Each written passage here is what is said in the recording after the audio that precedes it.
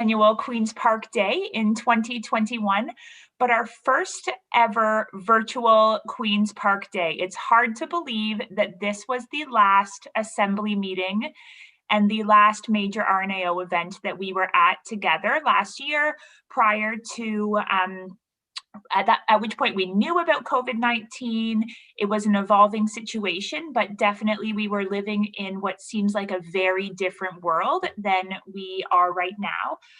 Welcome to everybody. Welcome to our board of directors, our assembly of leaders, members of RNAO staff, and to the media to our Queen's Park Day. It is definitely one of my favorite RNAO events. I really love talking about healthy public policy and love really talking about the ways that we can make a difference for not just for nurses, but also for Ontarians, and to have that really great chance to speak out for nursing and speak out for health. So thank you all of us for joining today. It looks like we have 111 participants who are online today. So that's great for just starting our day.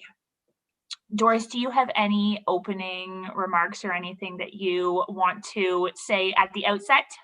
Thank you. Well, I know that we will have well over 200 or more, so they're just coming in. So first of all, welcome to you, Morgan, as president of RNAO. Welcome to our board of directors, who you can see in the screen, to the assembly of leaders, to members that have also registered in large numbers, and to the media that will be joining us, and of course later on the political leaders. Welcome to everybody. It has been a long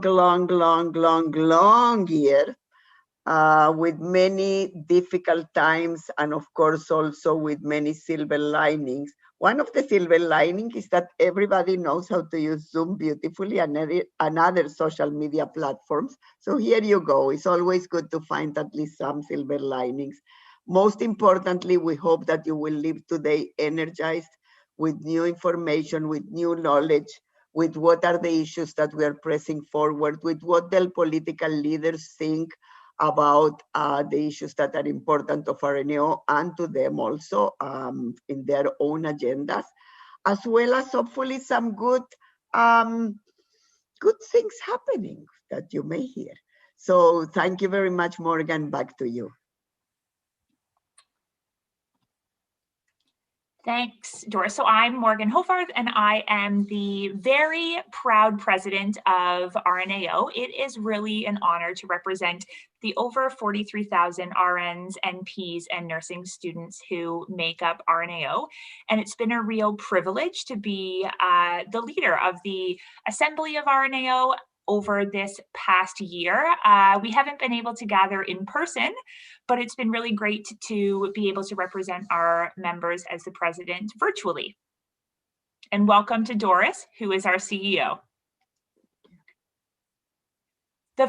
So today we're going to talk about some of the lessons that we have learned during the COVID-19 pandemic and over the last year. And the first lesson that we've learned is that we are strong together.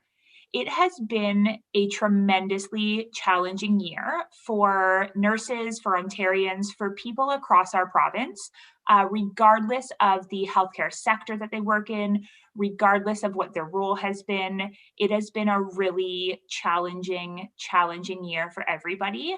And it really has helped to highlight how strong we are together. RNAO has continued to respond to issues of nurse wellness, of burnout. We would invite everybody to join in the bi-weekly nurse wellness conversations, which have just started over the past couple of weeks, which have been a really great opportunity for members to be open about the challenges, to learn about where they can go for help, and to really be together and understand that they're not in this alone. Even though right now, when we can't be together in person, it can be a time where people feel really lonely. It is a really great opportunity to be able to virtually connect with colleagues from across the province to talk about the issues that you're facing, but also to talk about what some of the solutions are and some of the areas that you can turn for help if there is struggles that you're having around your own personal wellness, burnout. It really is a great time to be part of the powerful collective of RNAO. RNAO really has been a strong voice for nursing, a strong voice for health during the pandemic. There are nurses who I work with who have really said, you know, the best information that I have got during the COVID-19 pandemic is from RNAO, and really wanted to make sure that RNAO was thanked for sharing those initially daily updates, daily emails that came out, which now are the weekly blog that Doris puts out to share information about what's happening, because it is a changing landscape and things still maybe don't feel as if they are changing as often as they were at the outset of the pandemic, but there still are a lot of changes and updates. And it's been really great to have those updates about what's happening from RNAO. So thank you for that. RNAO has had a voice like never before during the pandemic, in the media, on social media platforms, directly to political leadership, as well as through chapters and interest groups into the ears of MPPs across the province through Take Your MPP to Work Day and Queen's Park on the Road. And here we are again at Queen's Park Day. It's been a really great opportunity for nurses to speak out about the issues that are impacting their patients, clients, residents, and communities, and to really be heard by our political leaders. The second lesson that we learned, or the second thing about the COVID-19 pandemic, is that we really got the issues right at RNAO. Long before the pandemic, we have been talking about things like Ontario healthcare system to our MPPs. So things like long-term care staffing, that's been something that RNAO has been advocating for, I want to say 20 years. It's been a long time that RNAO has been talking about long-term care and staffing and funding within long-term care.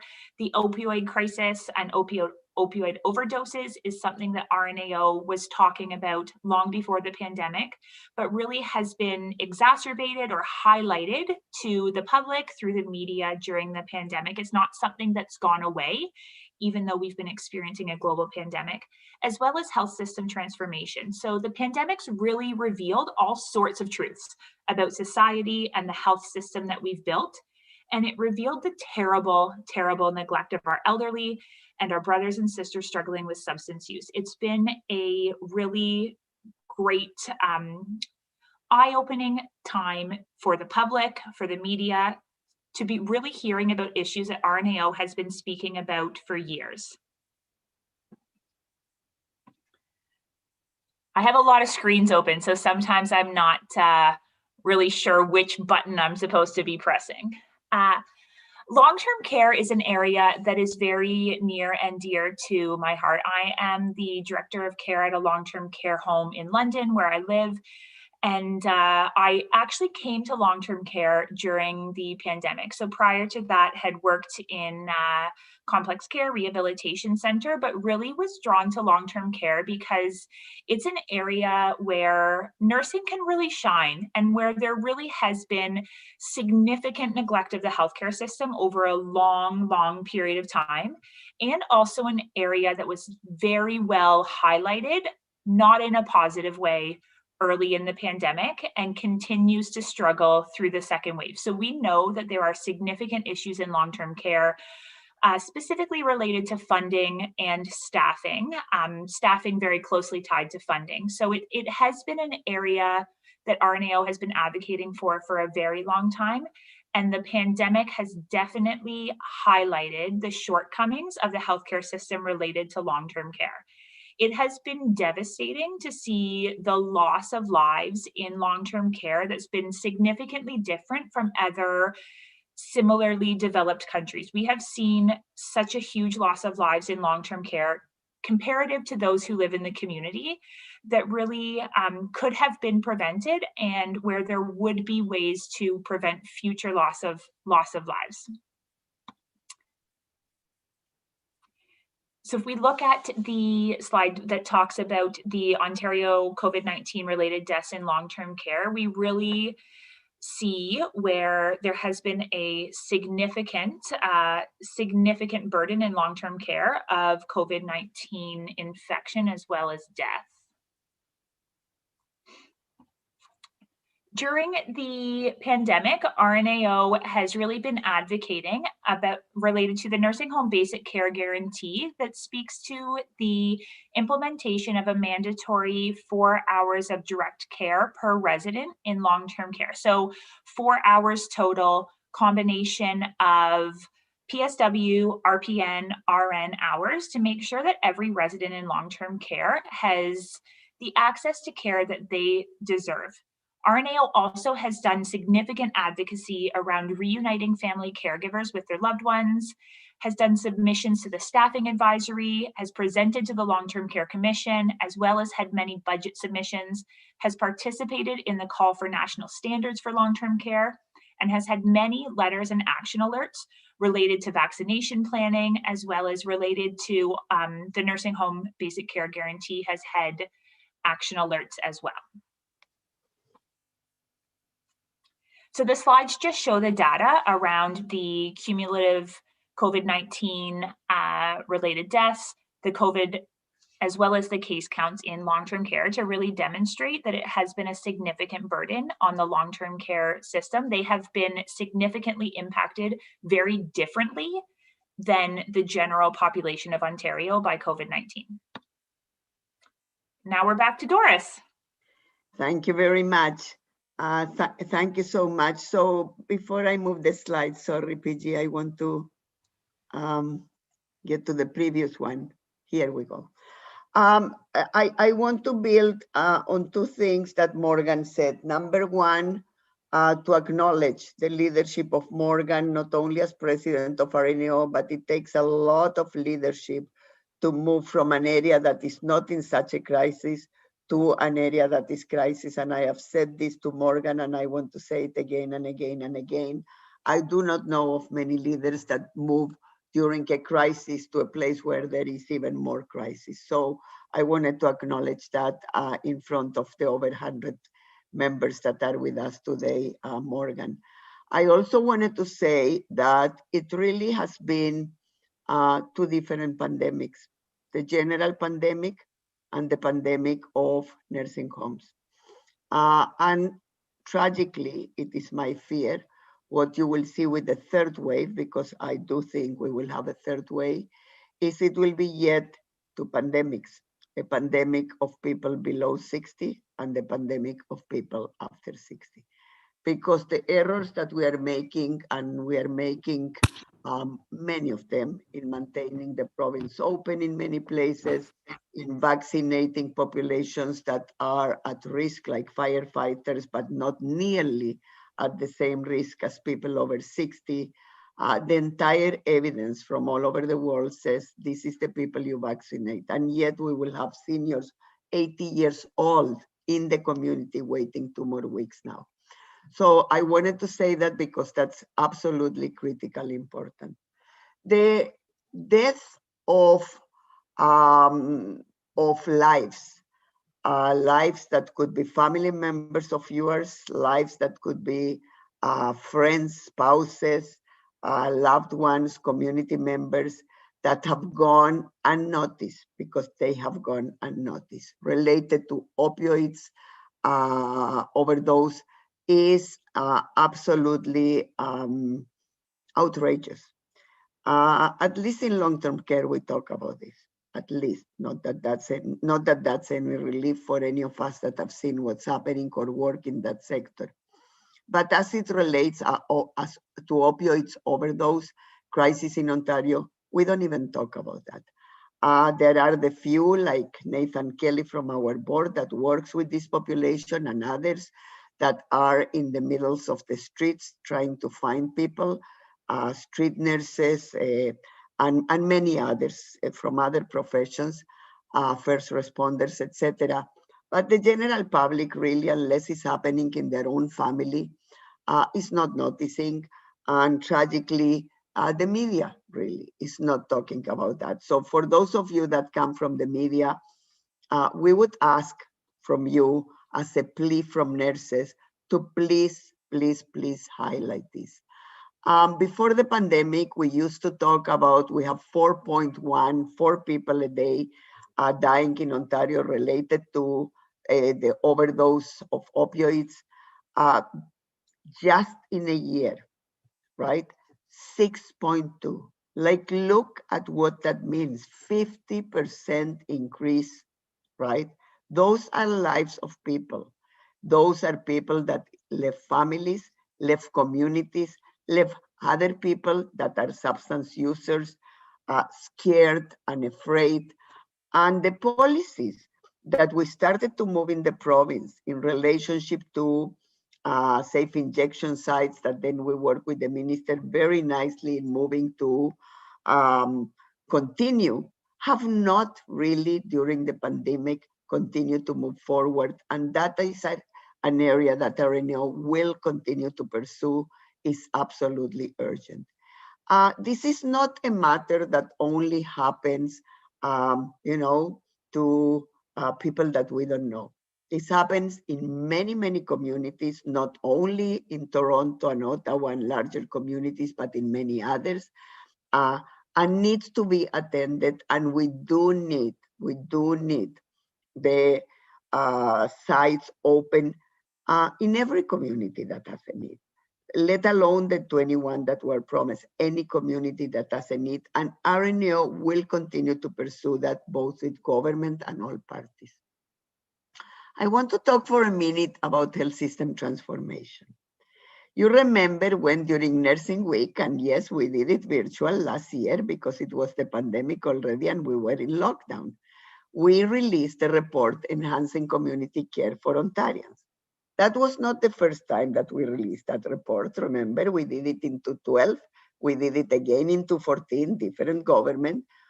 But then we heard from Minister Elliott about the Ontario health teams.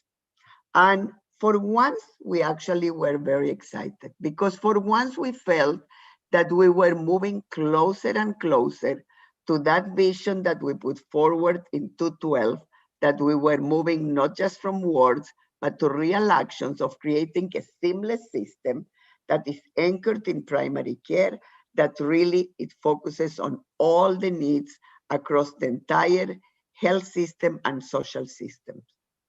And you may remember, and I remember talking about that with Minister Elliott. In fact, in one occasion, I begged her to come to a hospital because we were doing the launching of an OHT at South Lake, her own community. And she rightfully so said, I will stop by, but the announcement will be in a primary care site because that's where we are moving. Well, the tragedy of this pandemic is not only that it has killed so many residents in nursing homes. Just so you know, 96% of the people that have died in Ontario overall are people 60 and over. 96% is sober number, not only those in nursing homes. And that's why we are very afraid now in the community. But the second tragedy was the opioid crisis. The third tragedy is that this is actually what happened.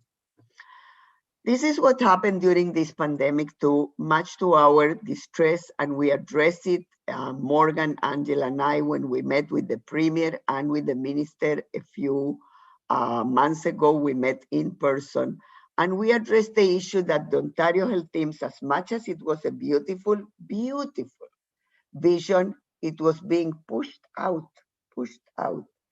And again, we were moving to a system that was hospital-centric. And we have tried to highlight to you there, not only hospitals with takeover of nursing homes and oversight of nursing homes, not only with mental health now put into hospitals more, not only with IPAC put into hospitals to oversee nursing homes instead of building nursing homes up. So what we will continue to pursue at RNO, remember, I said we started in 2012, a different government. We will continue to pursue that. Number one, Ontario health teams need to be strengthened and multiplied, but also that hospital-centric approach be pushed to the side. Not because we don't need hospitals, we absolutely do.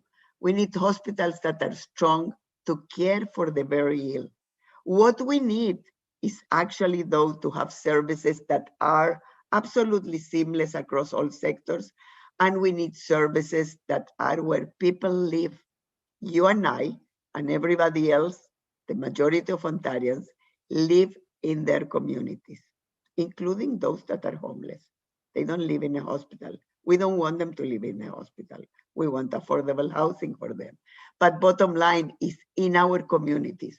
So we would like that Ontario Health Teams become the model anchored in primary care, as Aurelio has asked very much and for a long time. And you have, of course, the model on your left, which is where we will continue to pursue.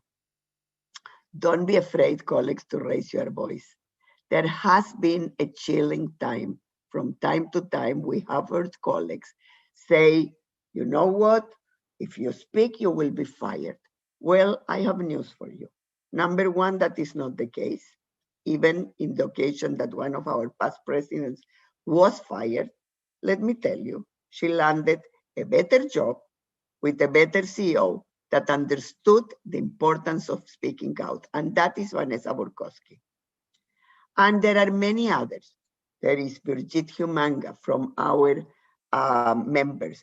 There is many, the greeting nurses, the what's beeping, Deb from Allison area.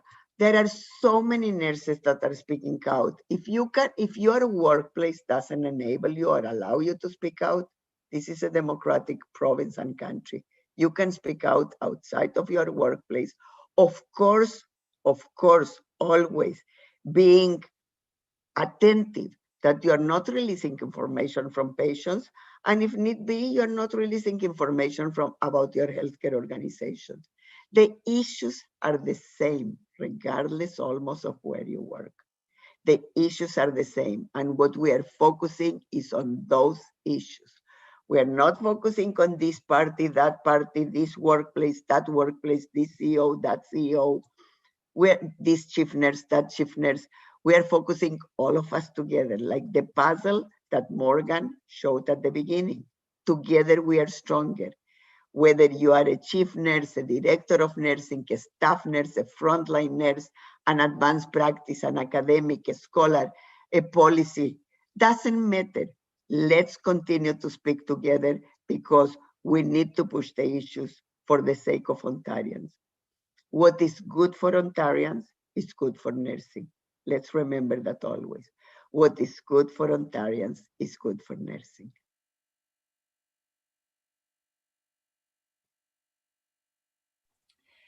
Thank you, Doris. Now it is time for us to welcome our Minister of Health and Deputy Premier, Christine Elliott. So Christine Elliott has served as the Deputy Premier and Minister of Health of Ontario since 2018. Prior to being elected as MPP for Newmarket Aurora, she served as Ontario's patient ombudsman, where she fought for better access for healthcare for all. Minister Elliott is also a co-founder of the Ability Centre in Whitby, a facility built with the vision of celebrating all people regardless of ability. Christine has been a longtime friend of RNAO and a regular participant in RNAO's signature Queen's Park event, and that is much appreciated. Welcome, Christine Elliott.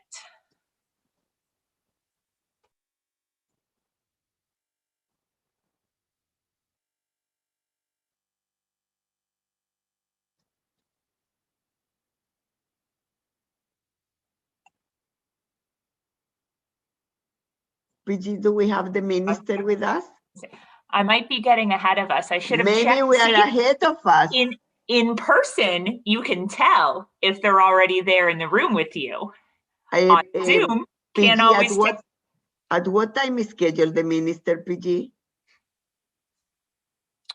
3:30, so we're 3 minutes ahead of time. Yes. Okay, that never happens.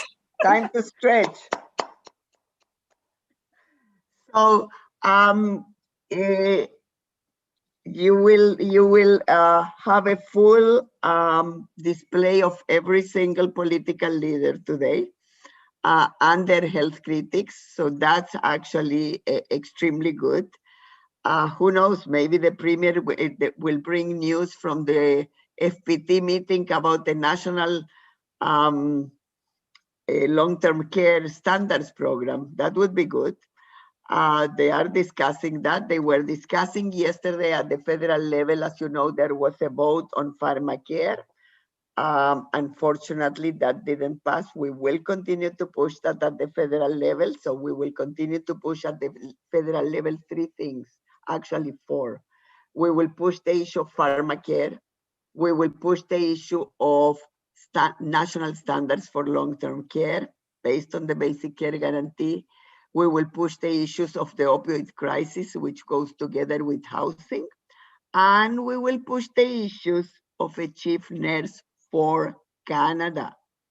Some of you may not remember, but we had one. We had one for a long time.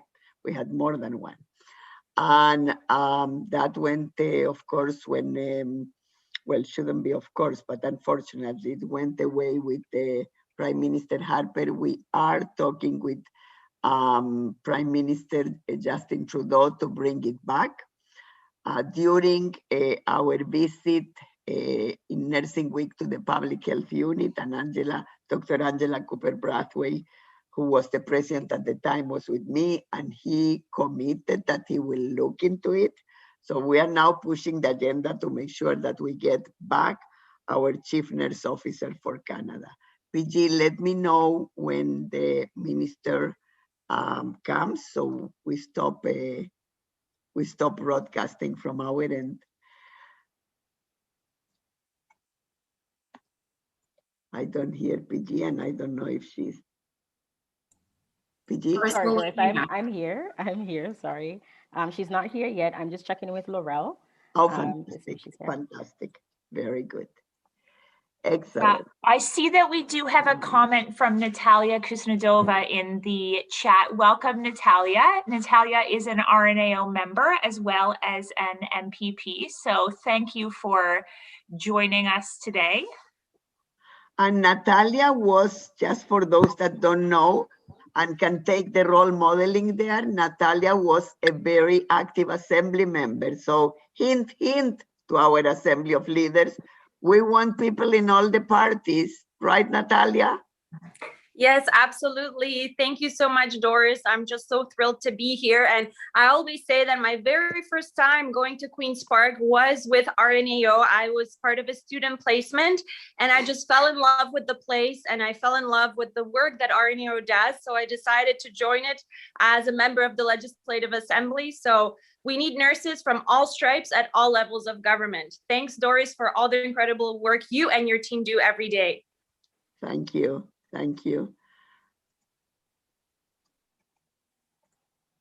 So you can tell us, Natalia, we can give you the floor for a minute.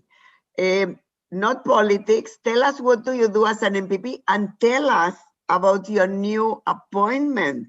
I think that's a reason to celebrate also today. Well, yes, thank you. Thank you, Doris, for mentioning that. So in my role as MPP, I represent the riding of Mississauga Centre since I was elected in 2018. But recently, I was appointed as the parliamentary assistant to the Minister of Francophone Affairs, and I have the Francophone flag proudly displayed here, together with my Ontario flag in my home office. And in this role, I'm advocating for improvement of better healthcare services for our minority group, the French language speaking group, which we have over 600,000 Francophones in Ontario. And, you know, as part of the founding nations of our province and our country, it's very important that their language rights are respected and enforced wherever possible. So Minister Mulroney gave mandates to ensure that our long-term care sector, especially in our long-term care sector, we do have a percentage of beds available for our growing senior population that speak French. And as all of you know, when our seniors, age, and a lot of them have dementia and Alzheimer's, they often revert to their primary mother tongue. And for those French seniors, that is French, so they may no longer be able to communicate to their nursing staff and their caregivers in English. So it's so important that we do have a healthcare force and healthcare providers that speak French. And yesterday we made an incredible announcement that we are providing free education for 8,200 PSWs to be into the long-term care sector. And I'm really hoping that some of those PSWs will be French speaking as well. And Doris, I had a little point to speak with you about later, actually, that I would love to see a RNAO open up a working group or one of your chapters, I forget how you formally call them, but with Francophone nurses. That would be something Not a bad idea. So two things, Natalia, two things. Always one is a good news and the other is an ask. So the good news is that you may or may not know, but Minister Mulrooney does know because she visited actually with me Montfort Hospital. Yes. Montfort Hospital is now a BPSO host, not only to train other hospitals with the BPGs in Ontario and across Canada, but actually internationally. So keep your eyes on that and go and visit. The second is that now that you are in that very important portfolio, I can go and ask for funding to translate the book into French, because believe it or not, in December, the book already is in Amazon in Spanish. It's the first book of Sigma in Spanish. So now we need it in French. So here you go. I'm going to go and. That's incredible. And I will certainly take that back. But I do see that we have Minister Elliott joining us now. So beautiful, beautiful. For you first, welcome Minister, and for you, Morgan, to do an intro. Yes, welcome, Minister Elliott. We're very pleased to have you here at our first virtual Queen's Park Day. As you are the first speaker today, we had our first glitch so far. We were actually ahead of schedule, which is not that common at RNAO because we have a lot of great things to celebrate and to talk about. So we did already read your bio and then have been very thankful to have had Natalia here to chat with us about what she's been doing and to understand a bit more about the role of an MPP. So welcome to our 21st annual Queen's Park Day. But our first ever virtual Queen's Park Day. It is a privilege to have you here to speak to us. You've always been a very kind supporter of RNAO and the work that we've been doing, as well as an advocate for patients and for healthcare in Ontario. So thank you for being here today, and it is all yours. Well, thank you very much, Morgan, for your very kind introduction, and good afternoon, everyone. I do want to start by extending my sincere thanks to the Registered Nurses Association of Ontario and all our nurses throughout the province for your tireless efforts in delivering exceptional care to your patients during these truly unprecedented and very, very difficult times. It is greatly appreciated. You've been there for your patients when they needed you the most, never wavering in your commitment and your compassion. So I'm grateful for the opportunity to say to everyone participating today, thank you. Thank you from all of us. Now, for nearly a century, RNAO has been an active partner in helping to create a more patient-centered public healthcare system. Our government deeply appreciates your continued engagement and willingness, of course, to collaborate. I want to especially thank Doris for her ongoing leadership and dedication to protecting the health and well-being of all Ontarians. Our government is very proud to call you a partner. Since the onset of the COVID-19 pandemic, our government's top priority has been protecting the health and safety of all Ontarians. Nurses play a really critical role in doing that, and you're truly at the heart of patient care, which is where we want our care to be. This is especially true as we work together to fight COVID-19 and, of course, the new variants of concern. Our government will continue to use every tool at our disposal to help support Ontarians' nurses in your efforts to deliver high-quality care to patients. That's why we are increasing funding to the RNAO by over $2.1 million per year for the next 2 years through the Nursing Education Initiative. This funding will support registered nurses and nurse practitioners by providing funding to support your education and professional development. This funding can allow our nursing partners to build on their existing knowledge and skills and ultimately enhance the quality of care for patients at their time of need. We will also continue to work closely with Ontario's nurses as we implement our 3-phase vaccination plan. I am proud to report that Ontario is leading the country in vaccinations with well over 500,000 vaccines delivered to date, and we are ready to deliver more doses as soon as we receive them from the federal government. Now, I know there has been some frustration by those who feel that there have been delays in receiving the vaccine. The fact of the matter is that Ontario has the ability to administer more vaccines than we have supply. The province currently has the ability to vaccinate 40,000 people per day, with the ability to triple or quadruple this capacity on very short notice. And as a matter of fact, I just left a call with the Minister and General Hillier with our hospital CEOs and the leaders of our public health units, and they are ready to go with some of them now into doing the immunizations for people over 80. So they are pushing forward at as quick a rate as they can given the supplies that we have.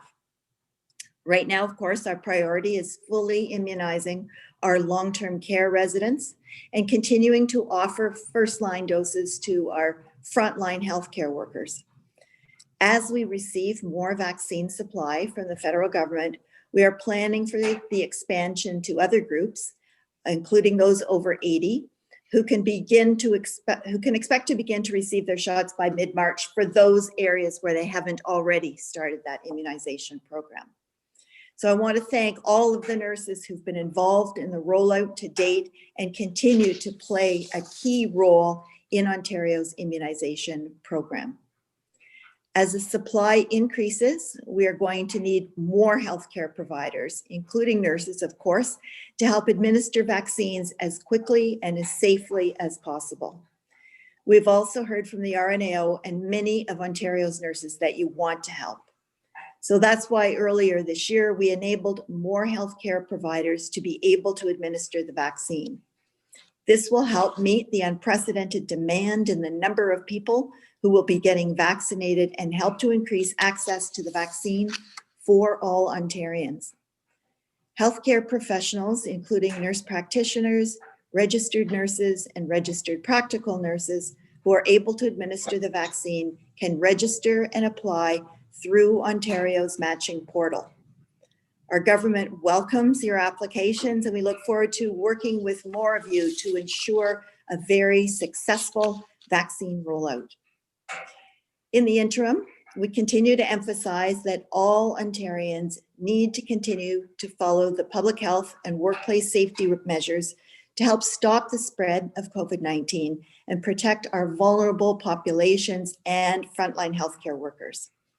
Throughout the pandemic, we have seen how strong partnerships and integrated care helps us effectively respond to the demands of the virus.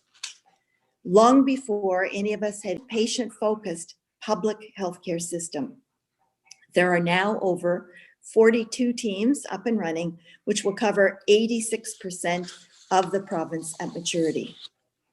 Through an Ontario Health Team, patients will experience easier transitions from one provider to another, including, for example, between hospitals, home care providers, or long-term care homes, with one patient story, one patient record, and of course, one care plan. At the center of this new model is a team-based care in which nurses and other healthcare professionals work together to provide the patient with the high quality care that they expect and of course deserve. Each Ontario Health Team has the goals of improving health outcomes, improving patient experience, and improving provider experience. Through RNAO's best practice spotlight organizations, many of you are already involved in Ontario Health Teams, and we are thankful for the vital role that you play in sharing best practices across your teams. We are already seeing how Ontario Health Teams have come together to support the fight against COVID-19 and of course protect their communities. They've done so by simplifying the purchase of personal protective equipment, directing support and resources to long-term care homes and assessment centers, expanding virtual care, and breaking down long-standing barriers to better connected care. Our government remains committed to working with you to build an integrated, patient-centered healthcare system that works for all Ontarians wherever they live. No matter where you are today, Ontario's nurses are making a huge difference. Our government recognizes the critical role that nurses play in our healthcare system, and we continue to invest in adding over 800 nurses in areas of need across the province this year. We also remain committed to continuing our work on expanding the scope of practice for nurses, and we look forward to your participation in that process. By expanding the scope of practice for nurses, we will help ensure that you can provide even more effective care for your patients. To close, thank you again for everything that you do for patients, for families and other healthcare providers, and for your tireless contribution to Ontario's pandemic response. There is still a lot of important work ahead of us to ensure that we beat COVID-19 and build a more connected, patient-centered public healthcare system. But together, I know we will achieve both goals. You are a vital cornerstone of our healthcare system, and our government is proud to call RNAO and Ontario's nurses valued partners. So I look forward to our continued partnership and the opportunity to answer your questions. So thank you all. Thank you so very much, Minister Elliott. And I find it funny to call you Minister Elliott because we have a very beautiful relationship. And I do want to share with members that we have had many conversations during the pandemic, many late night conversations, middle of the day conversations, and you truly are a friend of RNAO. That's a major difference between last pandemic, SARS, and this one, in the sense that RNAO had access to government. I need to tell you that as much as not always what we want is what's followed in terms of lockdowns, etc., at the speed that we want, and yes, we want everything today. I need to tell you that we never felt shut out, and I think that's important and is credit to you, to the Premier and to others. So please pass that along and thank you. As for the announcement today, it's music to my ears. It's fantastic. It's an expansion of the programs that we will do. I want people to know with Indigenous communities, we will be doing more, and the Minister always has been in support of the Indigenous communities activities we do. We will do more with OHTs and many more applied ministers. So here you go, that's fabulous. And we will do more with measurement and other aspects of the programs of RNAO. I did become aware yesterday that another ask that we had was actually approved. And that was an ask of 50 nurse practitioners for First Nations communities. That was a request that we worked together with the NAN community, and they identify that in the that we have 625 nurses in schools in the rest of Ontario. They needed also nurse practitioners for their communities, and we heard yesterday that that was approved. So thank you. I know that that comes from the provincial government, and I also know that in that area things are going very, very well. So please pass on to the team that is working with our colleagues on First Nations and with the chiefs. We have passed that to them directly. Thank you for that. It can never be enough what we do for our brothers and sisters in First Nations communities, and they're doing an amazing, amazing role. So if there are questions, by all means, to our colleagues. We do have a question in the question and answer box. So the first question is from, so I'll read it out. It says, my name is Chris Dranos. I use he, him pronouns. I identify as a cisgender white gay settler on this land. I am the Policy and Political Action Executive Nursing Officer of the Rainbow Nursing Interest Group. We were already concerned about access to sexual health services prior to the pandemic, and with sexual health services and treatments being further curtailed as a result of COVID-19, how is the province going to respond? Are there any efforts or plans in place to monitor the impact of the pandemic or restrictions on HIV, STBBIs, or sexual health among key affected populations? Is the government going to engage community-based organizations in this response? Well, thank you very much for your question, Chris. I would say that there have been a number of surgeries, procedures, tests, and so on that were delayed during the first wave of the pandemic because we were very concerned about Ontario ending up being in the same situation as Italy and some of the other countries in Europe where their hospitals were completely overwhelmed to the point that we're not able to accept any more COVID patients. So we used some of the time during the summer months to try and catch up on some of those surgeries and procedures and tests. And we have invested several $100 million actually into doing that so that hospitals are able to work on a more regional basis and can do more surgeries and procedures during the evenings and on weekends and at other times. So we still are behind because some of the hospitals now, again, due to the high level of COVID patients in their hospitals, have had to delay some of those surgeries or procedures again. But we are working very hard now with our vaccination efforts, of course. As soon as we receive supplies from the federal government, we want to get those needles in arms as quickly as possible. And we are still doing our testing as well in case and contact management to try and rein in the variants of concern, of course, that are increasing, unfortunately, in the province. But we are very focused on working on getting back to those surgeries and procedures and tests and so on as quickly as we can, because we know that many people have been waiting for a very long time for whatever health procedure that they need to have done to be done. And so we, I wish I could say that we could get rid of that backlog tomorrow.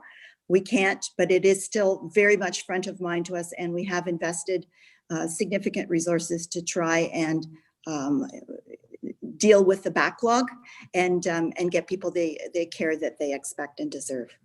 So thank you for your question.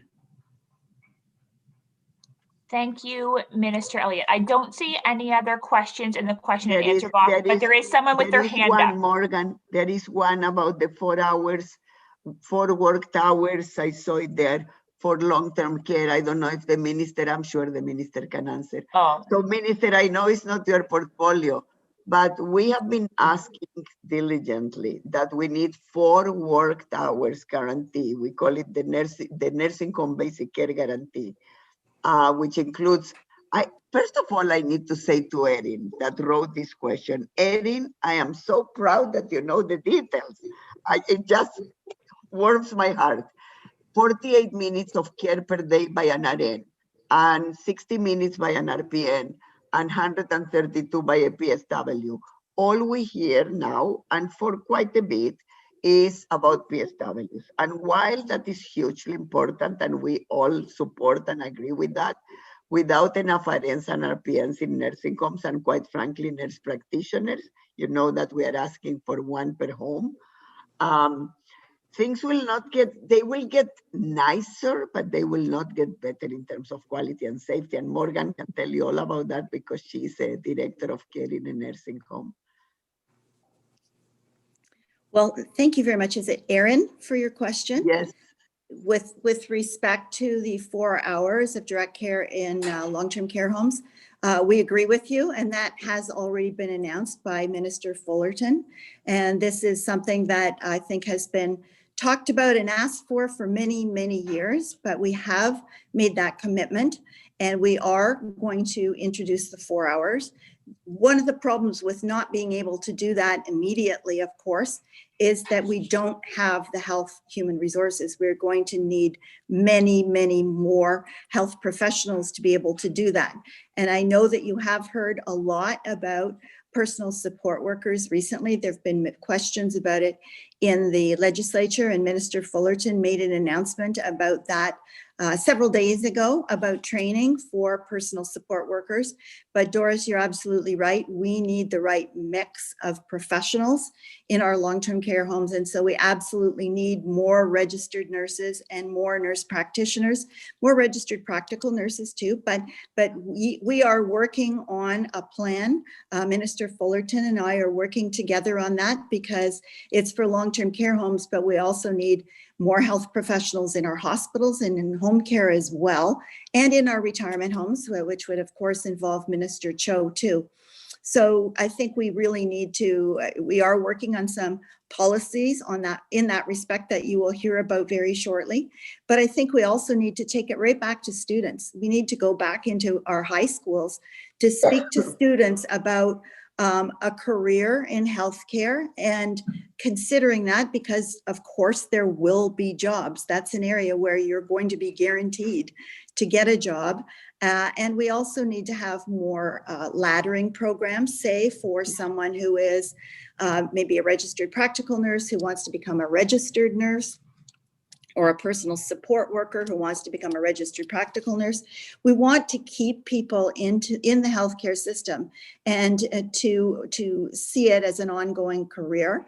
Maybe people will start as a personal support worker but want to stay in healthcare, and so they need that opportunity to continue to study and continue to move forward and to work on it.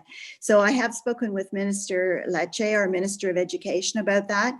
And I've indicated to him that I'd be happy to speak to high school guidance counselors, or perhaps even high school students directly, about the benefits of a healthcare career. And I think, Doris, you'd be a great person to come along with me in that respect. I would love it. Yes. So, Minister, I want to add to it so you can take it to your caucus.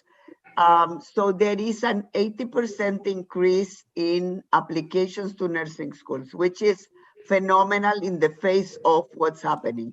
And this Great. is, by the way, around the world there is an increase. As much as others want to retire, there is. But what we are asking from RNO, we put it on the budget, is that the government support a 10% increase in uptake this year, 10% next year, and 5%, and it will need to be reevaluated in the third year. Because nurses will leave, Minister. We are releasing on March 8th a report, and I cannot advance you the information because we haven't finished to analyze. But nurses, you know, no one will live in the middle of a pandemic. Nobody, because no one will feel that they abandon their colleagues, their patients, their organizations. But many have put on hold their plans to retire, or, you know, so we should expect that. So the uptake of students now is critical to increase the uptake. Yes. Yes, absolutely. And I just to your comments, Doris, that people, that nurses wouldn't retire now and wouldn't leave because they want to support their colleagues, of course, and their patients. And I can't even tell you that that level of dedication and commitment is greatly valued. And thank you for the amazing work that you're doing. And so I will look forward to receiving your document on March the 8th and doing my advocacy with the finance minister as well. I can't make any promises, but I can guarantee to you that I will make the argument for you. Yes. But you're deputy premier, so here you go. You have a lot of push. Well, I'm ready to push for the healthcare system and all of the wonderful people that work in it as well. Thank you. Do we have time for one more question? Sure. Okay, so the next question in the Q&A box is from Ike Agisi, who is the president of Region 6, which is Toronto West. And his question is, the pay for nurses and other healthcare workers in long-term care was increased and special pay was approved for extra nurses and PSWs engaged by the long-term care homes. In the hospitals, our ICUs and COVID-19 units went through, if not more difficult, COVID-19 patient populations. Why was this special pay not extended to that group? Is this recently, or is this with respect to the pandemic pay? I'm sorry. Pandemic pay. It does. I would say pandemic pay. It does not specify. Okay. Well, with respect to pandemic pay, I know that there were many people who were directly patient facing who did not receive the pandemic pay. And I can only say that that's because we were receiving matching funds from the federal government, and we extended it as far as we were able. We would have liked to have done much more because we are extremely grateful for the work that that everyone has done. But we need to, at this point, I guess all we can do is look forward and look at what we can do for nurses in particular, and that's registered nurses in this case, and nurse practitioners. So I guess it's probably doesn't sound like much of an answer, but that's the reality, is that there was no more money available for that. Thank you, Minister Elliott. So we are at the end of our time with Minister Elliott, so I'll pass it over to Doris. First of all, to say thank you, Minister, again, and thank you for a lot of things. Thank you for being available. Thank you for listening. Thank you for many times being on our side today, including with the announcement. And thank you also for being a person that responds straightforward, that doesn't skirt responding even when some of the issues are not exactly the way we want, like the issue of pandemic pay, for example, director of cares, and I'm not in a conflict of interest with Morgan because she was not at the time director of care, but they were front lines and they were working, Minister, 17 hours a day, and they didn't get the $4. So I know you understand that. Thank you for responding with transparency and honesty. In the same way, I would like to leave you with one last message, not only from nurses, but from the public. We need the same level of transparency about who is being vaccinated or not. And I just became aware today, Minister, take it with a grain of salt for talking with General Hillier and others that are really doing the groundwork. Agency nurses, Minister, that work in ICUs even, are not being vaccinated. These are nurses that work in an agency, like many of the agencies, that hospitals call last minute because they need. They have not been vaccinated. I just became aware of that last night. Second, home care nurses that, as you know, go and see patients with COVID positive. About 7% of home care nurses, and likely PSW similar. We need to get to those people before Minister firefighters. Honestly, Minister firefighters are for the most safe, and they know how to take care. They're not taking care of people with COVID. But these agency nurses, that's where they're going. They're going to take care of patients of COVID in ICUs, yes. And they're going to home care. You need to talk with the general, and that priority needs to change. Healthcare workers need to come first in all the sectors. And lastly, the issue of the 80-year-old and over, 75-year-old, 70-year-old. We know that those are the people that are dying everywhere in the world. Those are the people that needs to be put at the head of the line. And people, Minister, in shelters, people in shelters, they do not stay in the shelter. They go out and about. That is, number one, is terrible for them. Number two is pure transmission, pure right away transmission. So we need to get into the shelters and vaccinate them ASAP before anybody else, actually. So Minister, thank you. Thank you for being a friend of RNO. Thank you for the announcement today. And thank you for being a straight shooter with the answers to questions of members. Thank you. Thank you very much, Doris. And if I could just say, just on that issue, with respect to vaccinations. It was really because of the decrease in supply from both Pfizer and Moderna that we were vaccinating all frontline healthcare workers and all residents of long-term care homes and retirement homes in outbreak. We had to switch that when the supply was reduced to making sure that the long-term care residents were vaccinated. We are now going back to the frontline healthcare workers before we go to firefighters or police or anybody else. That's the next level. Minister, in my own community, and please you can call them East York, they were yesterday vaccinating firefighters, not ICU. People don't even know that the agency nurses are not being vaccinated because no one even will think. Well, I can tell you that we are working on that issue right now with the vaccination task force. And we do want to make sure that the agency nurses in ICU are vaccinated and home care nurses. Unfortunately, I know of a situation with a family where I'm not sure how it happened, but there was a home care nurse that came into a home and the couple that she was caring for became infected. So she was probably asymptomatic because she probably caught it from somewhere else in her home care work. Yeah. So that's absolutely a group that we need to protect so they can continue doing their work. They don't know what they're going to be facing when they go into different people's homes. And then people 80 years and above, absolutely, we need to continue with that. And shelters, we are paying attention to that issue. We know that that is a significant area of concern. And we had a discussion, as I said, this afternoon with the local medical officers of health. And we are definitely turning our attention to that population because they have nothing. And if we can at least give people a chance to be safe and as healthy as they can be, that's what we want to do. So, thank you, Minister. As I said before, always responding. So thank you for that. And if you need me to make noise, you know, I'm always ready for it. I know. Thank you very much, Doris. Always a pleasure to speak with you. And thank you everyone at RNAO for the incredible work that you're doing. Thank you so much. And to your staff also. Thank you. Bye now. Bye-bye. Thank you. Back to you, Morgan.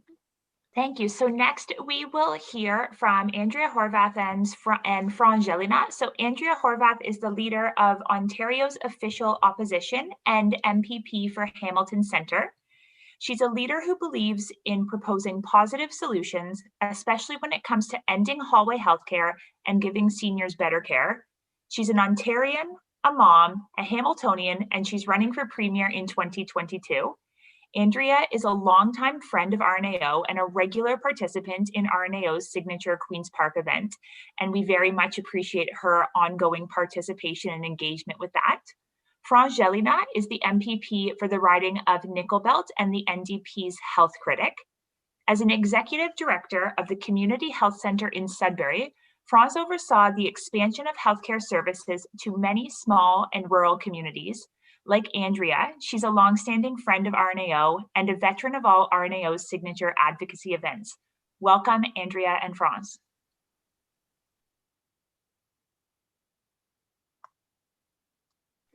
You're on mute, Andrea.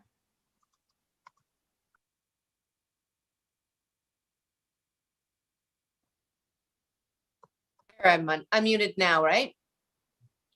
Can you hear me now? Yes, we can. Okay, very good. Thank you, Andrea. Yes. Thank you. Welcome. Thanks so much, Doris. I appreciate that. And thank you for the kind introduction as well. And I wanted to say I'm pleased to have Franz with me. As you folks know, Franz has been the critic for health for the NDP since she was elected pretty much. So for a number of years, and I'm proud to have her with us today. And I want to just start by saying thank you. Certainly for all of the work that RNAO does all the time, but particularly for your strong voices during the course of this pandemic. It's really, really important that the knowledge, the skills, the research, the lived experience that you bring to the discussion around how we tackle COVID-19 is extremely, extremely important. And I do want to say that I also value very much, as everybody I think does, the work of registered nurses overall of the nursing profession. Even I'll put it even that much broader. You do really important work, and certainly during the pandemic, the nurses have taken on one hell of a responsibility, and they've stepped up, and they're doing amazing work for Ontarians. And so just want to make sure that I'm acknowledging that.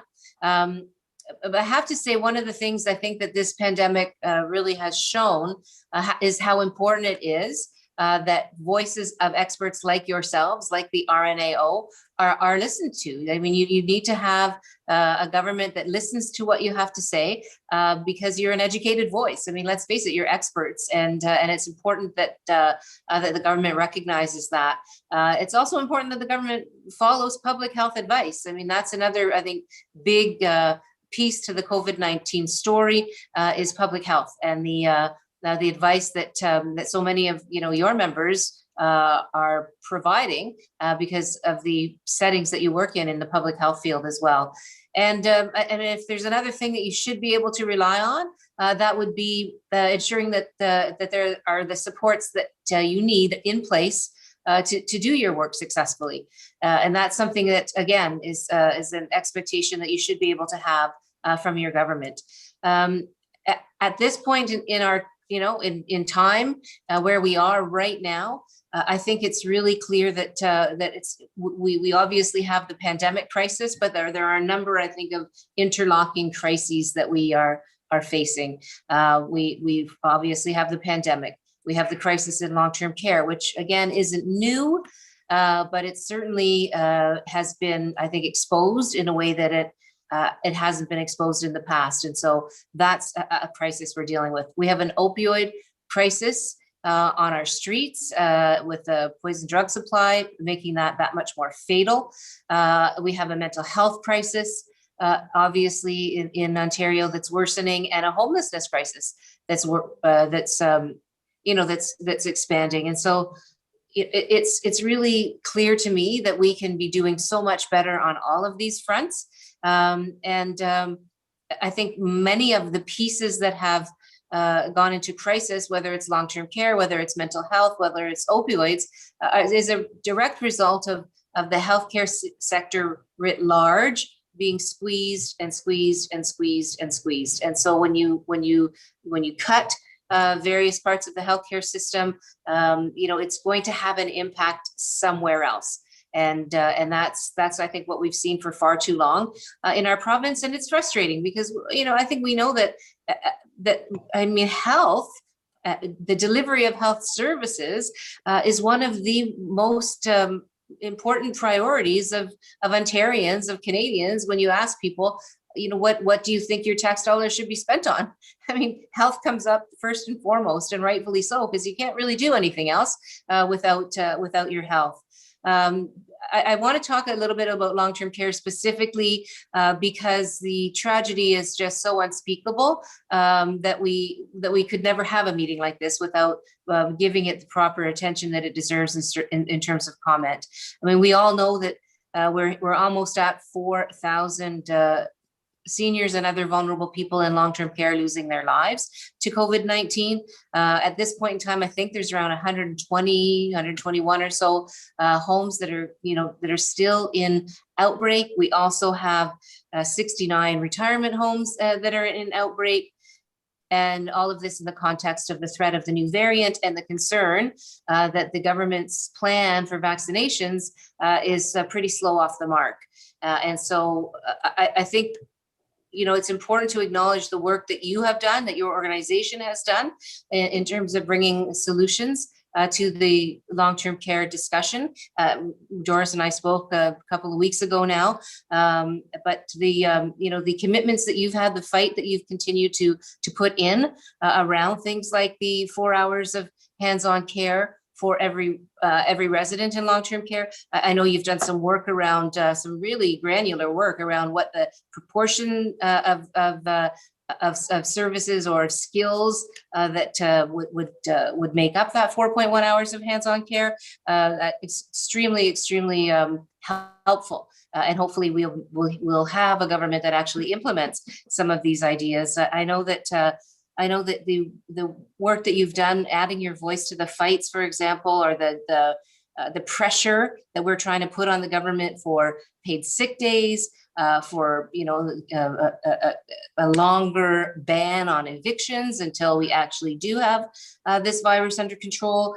The encouraging of the government to hire, as I said, more registered nurses, more RPNs, more nurse practitioners. I mean, all of these efforts, all of these recommendations are extremely important. And of course, the need for thousands of more PSWs to be hired as well. The permanent raise, the issue of permanent raises for PSWs is another thing you've championed.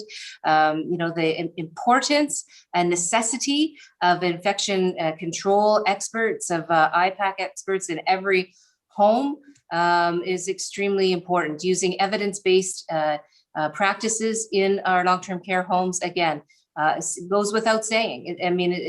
It's pretty shocking that we're in the state we are when report after report, and you all know this, have pointed to the kinds of changes that need to be made in long-term care. And those reports, they come every couple of years, and very little has been done to implement recommendations. We've just, again, today asked the government to extend the length of time for the commission to do its report. And you folks will know, we wanted a full independent judicial public inquiry. The government preferred a commission, and as we feared, that's because they wanted to have some control over it.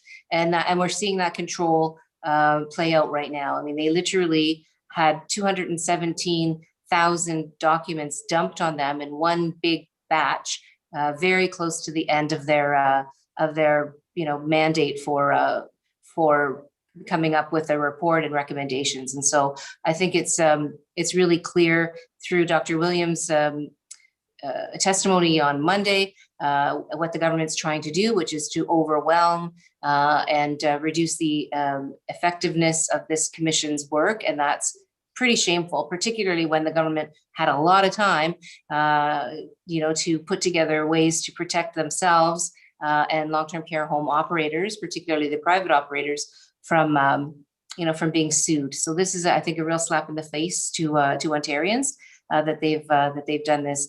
We are concerned about not only what this commission is going to recommend, but whether the government's going to have the commitment and the focus to actually make the changes that are necessary. And I suspect we'll hear a lot of that, but we won't see a lot of it. And that, I think this is something that's being foreshadowed through the way that they're handling the 4 hours of hands-on care, suggesting that it'll take till 2025 to have that come into place. And we all know that's far too late.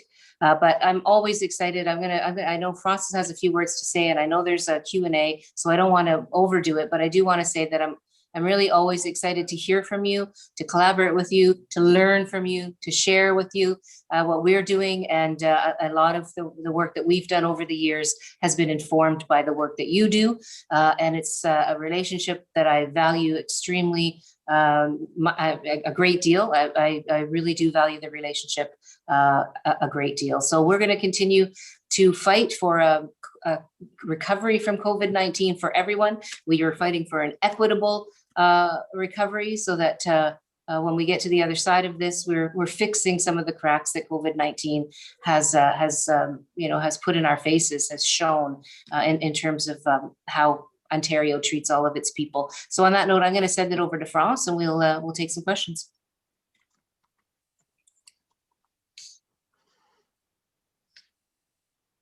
Well, thank you, Andrea. And I want to thank RNEO for having us on this rather different Queen's RNEO Day at Queen's Park, but we're making it work. Andrea has put out a good overlay of the interlocking crisis that our healthcare system is facing, whether we looked in long-term care or mental health and addiction or the pandemic and public health, etc. Many of those crises were a long time in coming. And I know and I appreciate that RNAO has been there every step of the way. I remember when I introduced the 4 hours of hands-on care bill, that was almost 6 years ago. For the very first time, RNAO was there with me. And you have been there for many, many of the private members bill that I have bring forward. The last one that I brought forward, actually, I just had the press conference this morning on it, was support for adults in needs of assistance. And basically, simply the bill would make a requirement of every regulated health professional, so think every nurse who becomes aware that somebody is being abused or neglected, will have the responsibility to notify, but we will have teams in place to make sure that we are able to put a plan to support the needs of the person that most of the time the nurse will have been identified, given that nurses are often the first one to notice abuse or neglect of vulnerable people. I want to bit of a shout out here to Maria Casa from Sudbury, who helped so much. Also, a nice quote that came from Nurse Grew, who is the chair for the Northern RNAO, as well as a professor from Laurentian University, Jeanette Lundenberg, who helped with all of the research she had done. I'm giving this as an example because RNAO is always there with the body of evidence to help out, and I very much appreciate that. One thing I wanted to talk, Andrea touched upon it, is the opioid crisis. I don't know why the government is so slow as approving supervised consumption site. We need one in our city so bad. I see that there's quite a few nurses from Sudbury that are there. They will tell you the same thing. Not this Saturday, the Saturday before, we had 2 deaths on the same day. We have a series of Red Cross that have been put right downtown. When I first went there, there were maybe 10. And then the week after, there were 30. And now we are over 100, 150 crosses. Those are all people from Sudbury who have died from overdose. And we have so low. We have no addiction and mental health infrastructures in our city. And I would very much like for the government to spend the $3.8 billion that they have, half of it from the federal, half of it from the provincials, to bring something to every community who needs it.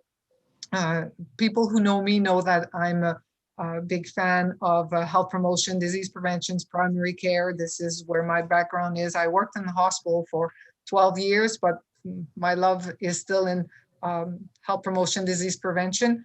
You can expect more bills to come down this way, kind of linked to COVID, but has to do with this.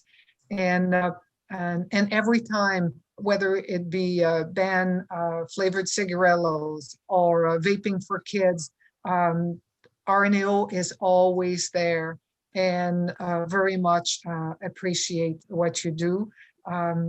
I also very aware that we need to take steps toward the resources that are needed in our hospitals so that they can continue to be there, as well as some of the issues we've had to make sure that every RN gets to practice to first full scope. We know full well that when RN gets to practice to full scope, the quality of care increases dramatically. The healthcare experience get better and the health outcomes get better. But I could always go on and on because I feel like I'm with friends with RNAO.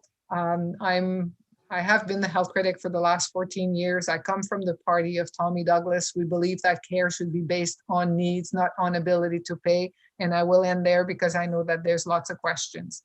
So Andrea, I think it's back to you, my friend. Thanks, France.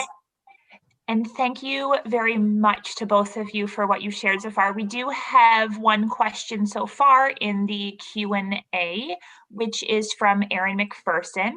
And it says, what specific steps would your leadership like to see the government take to improve the speed and efficiency of the COVID vaccine implementation in Ontario? It seems impossible that the general community will be able to be vaccinated by September if those 60 and over, or the 60-plus-year-olds, will not be able to receive their vaccinations until July. Thanks for the question, Erin, and I'll say a few words, and maybe Frost can jump in as well. It's pretty disappointing to have seen the government not move more quickly in establishing the task force in the first place, because everybody knew that this is a global pandemic and that we would eventually have to have vaccines. And the government could have been and should have been working on this since the summer, but at the very least, the fall should have seen the implementation or the establishment even of a task force to look at this. But our task force wasn't put in place until December, I think 3rd or something like that. So our province is pretty much behind the 8 ball when it comes to the planning around the vaccine rollout. And that's I think why we are where we are, is because they were really slow to get off the mark. Today at the question period, the Premier suggested that the reason why why we are where we are is because it's complicated, that we have a complicated province, or maybe that was somebody else in the government that mentioned that, like, we're big, we're big and we are diverse and we're a big population and lots of regions. And the bottom line is that we've always been big. We've always been complicated. This is not news, nor should it be news to the government. So, I'm just I'm pretty concerned that that they just didn't get out ahead of this fast enough. And of course, with the confluence of the number of factors here, the opening up too soon is what I think is happening here. The variants of concern which are taking hold in the province, and I know Dr. Brown gave an update on that this afternoon, but I unfortunately wasn't able to hear much of that. I was within another meeting, and the delay in the vaccine rollout is really problematic. And so, I have a lot of time for public health. I think public health units are exactly who we should be taking some leadership from. I'm concerned that I heard some concerns from some other folks today about a lack of what looks like a lack of any coordination or any kind of logistic coordination from from a central body like the provincial government, and what we'll have to see. But I think that what we wanted to see is all hands on deck.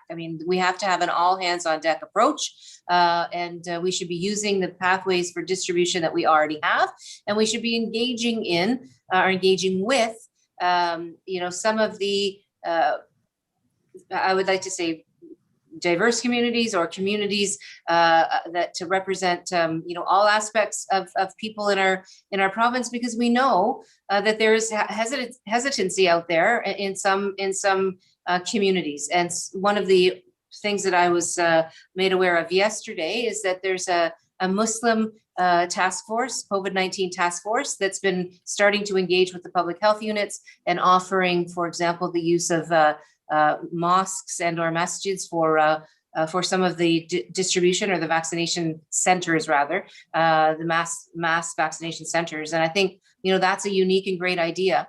And it's interesting that it's coming kind of bubbling up now, when some of these things should have been addressed and thought of and planned for months ago. So I think it's a long question, it's a long answer, but I think the government has been slow off the mark here, and I think that's creating a lot of danger when it comes to a further lockdown or a third wave. I don't know, Frost, if there's anything that you wanted to add. I agree with everything you said. The only thing I would add was the idea of all hands on deck. RNAO was quite vocal from the start that, let's not kid ourselves, who gives most of the vaccinations to Ontarians throughout history? Nurses. Why weren't nurses at the table? Why weren't they listened to? Why is it that the decisions that are made by the decision table at Ontario Health Table and all of this, and Dr. Williams, are like 4 levels removed from cabinets who makes a final decision? Why are politicians making decision as to who needs to get vaccinated first? This is not a political decision. This is a healthcare decision, and nurses should be listened to because you have a lot of experience, you have knowledge and skills, and should be listened to. I agree with having public health in charge in a different region. My public health will know the needs of the people of Gogama and Westry and Shining Tree and Biscotasing and places that people can't even point to on a map. My health unit knows them. They know which resources are there. They know the retired nurse who lives there and gives vaccinations to those people every fall when the flu vaccine comes out. So I don't have a problem with public health being in charge. I have a problem with politicians thinking that they know better than health professional and deciding that they will decide who comes first and who is in the priority and how things will be done. We should listen to you, and we should listen to everybody on the front line, guided by public health that has experience, that have had the mandate to vaccinate us since I think, Go for ahead, it. Doris. I just wanted to mention there was a question if there is a nurse in the vaccination table. No, there is none.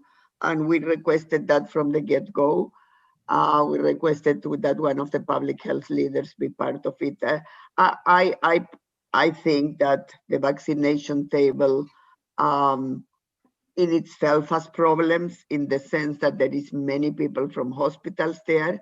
There is nobody from long-term care. There is thankfully the chief archivist from First Nations and Indigenous from First Nations, but there is nobody from long-term care. There is nobody from nursing, from public health, in the sense of they are the ones that run vaccinations. So thankfully they did listen, Andrea and France, and it was only because of push, I'm sure, in the sense of giving control to public health units for the vaccination now, because my biggest fear was that, again, the hospitals will be doing it. And the hospitals have no expertise on that, with all due respect. We need them, but not for that. And the problem is, it's both. It's the vaccination table also. I mean, if you look who is in that table, you know? Yeah. Okay. And then you have a medical officer of health, the chief medical officer of health, that is slow off the mark from the beginning to now, but he was kept in the job and extended. So a combination that delivers slow, too little, too late, which hopefully we will catch up with the vaccination, because if not, trust me, we are going to have a third wave that we will not know how many people we will lose. In the community this time, in the community, not in nursing homes, because thankfully they're vaccinated. So it's pretty serious, and thousands of nurses, and the minister I know is advocating, I need to say that, thousands of nurses that work in primary care, RNs, RPNs, NPs, ready to vaccinate tomorrow. So there should be no vaccine in the fridge, zero. They're But ready. there are They're vaccines ready. in the fridge, right? There- There are vaccines in the fridge right Oh, now. And the other vaccines. thing, Doris, that you mentioned, which I think is important to identify, is that we didn't support the extension of Dr. Williams' position Well, as the chief medical officer. We voted against that. Neither we did, as you know, that we asked for his resignation. But I know. you know, you need to have the right leader driving the orchestra when these things happen, because the biggest thing with any pandemic is the virus will always be ahead of you. The virus will always, the virus doesn't sleep, doesn't take a weekend, doesn't take a break, doesn't go to the bathroom, doesn't have a cup of tea, always will be running ahead of you. And unless you are off the mark very quickly, not perfect, just off the mark, even if it's not perfect, but using precautionary principle and on and on and on and on, as some countries did, not many, but some did very well. And that was their approach. That was their approach. Absolutely. We have can go back, but we need to go forward, and we need to go forward with at least now lockdown. So we need your support on that. I know that some of our colleagues, Natalia included, that is with us, one of our AREN colleagues that is an MPP. I know, Natalia, you will not like us to say that, but if we don't do significant lockdowns, including York, that should not have been open, and then lockdown on one hand, no movement from different areas, and then vaccination fast, the 60 and up, we are going to have losses that we will regret again, because these are people in our lives, in the lives of our communities. Agree. It's serious. It's very serious what's coming up. Okay, we have a couple of questions that I'm going to try to combine into one because they're both related to long-term care. So one is from Paul-Andre Gauthier and the other one is from Ike Ajisi. So it's about whether you think we need more RNs in long-term care to avoid the problems we have now. And also, why is your party not pushing for a national standard of care for long-term care as a long-term solution to the problems in long-term cares, which would help us to achieve the 4-hour minimum we are advocating for? And I'm going to add to it, when we look at the NDP MPP Teresa Armstrong's private members bill, the Time to Care Act, which calls for the 4 worked hours. Although we applaud and support the bill, would like to see a clear commitment of a skill mix of RNs, RPNs, and PSWs that will enable residents to receive safe and quality care within long-term care. So what are your thoughts on those? Okay, well, thank you for that. And I'm going to do a quick response, and then maybe France can, what do they say? Bat cleanup or something like that. I don't know these sports analogies, but anyways, I want to say, first of all, absolutely, registered nurses should be playing a role in long-term care, a bigger role, a consistent role for every home, and that kind of attention needs to be, or that kind of a change needs to be legislated. So that maybe kind of fits in with the third part of your question, which is around the skill mix. And certainly, as I mentioned, Doris and I were speaking not too long ago about that very issue, about the skill mix. And what I would say, the reason why it's probably not in our bill, and France can correct me because she was the first person to put that bill forward in the time she's been here.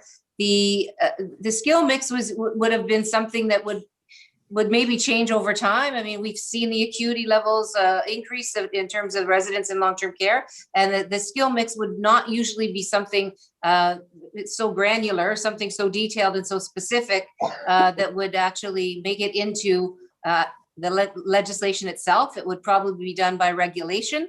So that's the only thing that I can, come to in terms of why the specific skill mix piece isn't in the actual legislation, because usually something like that would be achieved through regulation.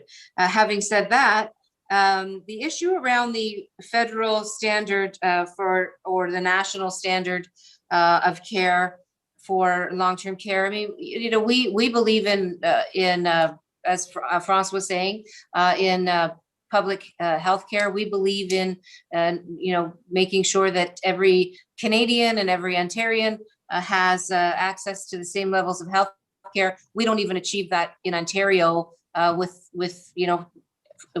any front in terms of our healthcare situation. As you all know, some parts of our province don't have the same access to hospitals or to specialists or to other community health centers, you name it. We have already a very unequal distribution of our healthcare services or our healthcare providers across our province. But one of the things that, so I'm not opposed to a national standard of care, but one of the things that we know for sure is as we moved to a model of public health care, as we moved away from the profit model of healthcare in our country historically, it was pushed at a provincial level. So it was Saskatchewan that went first with Tommy Douglas, as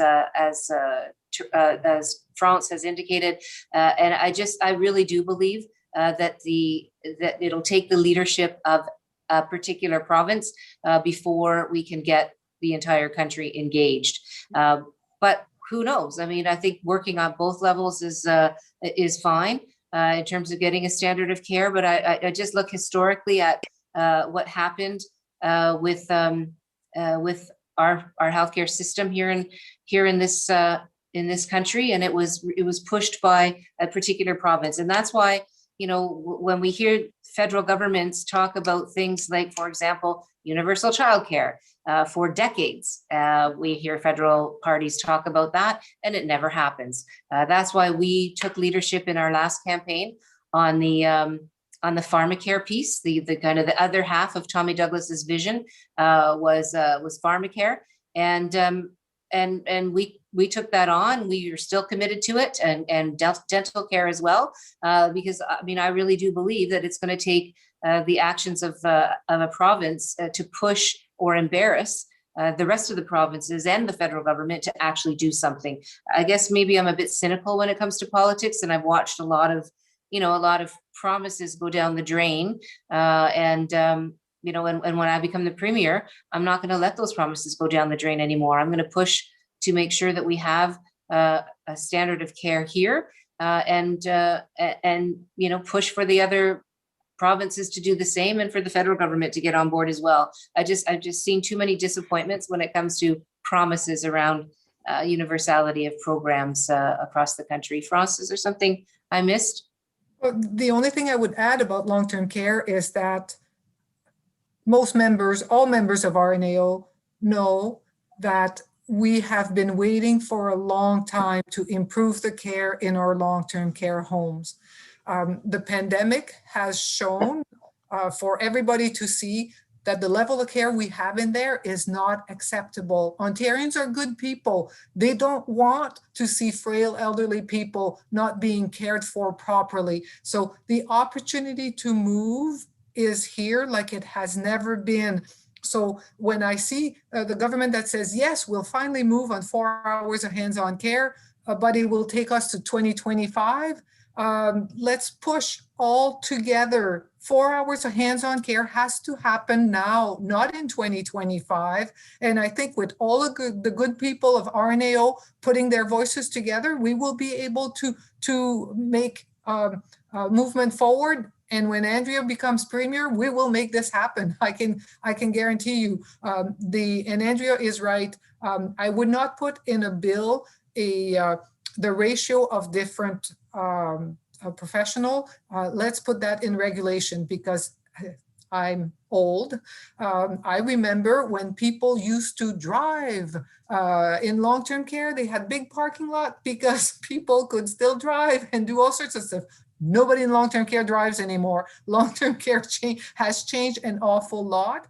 Laws change very slowly. A lot of the laws we have now are like decades old, but regulation is something that's easier to change. And enough said. So if I can say thank you, Morgan, I think we are on time. Is that correct, Morgan? We're a bit over. Okay, but I still want to thank. So first of all, thank you to Andrea. Andrea, was a pleasure to speak with you a couple of weeks ago, and France, we speak often. I do want to take issue with the issue of on regulations, to put it, because also the 4 hours of care will change, with all due respect. I can bet you that with the complexity of care needs, from here to 5 years, it will be 5 hours of direct care. So we will continue to ask everybody to speak about the 4 work hours, and to speak about at least that there will be a skill mix of RNs, RPNs, and PSWs, and at least some idea of the skill mix. Otherwise, we will end up with what's happening today. Only the announcements are about PSWs. And I fear that will be the same, Andrea, only PSWs. We need assurances, not we, it's not about RNO. It's about the seniors of this country. They need assurances that not only they will have the hours of care that are necessary, but the skill mix, because if not, the care will not be the quality that needs to achieve dignified and quality outcomes. Same with NPs in long-term care and with IPAC. This issue of giving IPAC to hospitals, which is what's happening today.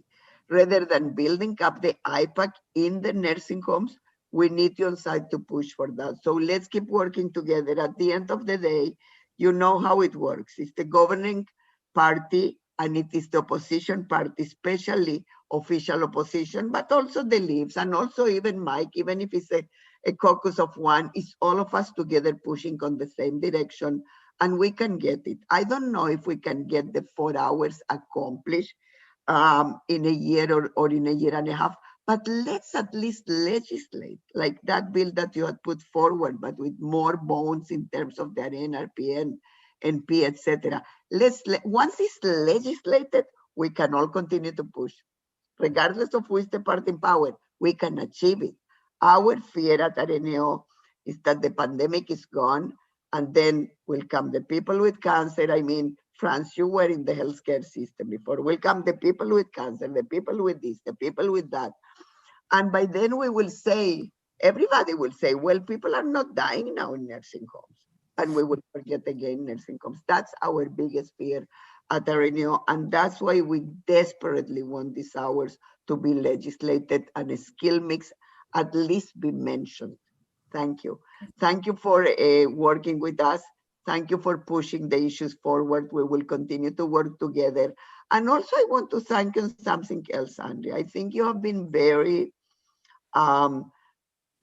very fair and generous and a lady-like in the way you have approached the situation. And I will say the same to the federal, to the provincial government, to the premier when he speaks later on, and to the minister you heard there vis-a-vis the feds.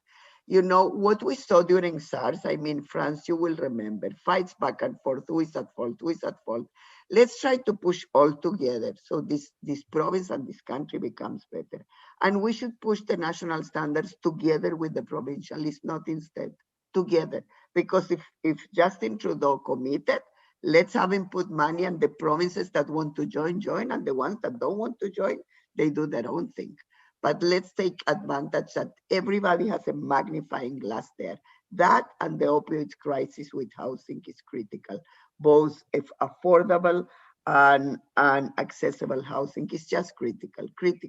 So thank you for working with us very, very much and for coming today. Thank you. Our pleasure. Thank you. Thank you. Next. Have a good session. Merci beaucoup. Thank you, and you're welcome to stay if you want. I think Morgan is back to you with Liberal Party leader Stephen Del Duca and with John Fraser, health critic. I think both are here.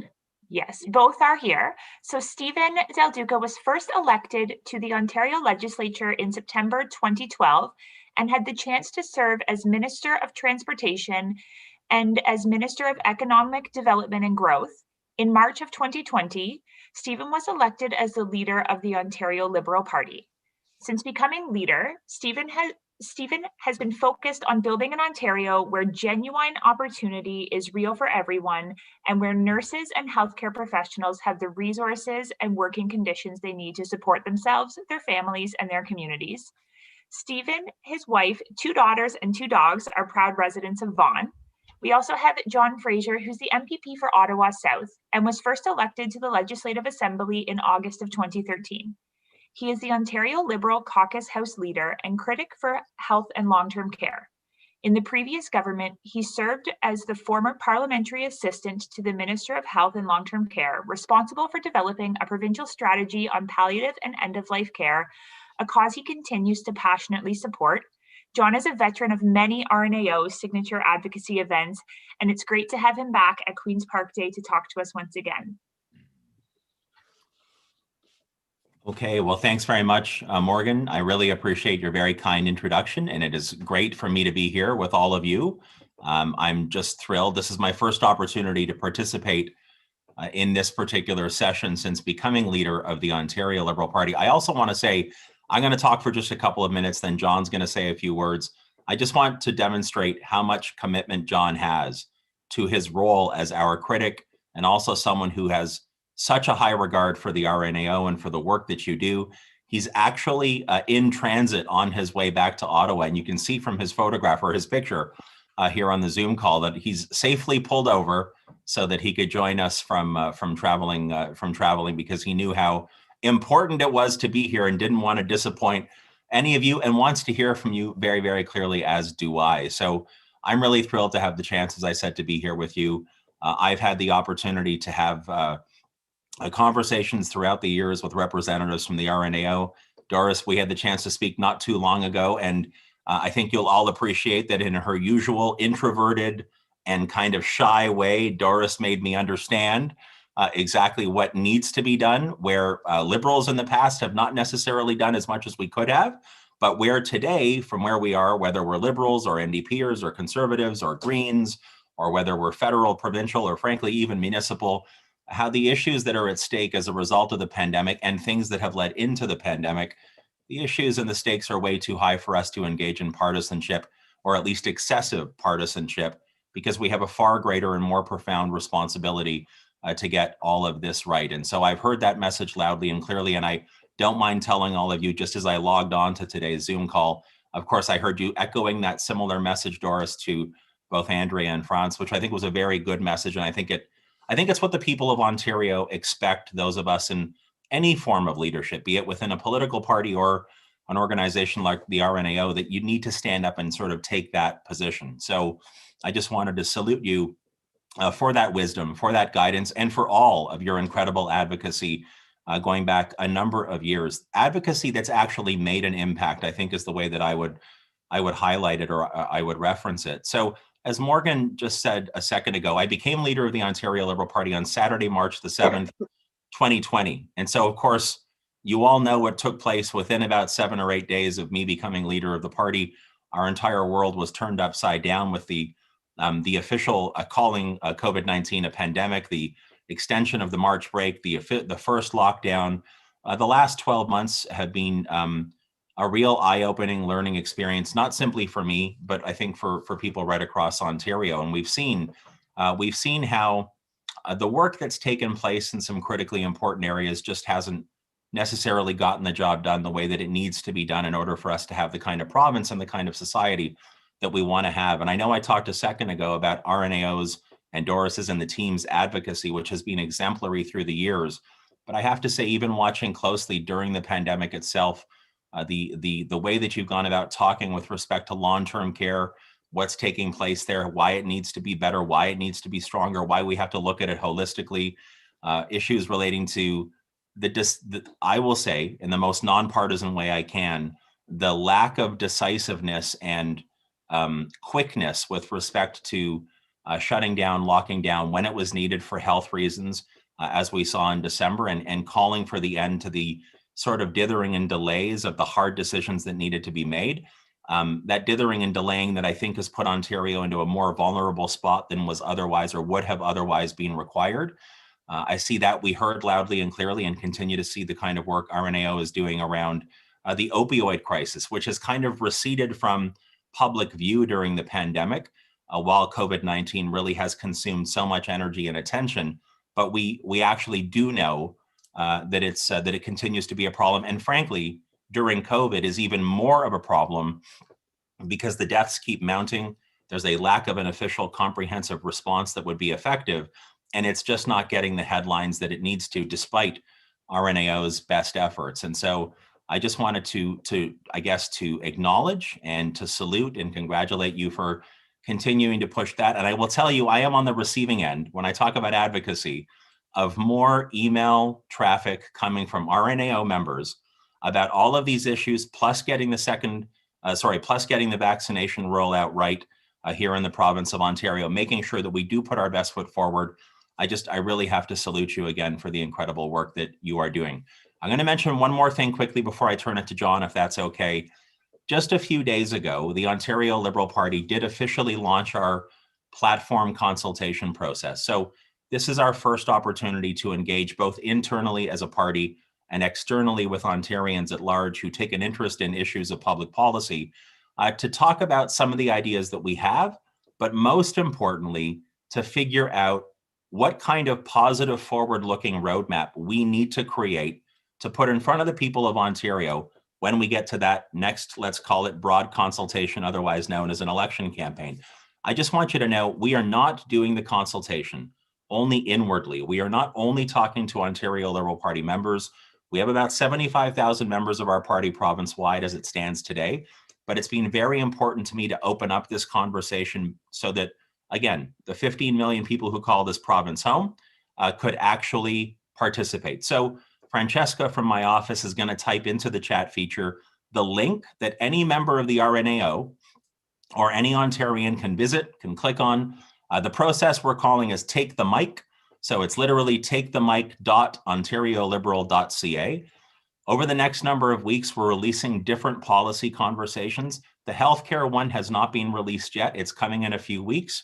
We started last week with fixing long-term care and economic dignity. This coming week, we have economic prosperity, climate change, and the environment, and there's more to come. I sincerely hope, whether you're liberal leaning or not, but I know how passionate you are about Ontario being on the right track.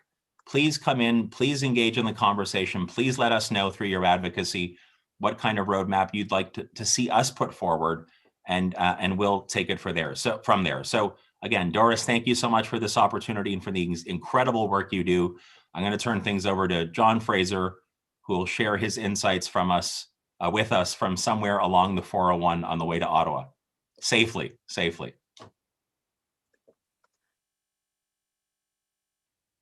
Meanwhile, that John takes the mask.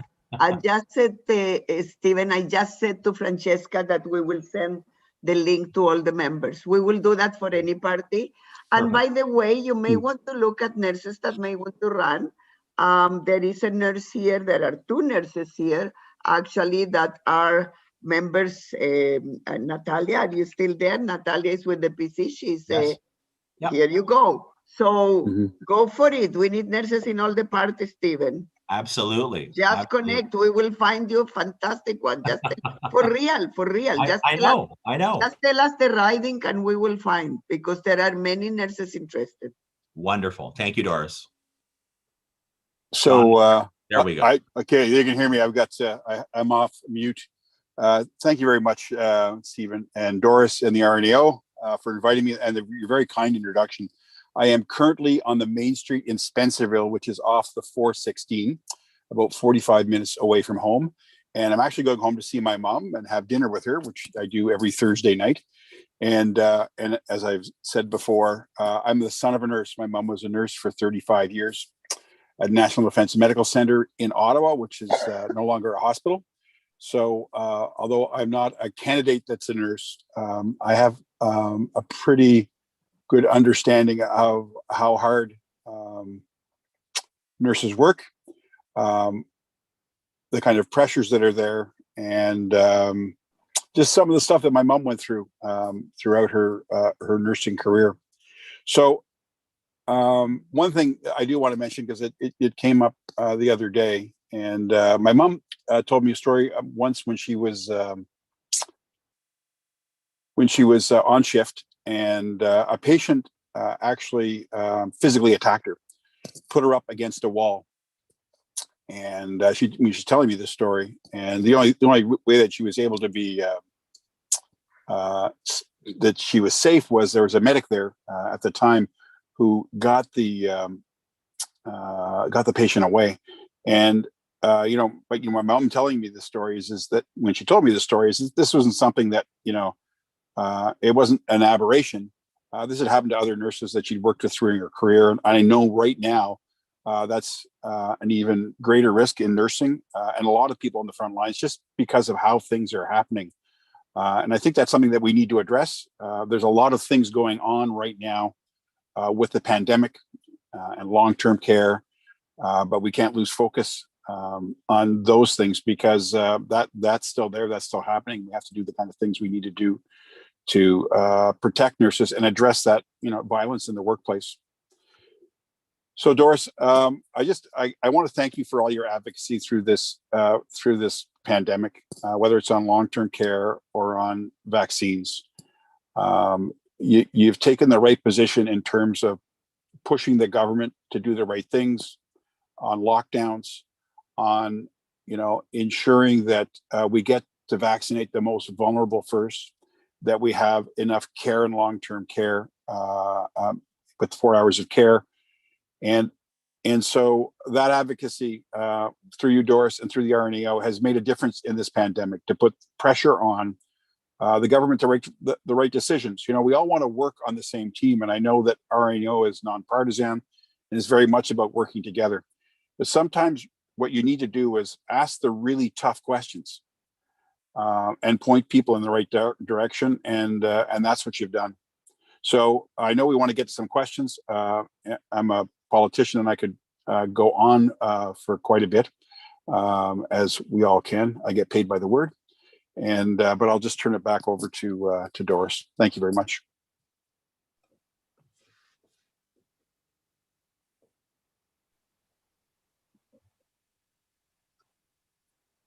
So I'm not currently seeing any questions in the, oh, here we go. For Mr. Del Duca and Mr. Fraser, could you please address the issue of our Healthcare Act and National Pharmacare? There is no Medicare without pharmacare. Yesterday, Prime Minister Trudeau essentially said that Bill 213 was a provincial matter.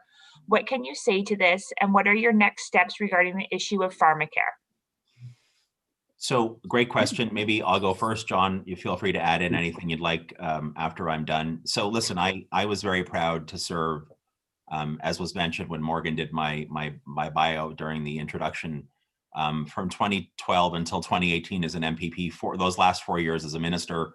And when we, as a government, took steps towards, let's say, towards pharmacare, towards universal pharmacare, with a plan that, of course, would help extend free prescription medication to a large chunk of Ontario, recognizing it was one important step in the right direction. I was really proud to be part of that decision. That didn't get us the whole way, but I think it was an important indication that we were heading in the right way. And of course, our former colleague, Dr. Eric Hoskins, worked on and produced a report for the federal government. So I'm aware of the discussion that took place in Ottawa yesterday. I think it's safe to say that through our platform development process that I referenced at the outset of my remarks, there will be many Ontario Liberals and many outside the party who will want us to make a meaningful step or a meaningful commitment to go in the direction of universal pharmacare during the process, during the platform process. And I'm very open to that. I'm fond of saying that past behavior is often a good indication of future behavior. Not always, but I think in this regard, it's safe to say that we will have something pretty decisive to say on this as we come out of the platform consultation process. The how we ultimately recommend Ontario get there, I think will be open for discussion. And I'm sure the other parties, the NDP, the Greens, perhaps even the governing Conservatives will have ideas around this.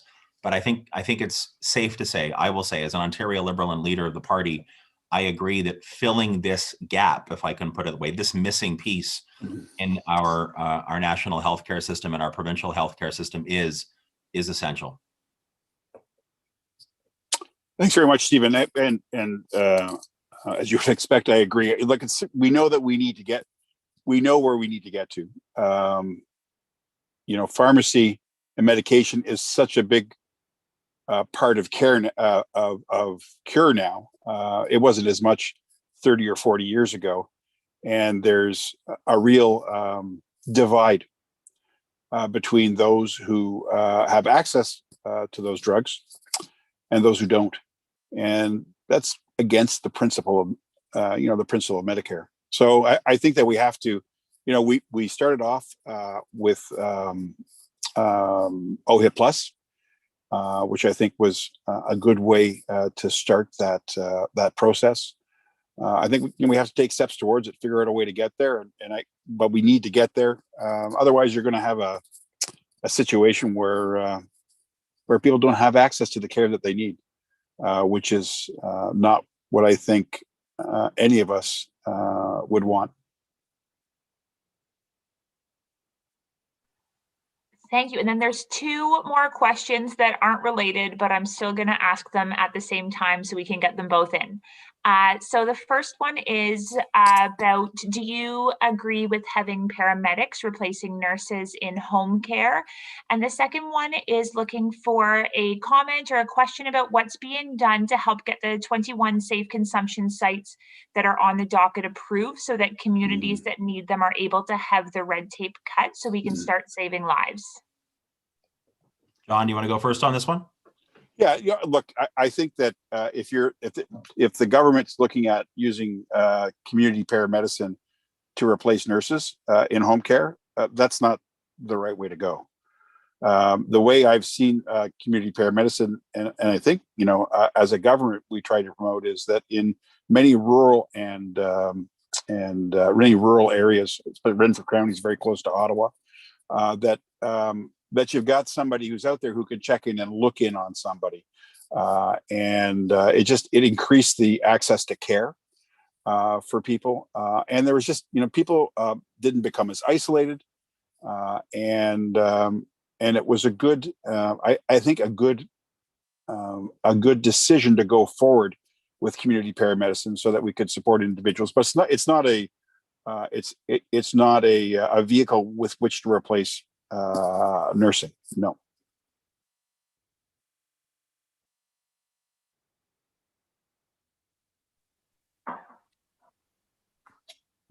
Thank you very much for that. Any other comments on either that or any closing remarks before Doris thanks you for being here?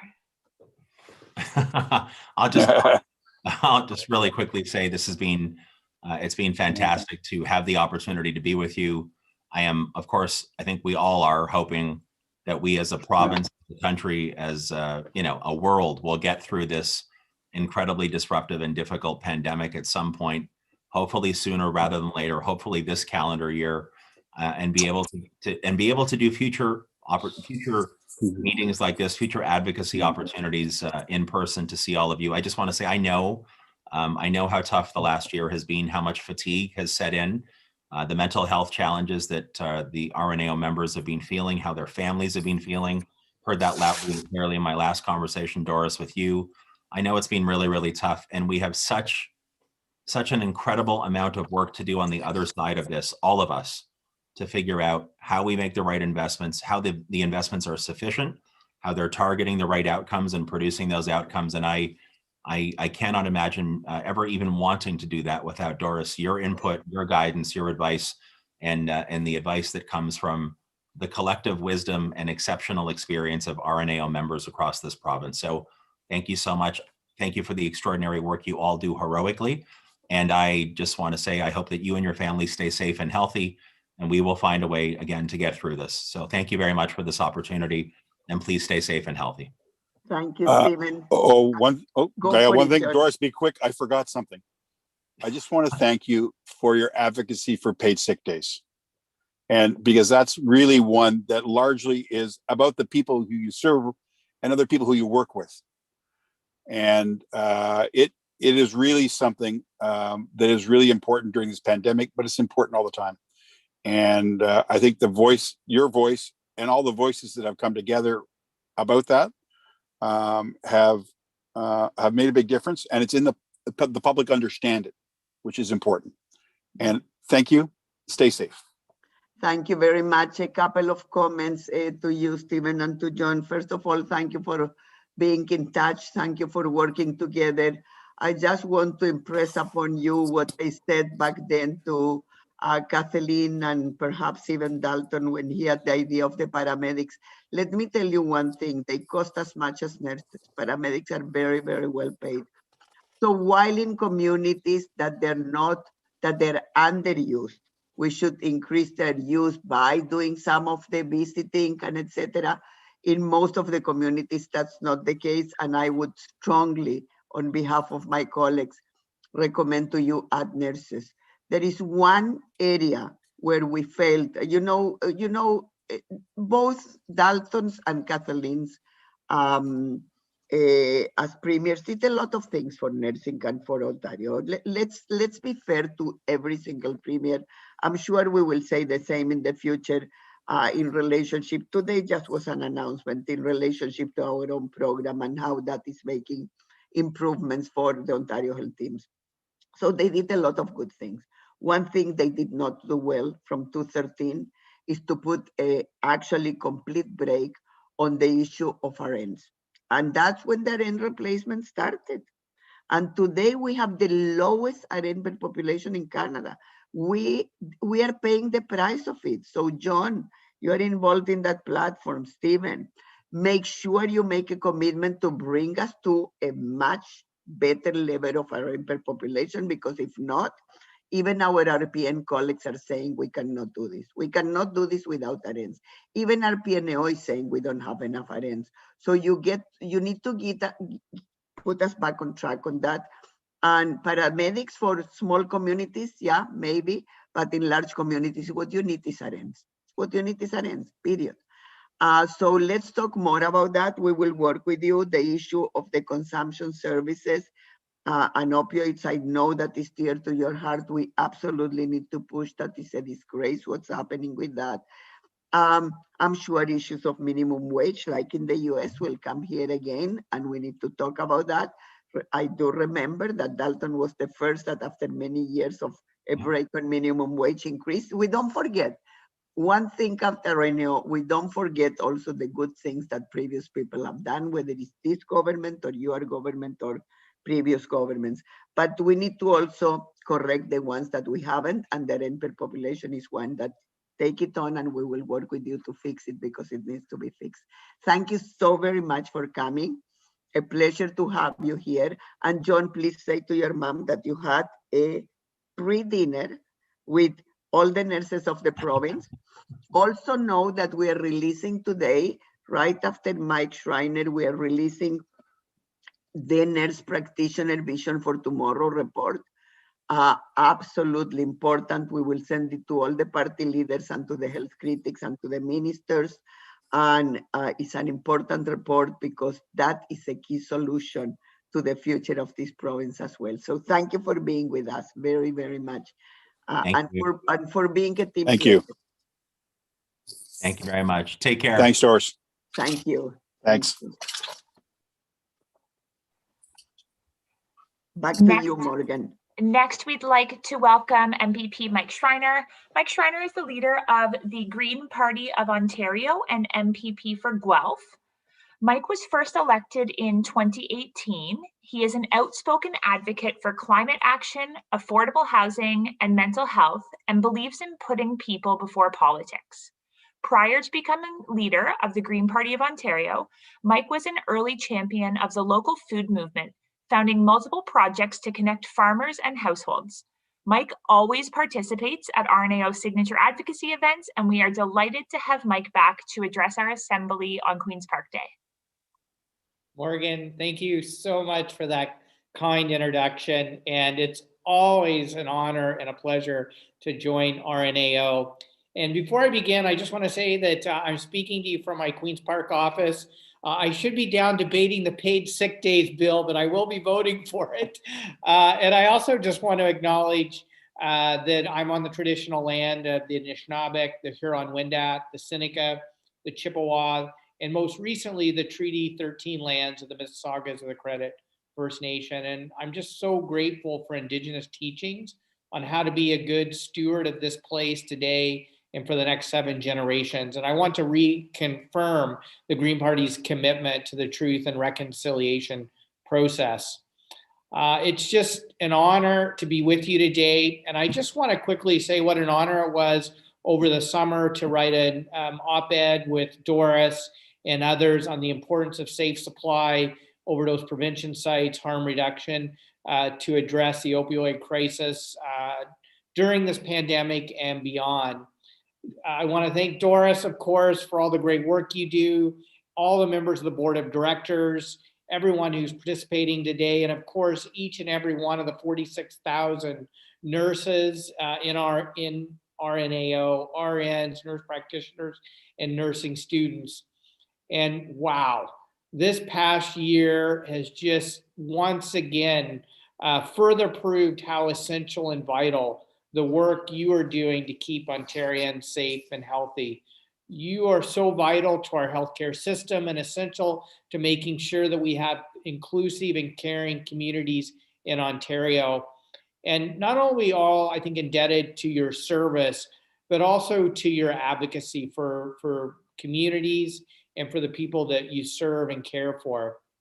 So I want to thank you from the bottom of my heart for working such long hours in such challenging circumstances to care for our loved ones, especially over the past year. But I also want to say that thanks and gratitude's not enough. You also deserve a government who's going to stand with you. You deserve a safe place to work so you can do your job without fear of getting sick. And you and the people you care for deserve guaranteed paid sick days, adequate PPE. You need affordable, accessible mental health services, which 2/3 of Ontario nurses say they lack. You deserve to be paid more for what you do. If we're going to call you heroes, you need to be treated like heroes. I was proud last week, I tabled a motion in the legislature calling on the government to develop a comprehensive safe workplaces plan to help contain the spread of COVID. And it highlights 6 crucial points that I think need to be addressed.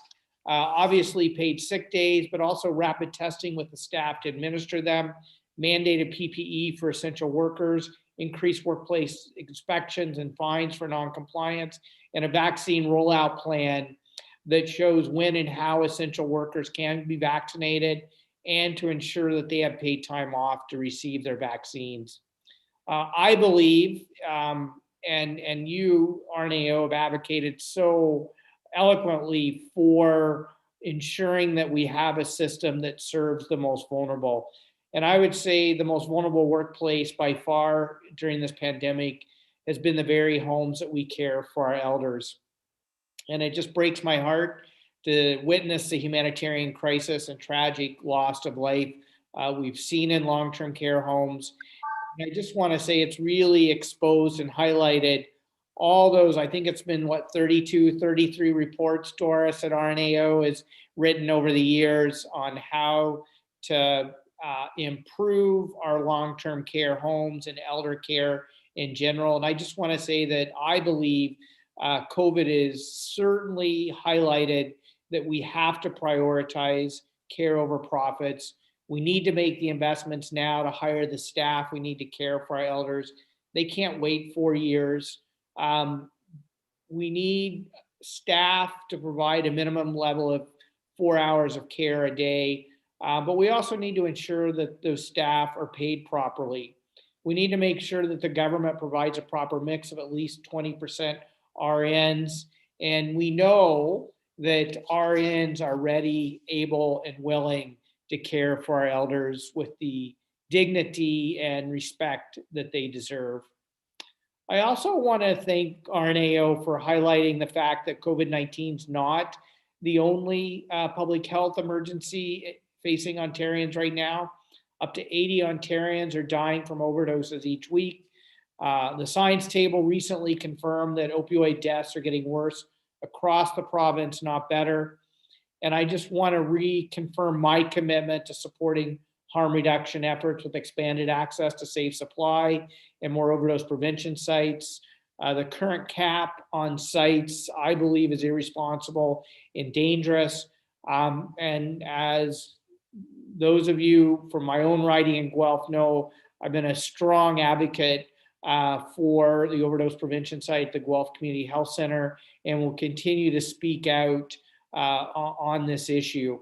But I also think we have to get at the root of the issue, and that's making sure we have accessible and affordable mental health supports for people when they need it.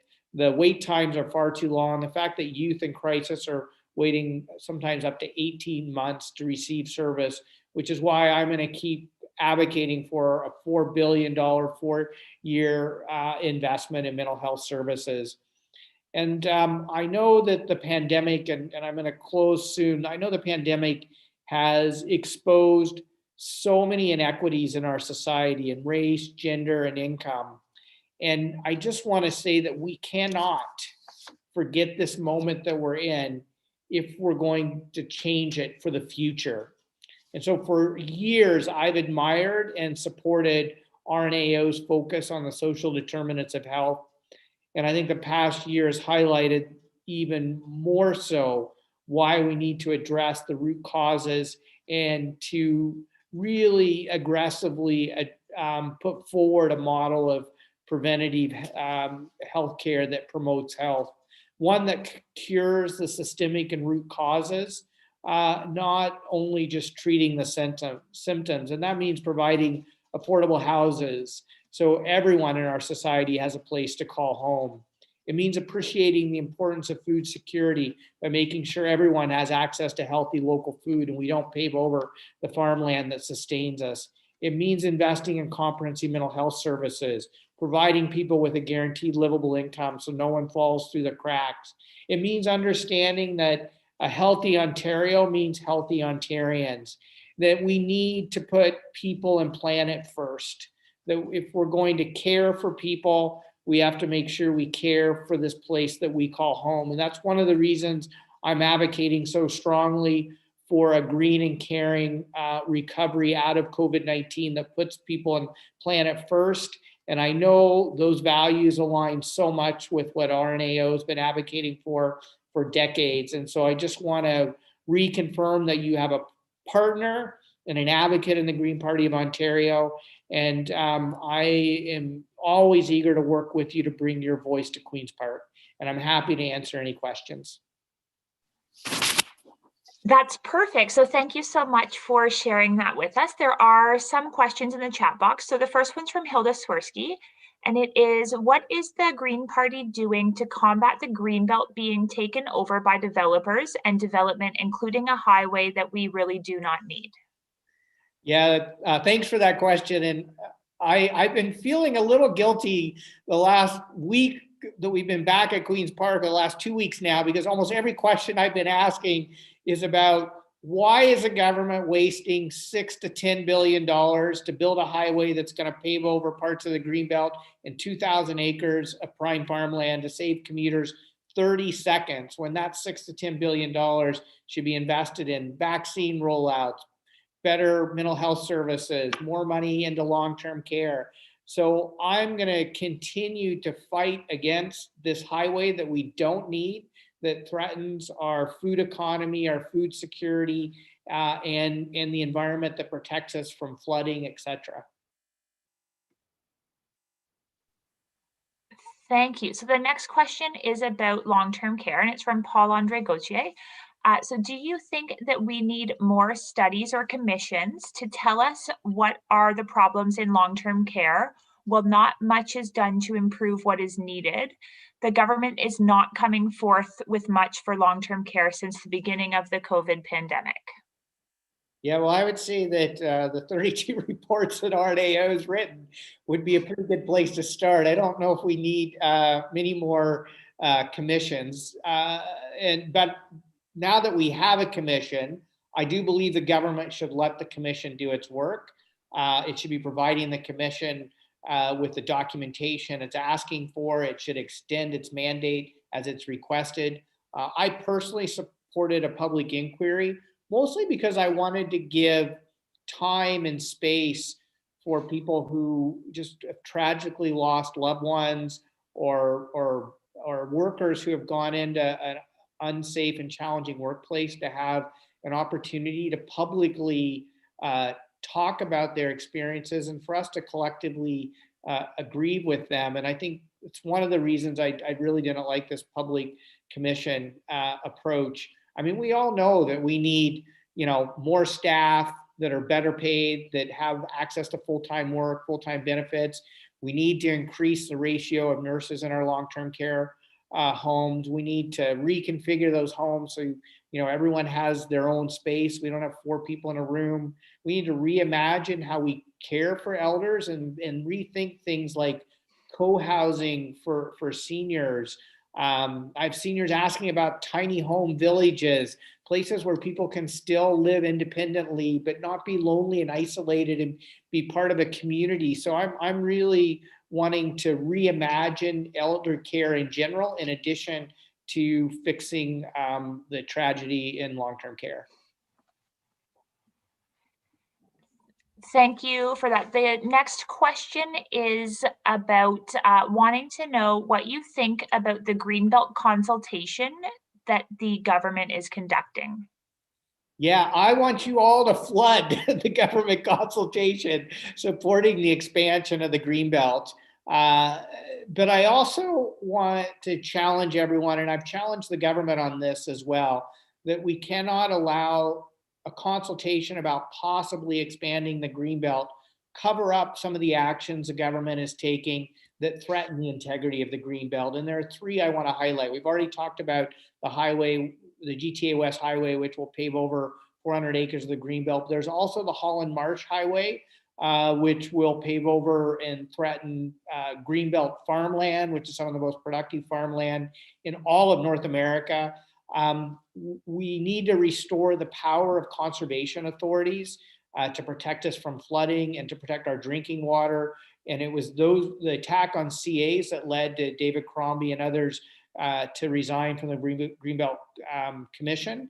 And then finally, we need to stop this MZO. I think we need to stop the abuse of MZOs, period. Not all MZOs are bad, but the government is certainly abusing them. And the most egregious example of that is paving over the Duffins Creek wetland, which is a provincially significant wetland in Pickering, right near the Ajax-Pickering border, to build a casino and a warehouse. Especially when Ajax is like, we have lots of other places that would be suitable to build a warehouse, not on wetlands that protect us from flooding and help clean our drinking water. And I find it so ironic that the Duffins Creek watershed is one of the areas the government is consulting on for Greenbelt expansion, while at the same time they're destroying the Duffins Creek wetland, which makes no sense. Thank you very much for that. I don't see any other questions right now in the question and answer box. So I want to comment, if that's okay then. First of all, Mike, honestly, I think you're the most knowledgeable MPP that I know. And I said, no, but I say it with sincerity.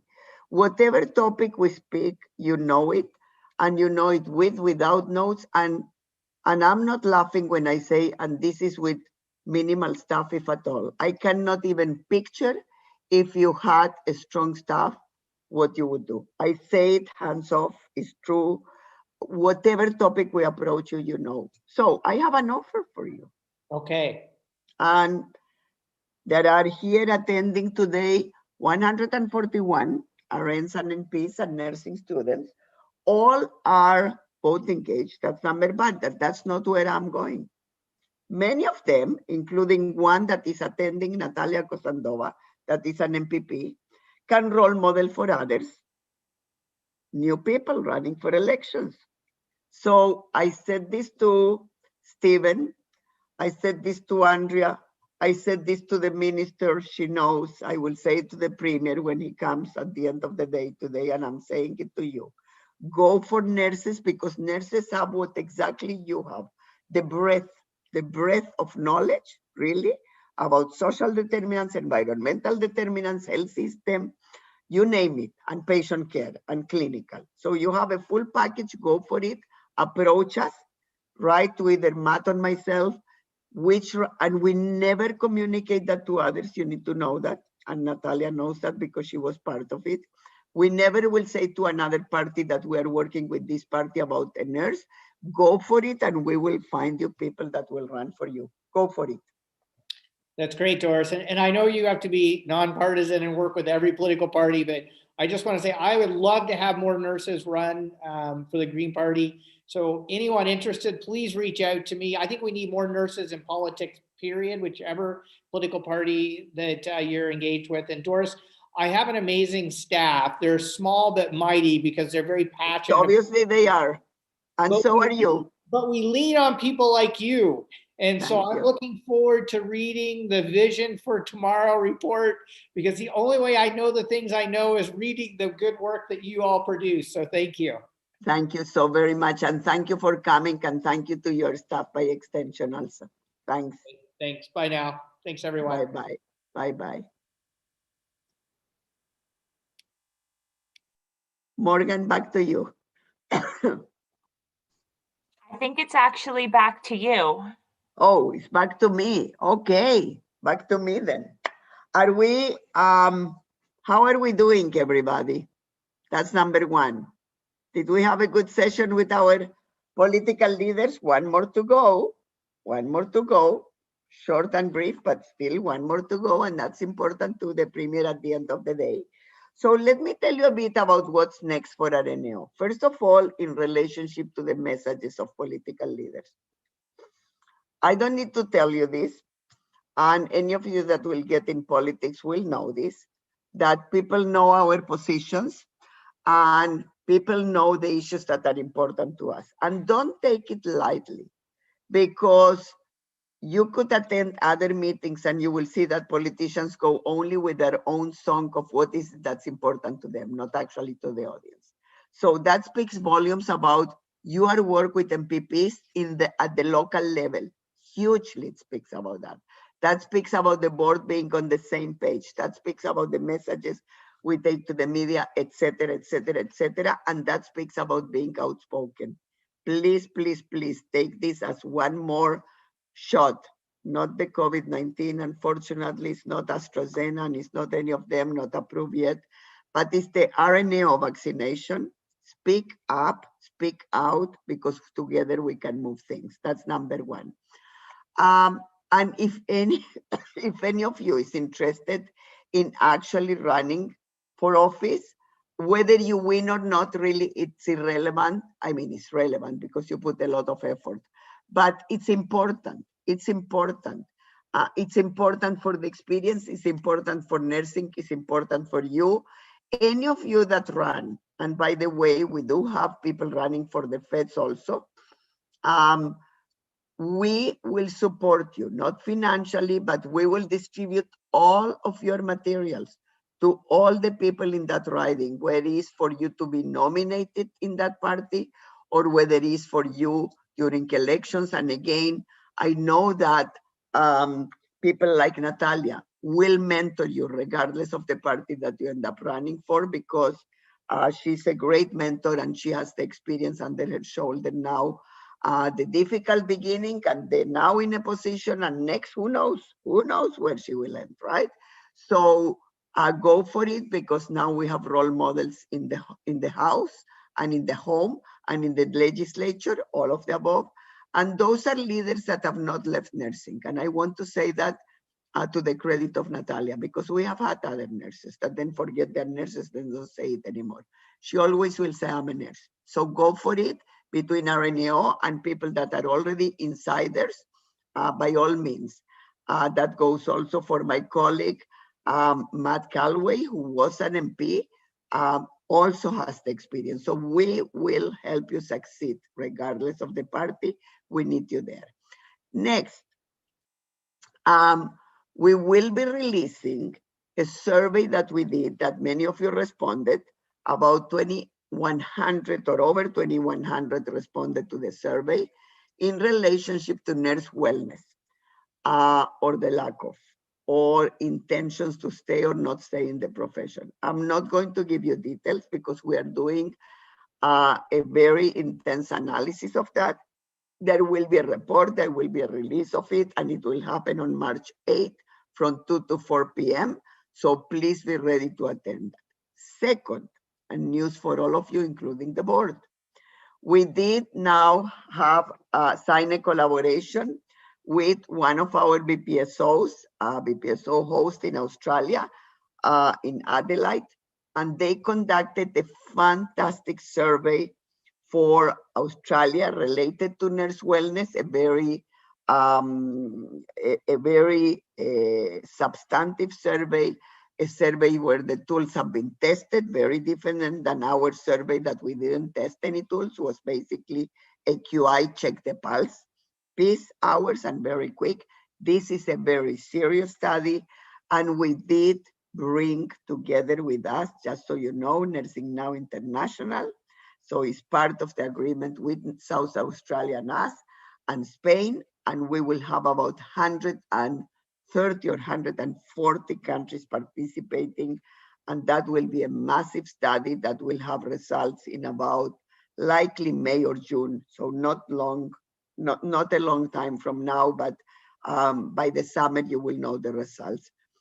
There will be commonalities of what's happening across the world, no doubt, in relationship to the protection of nurses, the filling of nurses, the issues of PPE, as you know, the issues of long-term care, I'm sure not to the extent likely and luckily that in Canada, but there will be, and many other aspects that will be important for us to learn the lessons to improve the situation for nurses overall, both in Canada, in Ontario, and abroad. So with that, a reminder, Queen's Park on the Road is still going. We extended it because we didn't have the breakfast, so today, so we thought we will extend Queen's Park on the Road. We couldn't serve breakfast virtuals. So it is extended till March 30th. Please connect with kpor.rno.ca and Marie will be delighted to help you.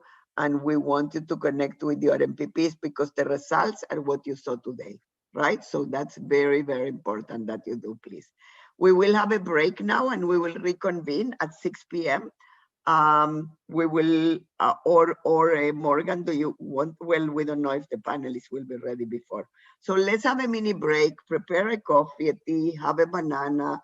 I already needed to put at one point the video off and have peanuts a bit. So here you go.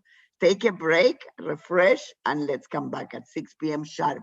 Try to come 10 to 6 so we let you in well in advance. So we start at 6, we will start sharp. So actually come back at 5:45, 5:50 so we can let you in, please. Thank you so much.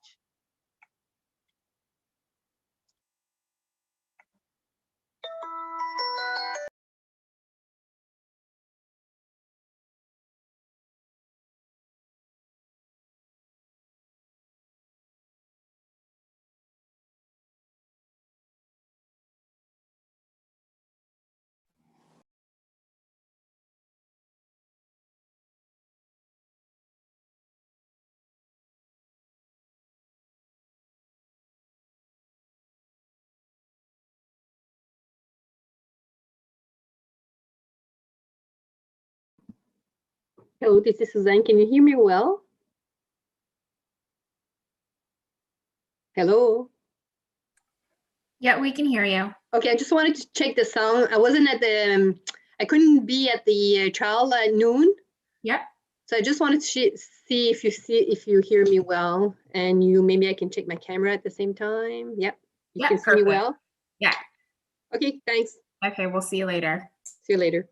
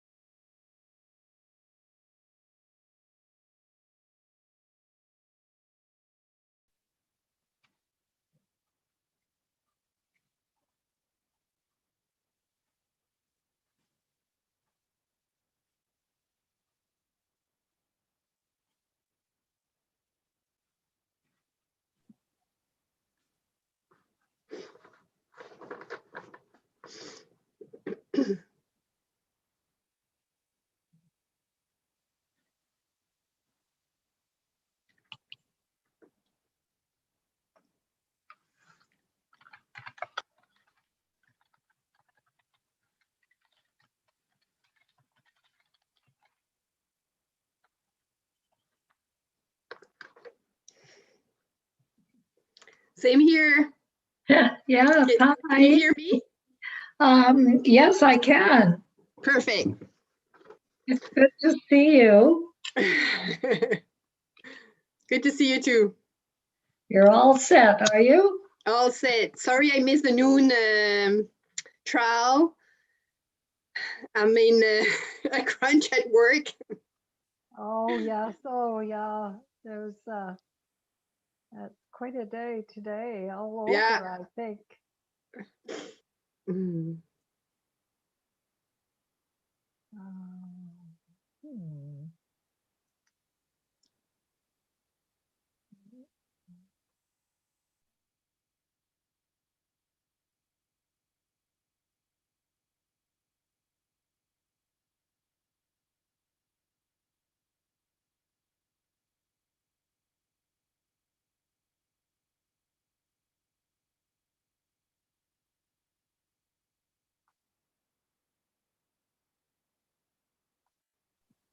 Thanks for preparing everything, Imogen. Everything's good.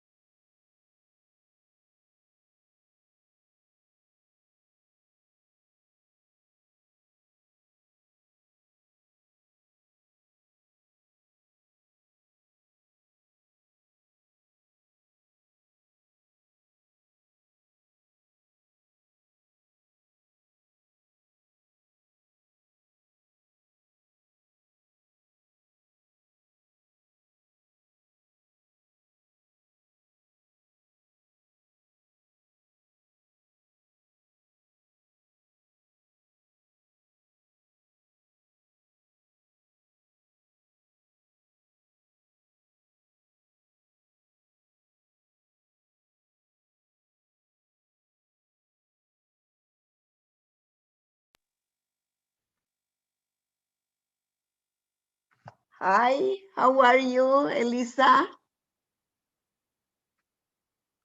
Hello, hello, how are you? I'm just trying to add some light because I'm in a different place and it's kind of dark in here.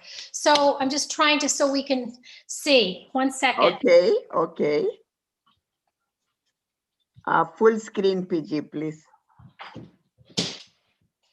Perfect. Let's.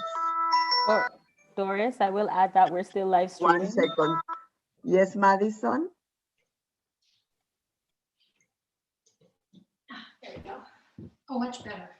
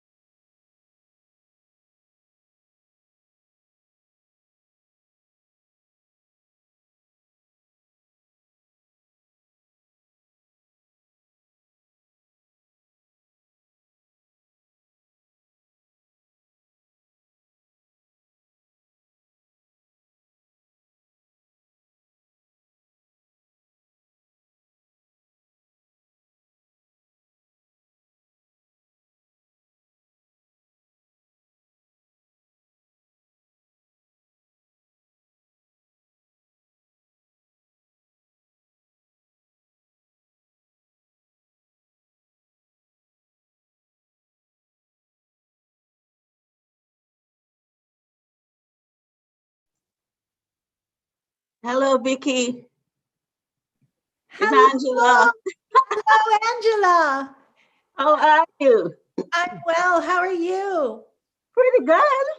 It's so nice to see you. You're looking fabulous. Oh, thank you. You too. Well, thank you. Vicky, that is the RNAO effect. Ah, that must be what it is. Another hint for you. That's the RNAO effect. That's awesome. Well, I'm here, aren't I? So there you go. So you're keeping very busy? Oh, yes, I am. Of course, you know, it's. I still miss you, okay? Oh, I do too. You know, I miss you guys. I think of you. It's so interesting, eh? It's been over 4 years. Yes. Yeah. Yeah, but it's great to see you. Wonderful to see you. And are you busy? Yes, I am busy. Yeah. Yeah. Yeah. It's something's agreeing with you. You look awesome. Vicky, Angela is the co-chair of the Black Nurses, Nurse Practitioner. Oh, I mixed them now. Okay, Angela, we created a new task force as of today. The Black Nurses task force that we have. I almost said the Black Nurses, Nurse Practitioners. That's the next chapter. It's a task force that deals with anti-discrimination and anti-racism inside our profession.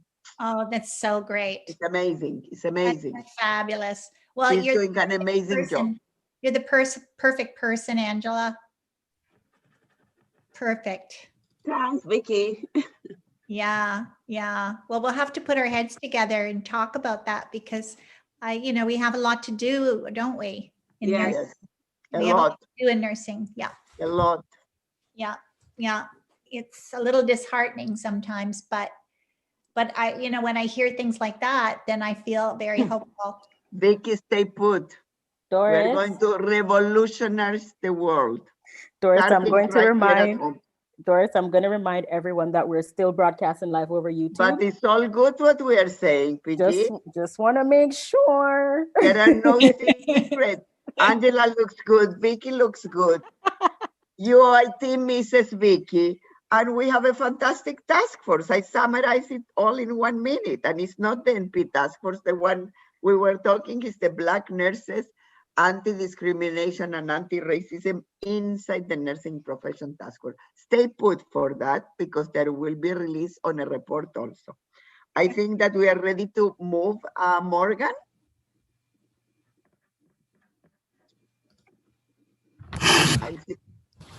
I think Morgan took very seriously the 6 p.m.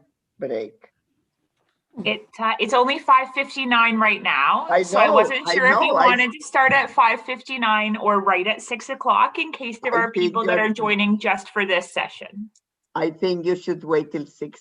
Absolutely. That's why I said you took it seriously. Doris, you have control. Thank you so much.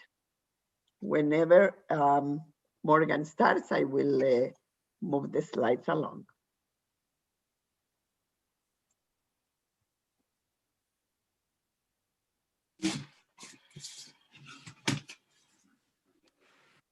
Well, it is exactly 6 p.m. right now, so we will get started. Good evening. I am Morgan Hofarth, the president of the Registered Nurses Association of Ontario, and I am pleased to welcome the media and all our participants to this exciting formal launch of the NP Task Force Vision for Tomorrow. The evening includes an overview of the report shared by its co-chairs, Dr. Doris Grinspun, Dr. Alyssa Ladd, who will both be formally introduced in a few minutes. Following the overview, we will open the session to questions from the media and then, time permitting, questions from the participants. Following the overview session, a panel of NPs representing various roles and sectors will represent the NP role from a variety of perspectives, incorporating the impact of Vision for Tomorrow. We will close the session with another question period.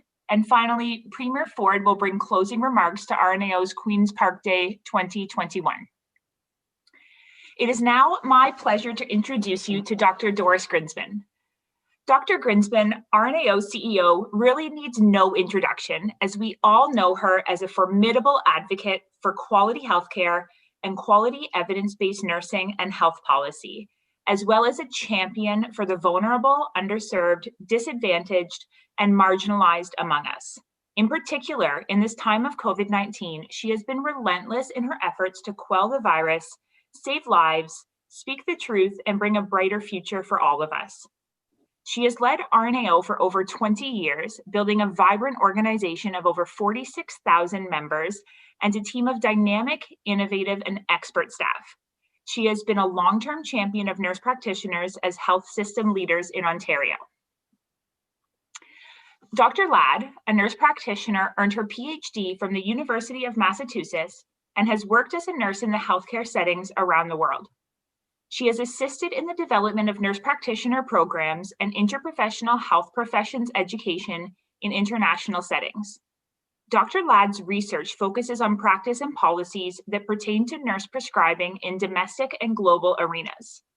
Dr. Ladd was recently appointed co-director of the International Council of Nurses Advanced Practice Nurse Network Global Academy of Research and Enterprise. In 2019, she was the recipient of the Inspiring Global Nurse Award by Nurses with Global Impact at the United Nations, and was recently inducted as a fellow into the American Academy of Nursing. Drs. Grinspan and Ladd will provide an overview of Vision for Tomorrow. Doris will begin, followed by Alyssa. Doris, please go ahead. Thank you very much, Morgan. And I want to welcome everybody and thank Morgan Offert, the president of RNAO, and the entire board for being a driving force behind this report and its announcement that started in 2019 at our AGM. What you should expect to hear tonight out of this report is a good understanding of the significance of Vision for Tomorrow for Ontario's health system, for the people that we look after, for the province and for Ontario. You also need to understand that although it's Ontario-based, it has implications for other countries and in fact internationally. And the fact that we had Dr. Ladd as my co-chair attest to that capacity to really link it to the global community. You will appreciate why it is imperative to augment the NP human resources by 1,875, 1,875.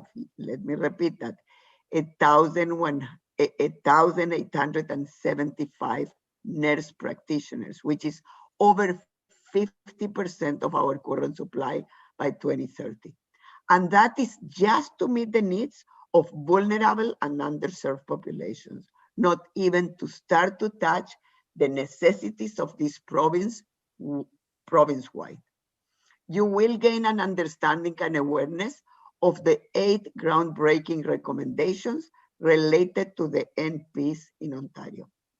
And you will learn how NPs are bolstering already the health system with their expertise, with their knowledge, with their competencies, and yes, also with their skills, and other areas where they absolutely need to be involved to improve the lives and the quality of outcomes of our population in general, and in particular, as I said before, vulnerable populations.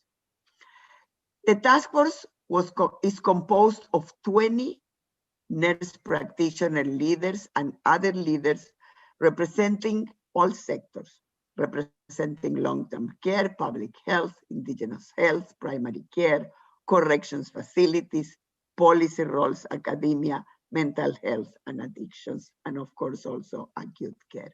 And just so you know, the one sitting there in the corner is May Kat, who couldn't be today with us. As you know, May Kat is one of our gurus, nurse practitioners that works with indigenous communities, and she is at the center of delivering vaccination in First Nations communities and doing a fantastic job.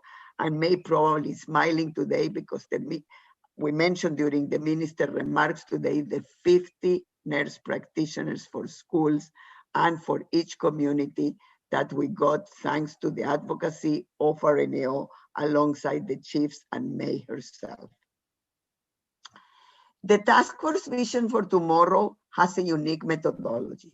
First of all, it's a bit of a building again, a grass movement, a social movement, a collective identity that MPs have had forever. But here again, it's about the next steps of that collective identity.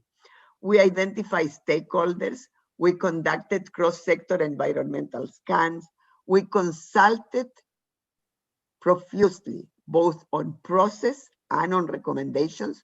We did thematic literature scan, we did deliberations and discussions at task force meetings, and we had focus groups with a variety of groups related to the recommendations to basically get a pulse if the recommendations resonated with what nurse practitioners and others were seeing on the field. The task force had a major consultation at the 2019 Nurse Practitioner Symposium that was back then in person, and also during the knowledge exchange that recently we had at RNAO. And in addition, we did many consultations online with people. You can see some of the members of the task force. I want to recognize Andrea that started with us on the task force, Catherine Jewell, who is today with us. Andrea is actually on mat leave. I don't know if she attended today. Irma Jean, Matt, and many others that have been diligently involved in the task force as staff. And of course, the 20 members of the task force, which have been absolutely tremendous in the dedication of time, in the dedication of expertise, in the dedication of knowledge, and yes, also in the dedication of lived experience. And you will see in the report that not only we have the numbers and we have the evidence that is in the systematic reviews about those numbers and the practice, also you will have the lived experience of nurse practitioners in their day-to-day practice and how, if that will be taken forward, can change the face of healthcare in Ontario. In the task force in February 2020, we had the drafting of recommendations, and it was a fabulous process with everybody from all the sectors, from all the different roles, to try to see not only the roles that currently nurse practitioners are doing and how those can be enhanced across the system, but for example, you heard the minister to talk about Ontario Health Teams. What is the role of a nurse practitioner in an Ontario Health Team? Another aspect that we did a lot of work of what's the role of the nurse practitioner in an Ontario Health Team versus the role of a nurse practitioner in public health. How are they same? How are they different? And how those roles can evolve over time. There are two critical frameworks that became one that we use for the task force and to anchor the work going forward of nurse practitioners. At the center, you will see the quadruple aim. The quadruple aim speaks about patient experience, speaks about clinical outcomes, it speaks about the experience of care providers, in this case, nurse practitioners and others that work with NPs, and speaks about cost. That is at the center of this figure. What you see around is the Sustainable Development Goals. This is work that actually there is a fantastic paper reference in the task force that it is from ICN. And there are many, of course, other aspects from the World Health Organization and others in relationship to Sustainable Development Goals. But what this begins to tell you, if you are familiar with those frameworks, is that not only we work at the individual level of patients, at the individual level of patients in terms of their experience, in terms of evidence-based practice, in terms of reducing cost, and also in terms of the staff having a meaningful work. Also in the context of social determinants of health, environmental determinants of health, that without that, there is simply no health. Certainly, there is no health for communities and there is no health for populations. And that is a major piece in the task force that I think you should take notice.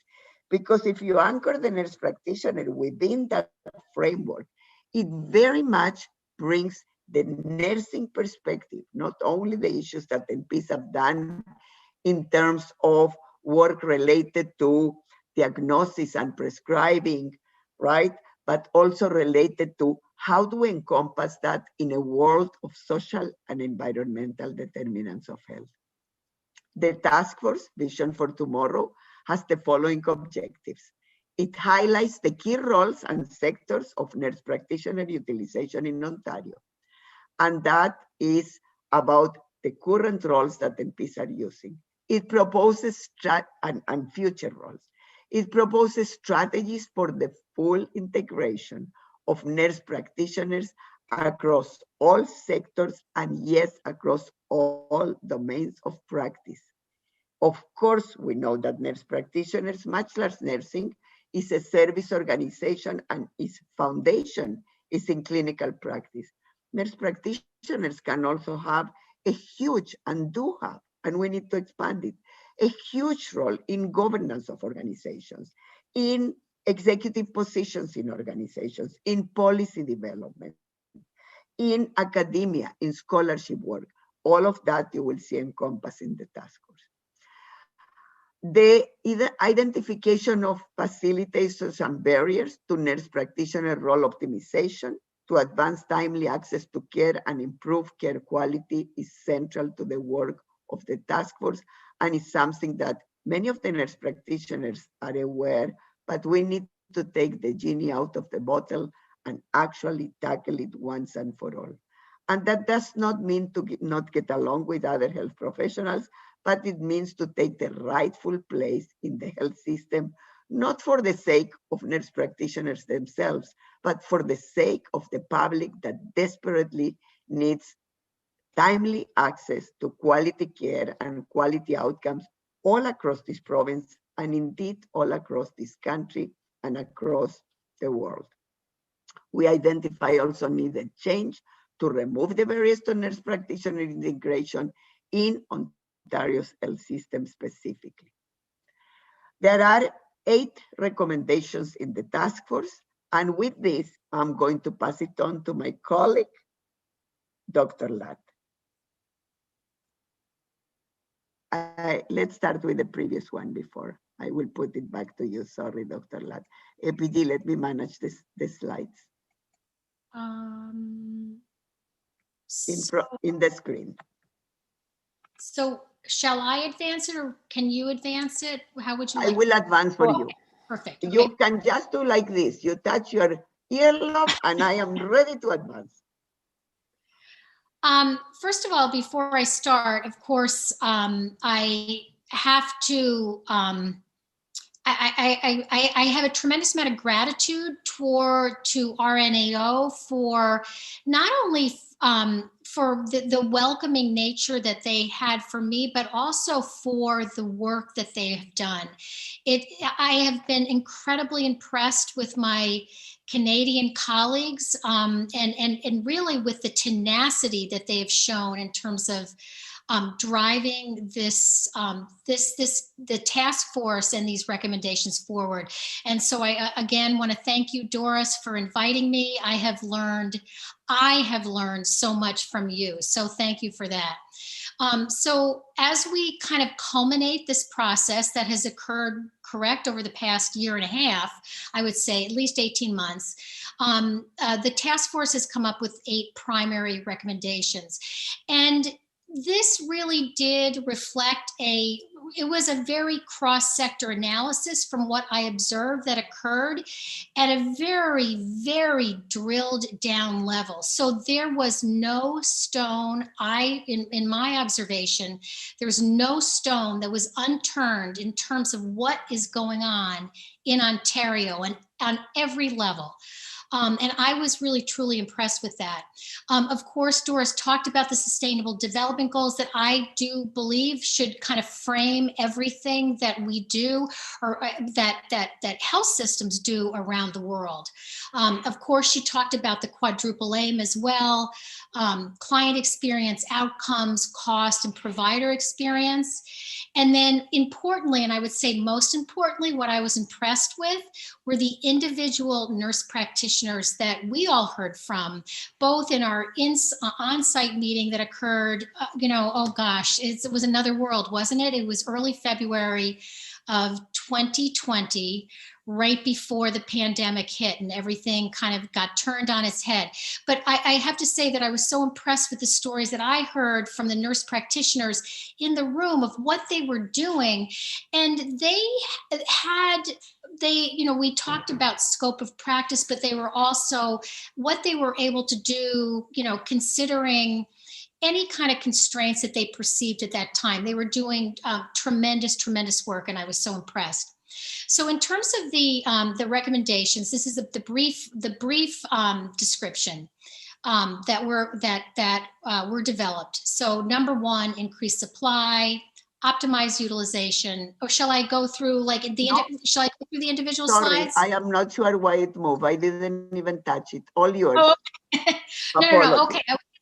This is the annotated version, and then the other slides have a little bit more of a description, but I think that these are very, very directed and focused in terms of what the conclusions were based on the evidence from Ontario about what needed to be done to move the nurse practitioner, I would say, workforce forward. Increase supply, that Doris alluded to that just a minute ago. Optimize utilization. Expand scope, and your scope is very good, but I would say expanding it even further is going to be a tremendous aid to the provision of health services. Aligning curriculum to the services that are needed, importantly. Harmonize compensation, of course. Invest in research. If we don't do research, we will not understand how this will be, kind of how we can implement this with a kind of further degree of confidence. Broaden insurance coverage and showcase the impact, showcase what NPs are doing. Thank you. So in terms of number one, the first recommendation, increase the supply of NPs across all sectors and settings. And again, Doris alluded to this in terms of, in terms of primary care, acute care, other kind of governmental kind of settings. Number two, optimize the utilization of NPs within their current scope. And there are a lot of recommendations that come within that about how to accomplish that. Expand the scope of practice of nurse practitioners. This certainly is something I would say is really fundamental to expanding both scope and also utilization. This is something that we in the United States have been dealing with for the past couple of decades, I would say, and it is a slow process, but it certainly does kind of expand, I would say, utilization in needed areas. Align NP curriculum with expanding scope of practice. Of course, that makes sense. We need to train our nurse practitioners to the scope that they are allowed to practice at.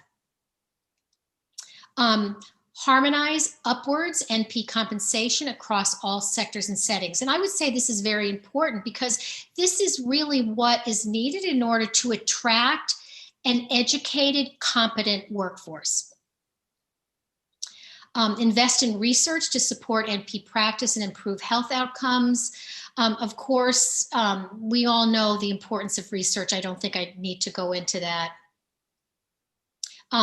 Number 7 is optimize access and continuity of care by ensuring all insurance benefit carriers and other such payers accept NP services analogous to physician counterparts. And I would just like to tell you from my American lens, this is what we focus on all the time. And if insurance companies do not pay us, then our practice essentially is moot. And next and last but not least, and last but not least, recommendation 8 is to showcase the impact of MPs through public education campaigns to advance full utilization of nurse practitioners across all sectors of the healthcare system and all settings. And I think that showcasing, and I would also like to say that the RNAO has done a beautiful job at really showcasing what NPs are doing in your province. So thank you for that. And I think the next one, and yes, and that was the picture of all of us in February, I believe it was February 2nd of 2020, right before the pandemic hit in Toronto. So it was a wonderful meeting. So, and it's wonderful that it has proceeded forward and we're at this point. So thank you, Doris. So that's actually despite COVID, I must say. Here you go. We can prove that even with COVID, we can get. And the meetings that we had virtual, quite amazing, including the focus groups. It looks like a gazillion years ago, but it was not. Yeah.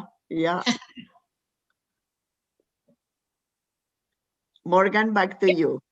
Thank you very much, both Doris and Alyssa. That was a really informative overview, and it's really great to hear about the work of the task force and to see the vision for tomorrow when we talk about nurse practitioners in specifically in Ontario, but also in other jurisdictions as well. So thank you so much to the task force for their work and to Doris and Alyssa for presenting it. So we'll now open the meeting for questions from the media to be answered by our task force co-chairs.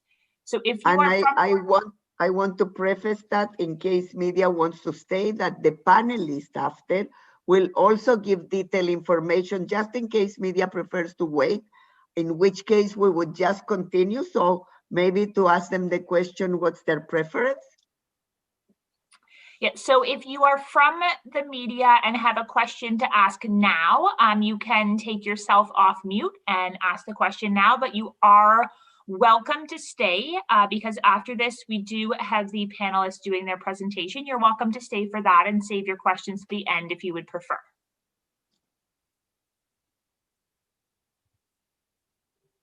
I know we have CP24, but maybe they prefer to wait, which is excellent because the panelists will go into detail into each one of these recommendations and also the implications from their own practice, which is very rich. Okay, well, if they're hearing no questions, we will move on to the panelists. So it's my pleasure to introduce you to the second part of our launch event, where we will hear from panel members and NPs sharing information and experiences related to the role of the nurse practitioner across the sectors and how the vision for tomorrow will impact their role. In addition, we will hear about how in COVID-19, nurse practitioners have proven indispensable across all sectors. So I'll start by introducing our 4 panel members and then turn it over to them to speak in turn. And just to remember, this session will be followed by questions, which I will ask you to share in the Q&A box, and you can note them throughout the presentations. Tara Leach is a primary healthcare nurse practitioner and sexual assault nurse examiner. The health clinic, of which she is the founder and director, is the first primary care clinic in Ontario committed to providing patient-centered and trauma-informed primary healthcare to people aged 13 and older who are at risk for, or have experienced, or who are experiencing coercion, exploitation, labor, and or sex trafficking. Tara is a certified sexual assault nurse examiner and is an educator for the Ontario Sexual Assault Nurse Examiner program. Tara is also a professor at Algonquin College in the Victimology Ontario College Graduate Certificate Program. She is a member of the NP Task Force. Priya Shah is part of the nurse-led outreach team in the HNHB LIN. She covers 10 long-term care homes in Burlington and Hamilton, where she helps to ensure residents receive the appropriate care in their homes to avoid an unnecessary transfer to an emergency department. She has been fully engaged in providing care to long-term care homes, both in person and virtually during COVID-19. Her experiences with NLOT have reinforced the critical leadership roles nurse practitioners engage in across the sector. Further, her outreach experience have given her a comprehensive view of the needs in long-term care and the impact of the NP role in that sector. Suzanne Robichaud holds the position of Vice President of Clinical Programs and Chief Nursing Officer at Hôpital Montfort and has been in this position since July 2016. She has over 25 years of experience in management in a clinical setting, including 5 years as Vice President of Primary Healthcare at Vitalité Health Network located in New Brunswick. She was responsible for 6 hospitals, 3 community health centers, and 7 health centers, and managed a budget of over $100 million during her mandate there. She has a strong background at Hôpital Montfort and oversees a very active and engaged team of nurse practitioners. She is a member of the NP Task Force. Vicky Smyth is an associate professor and director of the Arthur Labatt Family School of Nursing at Western University. The goal of her research is to promote health equity focused in the areas of mental health and Indigenous health. Her completed research includes studies of the health narratives of Indigenous women and men to learn factors that influence ability to access equitable, safe, and effective healthcare. She is a member and chair of the board of the Ontario Primary Healthcare Nurse Practitioner Program, the 9 University Schools of Nursing Consortium from July 1st, 2020 until currently, and a board member of the Canadian Association of Schools of Nursing. She is a member of the NP Task Force. I will now ask Tara Leach to lead off the panel. Thank you, Tara. Hello, everyone. Thank you so much for having me here tonight and for this opportunity. So I'll start off with the first set of slides, which is talking about the impact of Vision for Tomorrow in community care. Nurse practitioners play a critical role in caring for vulnerable, underserviced, and marginalized populations, including persons experiencing homelessness and those temporarily accommodated with supports in the community, incarcerated persons and our prison systems, those experiencing exploitation, coercion, and/or human trafficking, disadvantaged women and youth, those new to the country, and those with mental health and addiction challenges. Next slide, please. The impact of nurse practitioners in community care. Nurse practitioners practice in clinics, primary care settings, on the street, in shelters, and in community outreach. Nurse practitioners provide comprehensive, preventative, primary health care to marginalized, vulnerable, and underserviced populations. Nurse practitioners are a safety net ensuring timely health assessment, diagnosis, treatment, prescriptions, referral, and follow-up. We prevent health deterioration, we lessen emergency department visits, and reduce hospital admissions and readmission. Overall, nurse practitioners reduce our healthcare system costs. We connect those requiring care and support with services to meet their needs. Next slide, please. The specific impacts of nurse practitioners in the community during COVID-19. Nurse practitioners were bringing cares to those on the street and/or in temporary accommodation like shelter. Nurse practitioners monitored and addressed challenges within the social determinants of health. Nurse practitioners advocated for COVID testing. They provided community-based services, and they maintained access to primary care and support. Next slide. The vision for tomorrow when we speak about community care is that more nurse practitioners are needed with increased role flexibility to cross sector boundaries for follow-up, person-centered care, continuity of care, and monitoring of outcomes. 150 more nurse practitioners over 3 years to service population experiencing homelessness. We'd love to see 75 nurse practitioners over 2 years to support nurse-led primary care models in corrections to deliver timely, preventative, and continual care to promote health, manage illness, and support effective transition to the community. Our targeted and vulnerable clients within Ontario need consistent and reliable healthcare. It takes time and innovation to develop relationships with clients who don't trust our system. And we hope to provide consistent care. We need to know that our positions will remain funded in a permanent fashion. I turn it over to my colleague. If I can just interject, because you are being too humble, Tara. I want to give the example of Tara herself, that has a clinic that does amazing work in Ottawa. But from year to year, she needs to apply for funding. That is not full-time funded, but yet for the vulnerable population that she attends to, they cannot wait for the Monday. They cannot wait for the Thursday. So I think some of these aspects of continuity of care that Tara just alluded, and the issue of knowing that the funding is there for the next year, knowing that this is not only a trial and experiment, etc.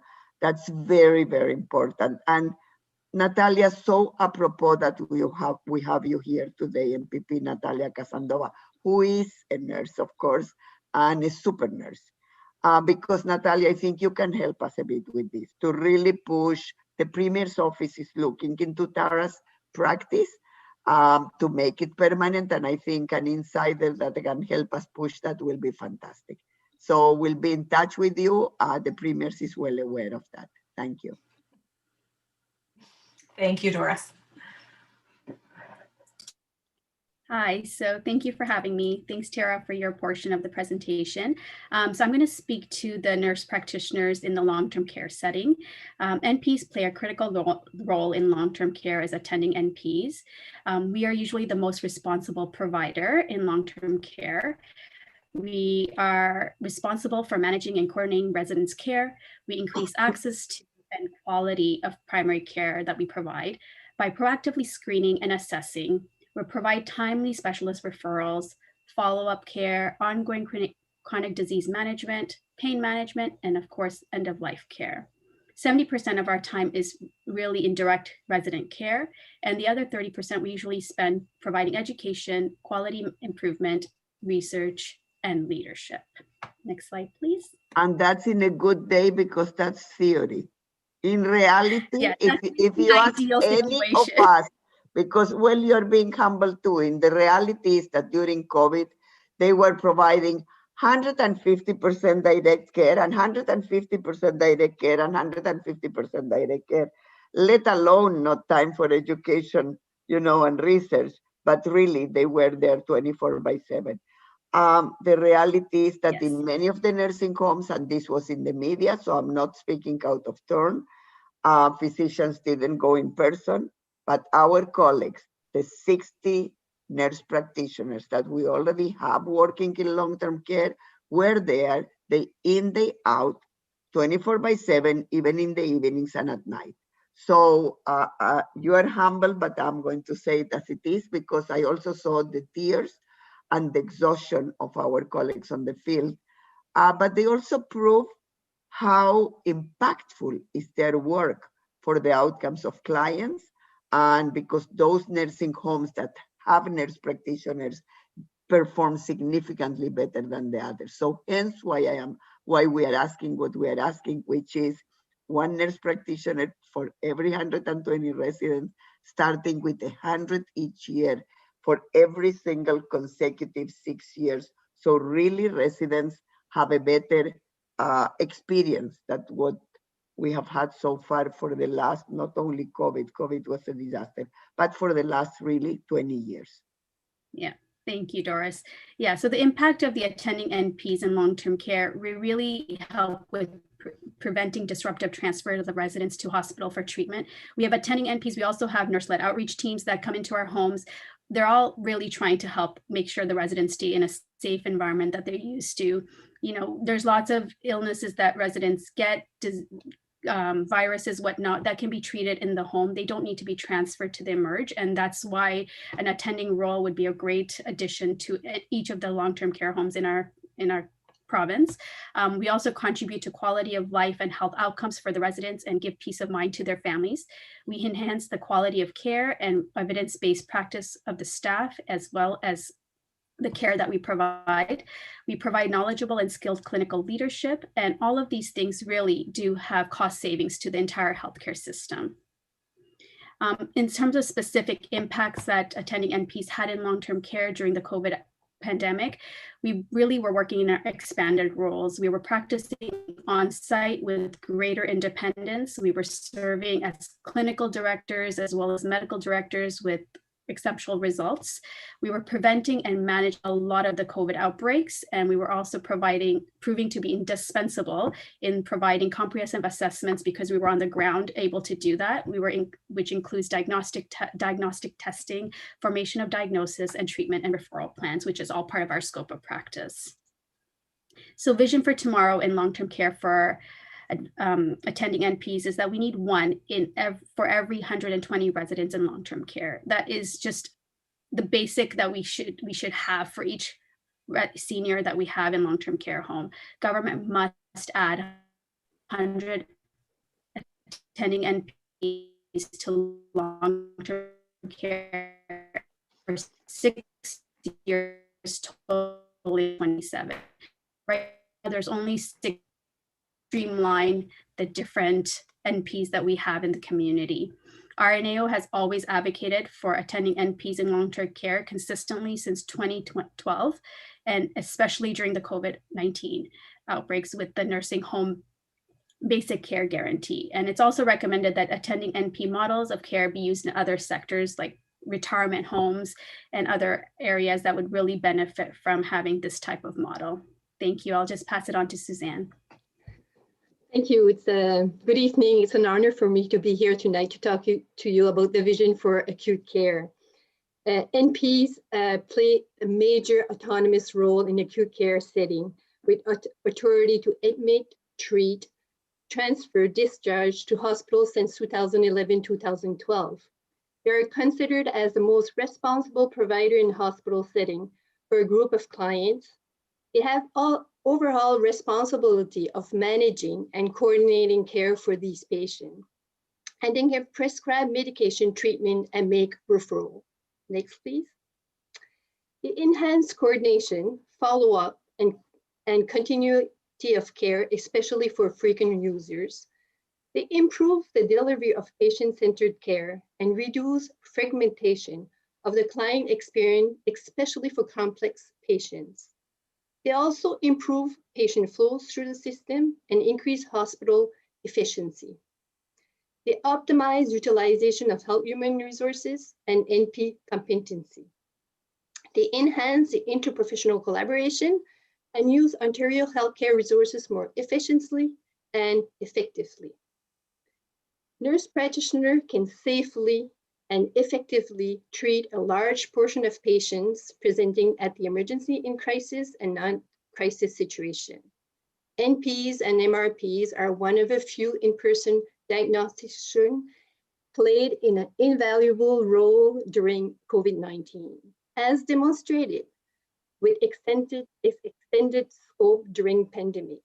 Nurse practitioner, as highly educated and skilled health professionals, could enlarge in a broader role in the hospital and other sector during the non-COVID times. Next, please. Vision for tomorrow require more NPs to adequately care for frequent users in hospital and those with complex medical needs and services. We estimate the need of 150 more NPs in the system, accomplished by adding 50 NPs per year for 5 years. Nurse practitioner must be able to work their full scope of practice in hospital setting, not restricted by hospital policy. NPs must be authorized, expanded their scope of practice so they can carry out point of care tests, order CT scan, MRIs, order EEGs, certify death in all circumstances. Fully engaged nurse practitioner in the hospital sector can be effective nurse practitioner recruiters, as well as preceptors to students and NPs. Thank you. So just to picture for you, I want to again stress the issue that what my colleague said is only related to vulnerable populations. Even within the hospital sector, what you see there, an estimated need of a total of 900 more NPs, right? With 90 per year for the next 10 years. That's only for people that come frequently to the hospital.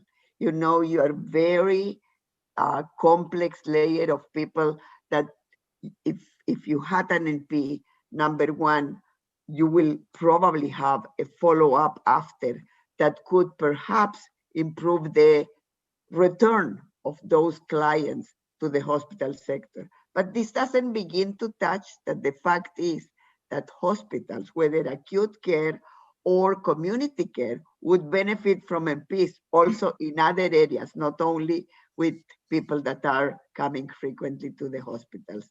It goes now to you, Dr. Smythe. Thanks so much.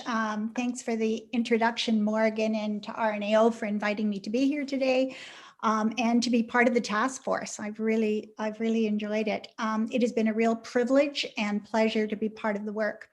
And in particular tonight, I am drawing attention to the importance of nurse practitioner role in First Nations communities and to the importance of alignment of the nurse practitioner curriculum with an expanding role of practice. So I'll be speaking also to recommendation 4. Before I begin, I'd like to acknowledge that I am speaking today on the traditional lands of the Anishinaabe, Haudenosaunee, Lenape-Wauk, and Adirondack peoples, on lands connected with the London Township and Sombre Treaties of 1796 and the Dish with One Spoon Covenant Wampum. I also speak from the position that primary care is primary health care, is both an approach and a philosophy and a hallmark of excellence in nursing practice and in all areas of practice, whether it be acute care, home care, long-term care, public health, wherever we find ourselves. And health equity is the social mandate of the 21st century. Because nurses, including nurse practitioners, understand the importance of the determinants of health, both social and structural, and how they shape health and well-being, they also understand there are particular determinants of Indigenous health that we need to attend to in this country. Colonialism, geography, language, culture, racism and discrimination, education, food security, housing, etc. In addition, they understand the importance of Indigenous self-determination. So to this point, to this recommendation, to respond to the needs of our First Nations nurse practitioner supply must expand to ensure at least one NP for every First Nation community. For a total of up to 150 positions, 50 NPs must be added per year over 3 years. Today, we are thrilled to hear the news about the influx of NPs into Indigenous communities to deal with the COVID-19 pandemic. Congrats to government for this move, but this needs to be permanent and it needs to grow. COVID has taught us a great deal. A case in point, as reported in the media last week, over 8,000 Indigenous people have now been vaccinated against COVID-19 in Northern Ontario through the Ontario Remote Immunity Initiative, supported by the provincial government. The success of this plan to date in Northern communities speaks in large measure to the efforts of the Chiefs of Ontario, elders, and other community members who have informed it. In the North, the program has been tailored to the particular circumstances of communities and informed by the communities. For example, Lynn Innes, President and CEO of the Winnebago Area Health Authority, and a nurse practitioner based in Moose Factory, Ontario, noted that the Health Authority has launched a communications campaign in every single community it is vaccinating to counter vaccine hesitancy. The authority has circulated information through the radio, gone door to door with flyers in the Cree language, and posted on Facebook and Twitter. The few NPs currently providing advanced nursing care to remote nursing stations with Indigenous Services Canada carry a large patient assignment as well as many responsibilities related to clinical leadership, policy development, and the mentorship of fellow nursing colleagues. They provide chronic disease management, They often serve as primary care provider, assessing and treating patients with a variety of conditions, and they do the kind of work described by Lynn Innes. They deliver comprehensive, patient, and community-centered and tailored care. So on to NP education and recommendation 4.1. In consideration of the overall increase in NP students, we need to increase the number of preceptors with protected time to support the learner.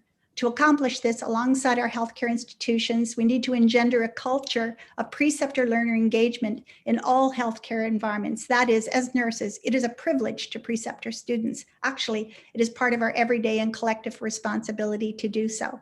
Nursing students are the future of nursing and health system transformation.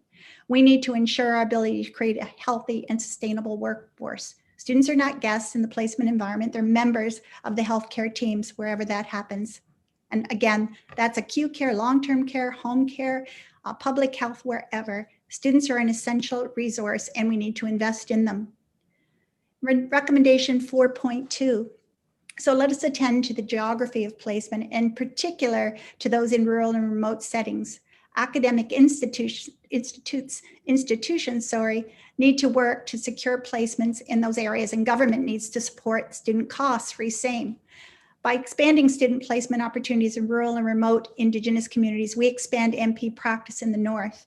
The provision of supplemental funding for accommodation, travel, and food is an important step forward in recruiting and educating the next generation of Indigenous nurse practitioners. This includes Indigenous health nurse practitioners. This includes recruitment and education of Indigenous nurse NPs as well, who are a tremendously rich resource to the Indigenous communities I'm referring to. Recommendation 4.3, excellence of practice with Indigenous communities. I need to underline here that this means collaborating with Indigenous agencies, programs, and centers regarding how this work needs to be done. Our Indigenous communities know what their needs are. And of course, the embedding of key research-informed concepts in the curriculum, including the notion of equity-oriented healthcare, research, by the way, that was led by Canadian nurses. Here I'm referring to those intersecting concepts of cultural safety, trauma and violence-informed care, harm reduction, and the provision of services that are contextually tailored, i.e. they fit for the community of practice. That is respectful, non-judgmental engagement. They also reflect an anti-racism, anti-oppression stance. Equity-oriented healthcare draws attention to the need for transformational practice at both individual and organizational levels, action that fits for the communities of practice. Recommendation 4.4, the last recommendation I'm going to speak to, ongoing continuing education and professional development. We need to be community responsive to ensure there's a good fit between current practice and current trends. For example, responsiveness to MAID, opioid use, populations marginalized by inequity that I've spoken to. And so here I'd point again to what we've learned from COVID-19. That is the need for NP specialized education in the areas of mental health, substance use, Indigenous health, and long-term care, and to create more positions in those settings. And these are just a few examples. We need support for NP PhD programs. We need support for NP NDP education. And this is to support the education of our NPs. And we need NP-led research that is relevant. We need robust research. To summarize the four main activities in this work, that is academic and professional practice partner collaboration, including community engagement with our newcomer and Indigenous agencies and centers, etc., ongoing curriculum mapping and integration of key concepts and new competencies as the scope of practice shifts, so alignment with the regulatory body.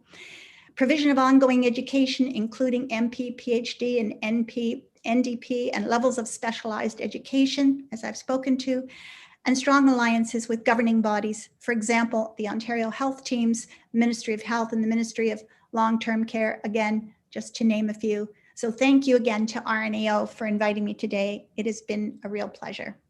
And thank you to the four of you, before I move it back to Morgan, for the tremendous contribution that you had and leadership within the task force, and to the other 16 task force members that are in the audience or working in their places, for the tremendous expertise, knowledge, passion, time that you put, effort and knowledge to move this forward. And I will talk after about next steps for this, but let me pass it for now back to Morgan, because you are not done, guys. The task force is not done. Back to you. Thank you, Doris, and thank you to all of our panel members for such a rich discussion of NP practice across sectors and nurse practitioner education. Now to all of our audience, it's now your turn. So I will ask you to,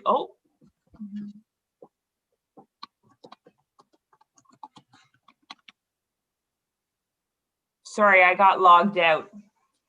You are there. We can see you. Oh, we perfect. Can see you and we can hear My computer monitor completely shut off. So I thought that I was getting kicked out and restarting. Okay, well, good thing I didn't say anything too inappropriate then. So thank you so much. So now to those of you in the audience, it's now your turn. So we'll open the session to participants at this time. So you may wish to ask a general question or a question related to a particular sector, NP education, or NPs in COVID-19. You also can direct your question to a specific panelist or to one of our co-chairs of the NP task force. So I see that there is one question in the Q&A box right now, and it is from Paul-Andre Gauthier. So it is, are you aware that in some emergency rooms of some hospitals in Ontario, that the nurse practitioners are being used with complex patients being admitted in order for them to consult physicians and slowing down the process for dealing with patients in the emergency room? So let me share, that's a very good question, Paul-Andre. Will comment more than question. That allows us to tell you a bit about the methodology in the report, which was very useful. And you will see this in weeks to come in the website. In addition to the report, which already is posted in the website, you will see technical components. One of those is an environmental scan that we did from NPs in the field. And basically what they're doing in one organization, which is exactly what you described, and how the same type of role, the NP, is working to full potential somewhere else. So when we talk about where we are moving forward, what we did in our thinking, in addition to the systematic reviews in the literature and the lived experience of our colleagues, we use also that environmental scan. Because if you as an NP can do practice at the top level of your scope, according to current education and legislative authority, you should be able to do the same in the hospital in the next city or in the next community. So that's where we are aiming, Paul-Andre. We know that there are many barriers, mainly organizational barriers. Let me tell you, similar to other work that we have done, this is just the beginning. We are not going anywhere. We are pushing this to the end game, which is serving Ontarians for the care that they need, timely access and quality care. And given that you are asking the question, Paul-Andre, I will build on something else that you often have pointed out, which is very apropos here. And it's the issue of clinical nurse specialists that also have a lot of expertise. So for example, in the area of long-term care, where we are saying 1 NP for every 120 residents, meaning 100 NPs per year for the next 6 years. We also made a proviso both in the report, in the recommendations, as well as in the budget that we submitted to government last week, where communities cannot find an NP, absolutely they need to open that position to a CNS. So please take it forward to your colleagues. Thank you, Paul-Andre. Back to you, Morgan. And Morgan, maybe also Suzanne wants to comment, because Suzanne comes from and she hears from her colleagues all the issues with admission, discharge, transfer, and some of the lived experience she can bring forward to respond. We are doing well with time, so we can do responses a bit more if Suzanne wants. Yeah, I'm not sure about other organization, but I can say that in our organization, we have NP nurses in emergency, and they work mostly with CTAS 4 and 5, which is non-urgent patients. And we know that 20% of our patients coming to emergency are not urgent. So there's a role for NP nurses in emergency. Excellent, thank you. Okay, the next question is, how can healthcare organizations ensure optimal partnerships with nurse practitioners at full scope to provide the best quality care and health outcomes? Any of the panelists that would like to answer?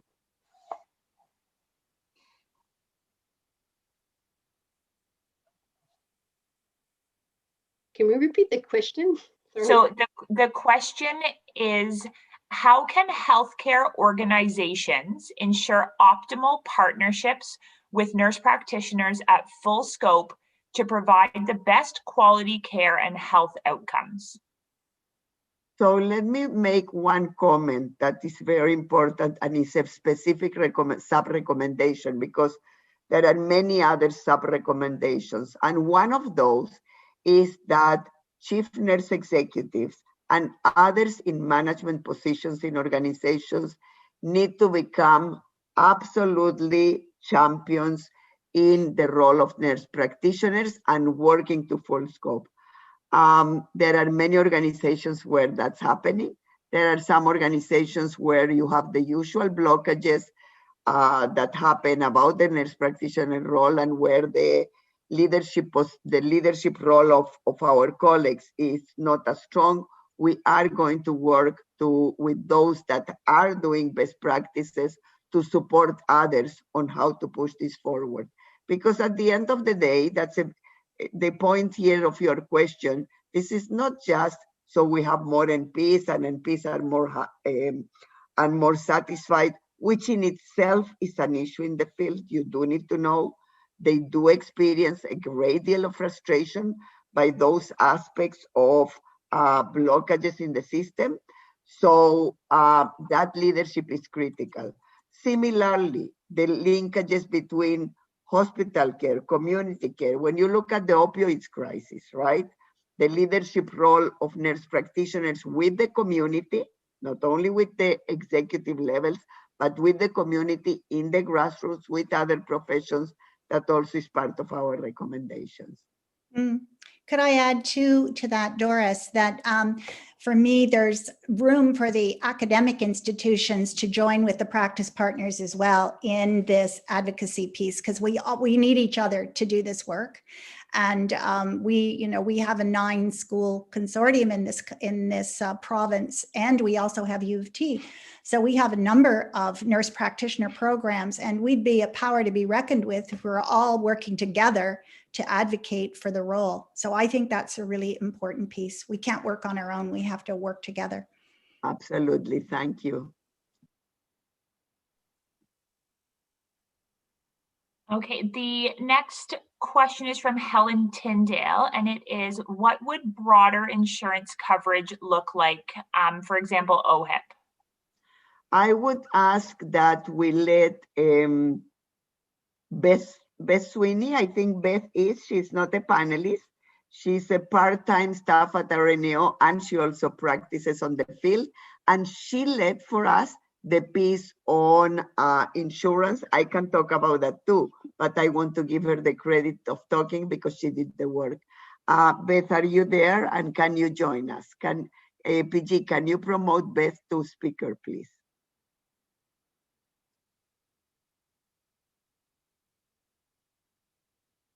PG or Irma Jean? I'm here. I don't see Beth. Oh, she's 100% there. Maybe under a different name, but she's not here. Okay, but she's... Beth, if you're here but under a different name, can you use the raise your hand feature so we can find you? That's a good point. So, is she? I don't see her. Okay, okay. So Beth did a lot of work with the various insurance companies. We have made progress, so some now are accepting the billing of NPs. That was an issue for a long time, and that is work that we need to continue to pursue. The more we get some of the companies to accept the referrals of NPs and to fund the work of NPs, of course, the more others will come on board, and that is part of the report and work that continues, but is a heavy-duty work.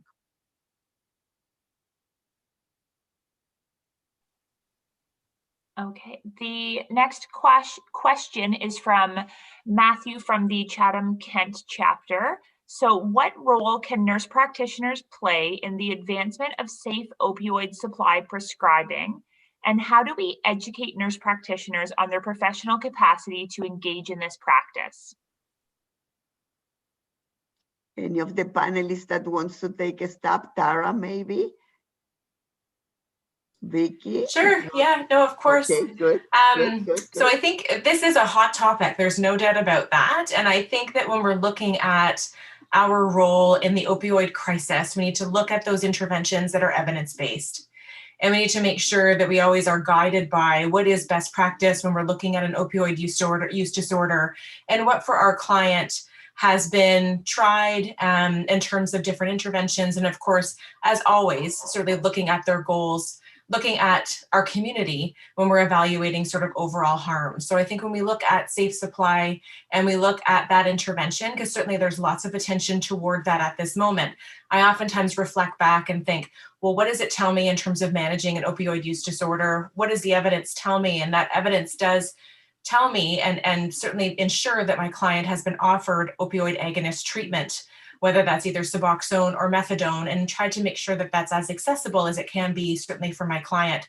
I know that certainly for clients that I have working in the vulnerable sector that I do, safe supply has become certainly quite a topical issue in terms of looking at varying their harms with having access in that with regards to what safe supply can offer. So that's really my best answer in terms of acknowledging that this practice is out there and certainly reflecting back on evidence-based practice. What do we have in terms of our guidelines, and separating what is an emerging trend versus what's evidence-based.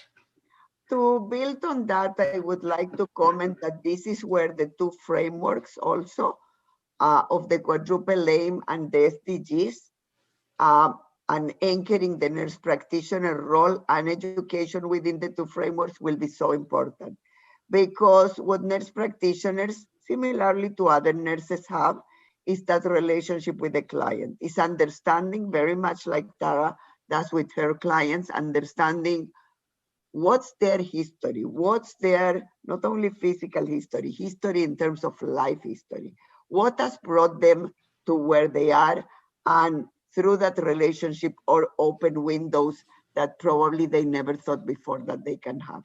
So just wanted to add that. And I know that you do that very much, Tara, with your own clients. And those are, I don't know if you want to share maybe at the end, if we have a little bit of time, I think will be great if you can share a bit about your amazing practice. Others? Are there any other panelists that want to comment about that?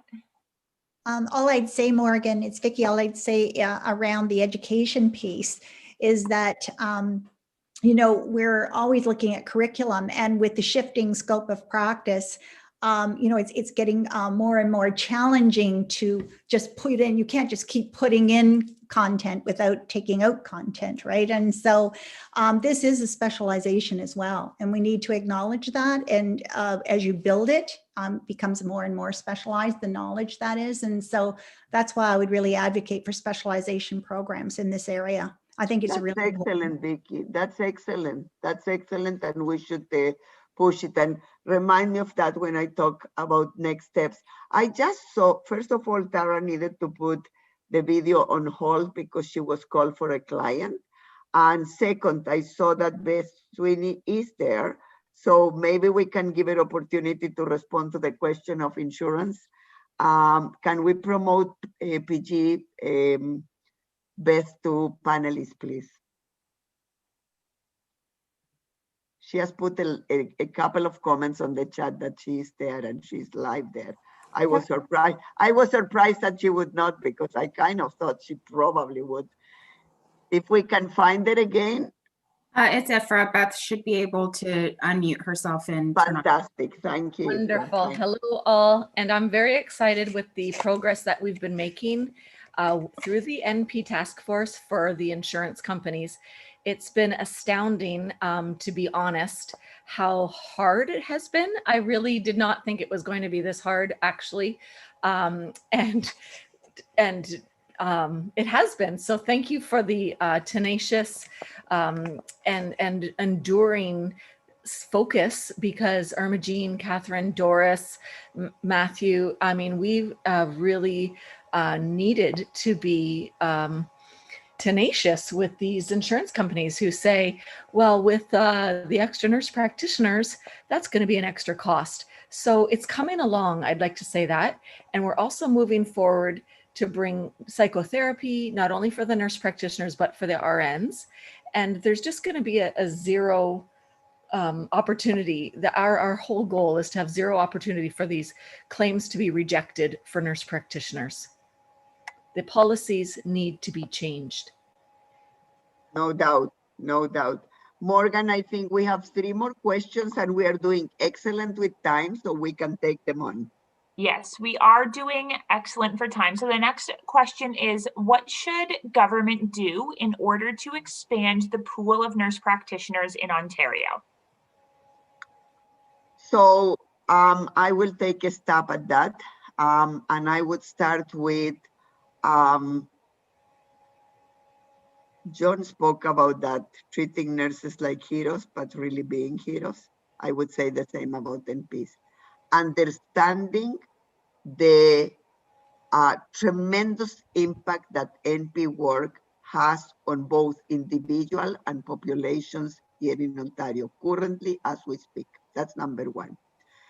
And I'm going to follow with the recommendations because it's like a prescription there.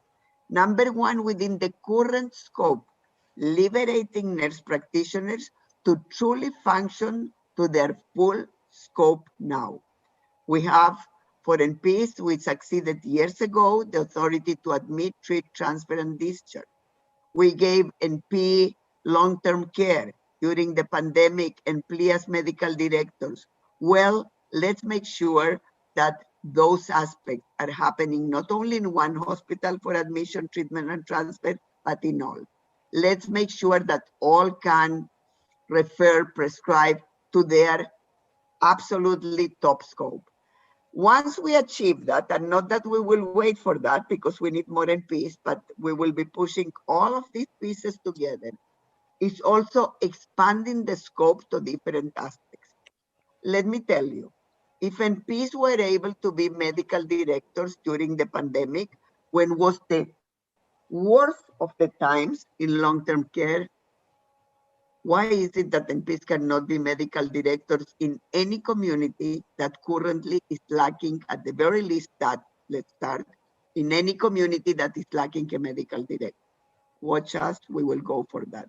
This is not about replacing medical directors that are physicians. This is not to take their place, but there are communities that are void of that expertise and NPs can play that role. So that now talks about scope expansion. So once we are doing scope expansion comes the issue of curriculum. Again, following the recommendations we mentioned before. Then we need to upgrade the curriculum for the scope expansion. So that will go there. Government will need to be supportive of that too. All of these aspects of scope expansion, as you know, have a lengthy process both with the regulatory body and with the government. Once you move through that, right, comes the issue of compensation. And you saw that we said harmonizing upwards. What that means, we didn't say as we used to, NPs need to earn like in the hospital sectors because in primary care they're worse. Well, we don't know. Next year, maybe in primary care, in fact, even now, they will be better than in hospital sector. Bottom line, we're saying harmonize upwards, and wherever that upwards is, then pay the same regardless of the sector that NP works. Because that NP is not less if she works or he works in in street nursing, or if she or he works in long-term care, or in hospital care, or in an ICU, or in palliative care. So harmonize upwards to all the sectors for the NPs. So that deals with the issue of compensation. The same issue of compensation comes with what Beth just spoke, the issue of insurance companies. Enough is enough, and we will push. And Beth was very kind to say that was hard. Let me tell you, it's brutally hard. And we will do public campaigns with the companies that are doing well, with the insurance companies that are doing well, and we will actually start to tackle the ones that they're not, because if a physician can be remunerated, so does an NP. Then comes the issue of the role of others in being allies to NPs. Chief nurses, people in policy, other professions, physicians that are actually very much understanding, many of them, about the role of NPs, etc. Working together with them to push forward for the future, and so forth. So, and then comes the issue of research.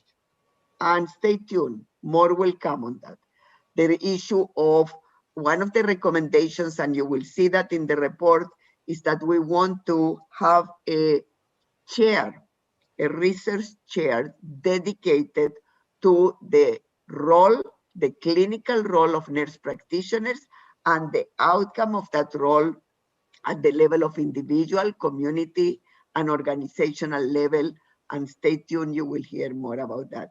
So when you look at the report, you will see a lot of more micro recommendations that all build basically into one thing. And that one thing is about timely access to quality care for the people of this province, and if other provinces choose to use it, then other provinces too. The US has 3 times the number of MPs that Ontario has, and Ontario is better than the rest of Canada. So you understand that we have a long way to go on the issues of the numbers of MPs we have, on the issues of having MPs practicing to their full scope and expanding their scope, as I said before, and the task force has said, if they could be during crisis something, they should be able to be always.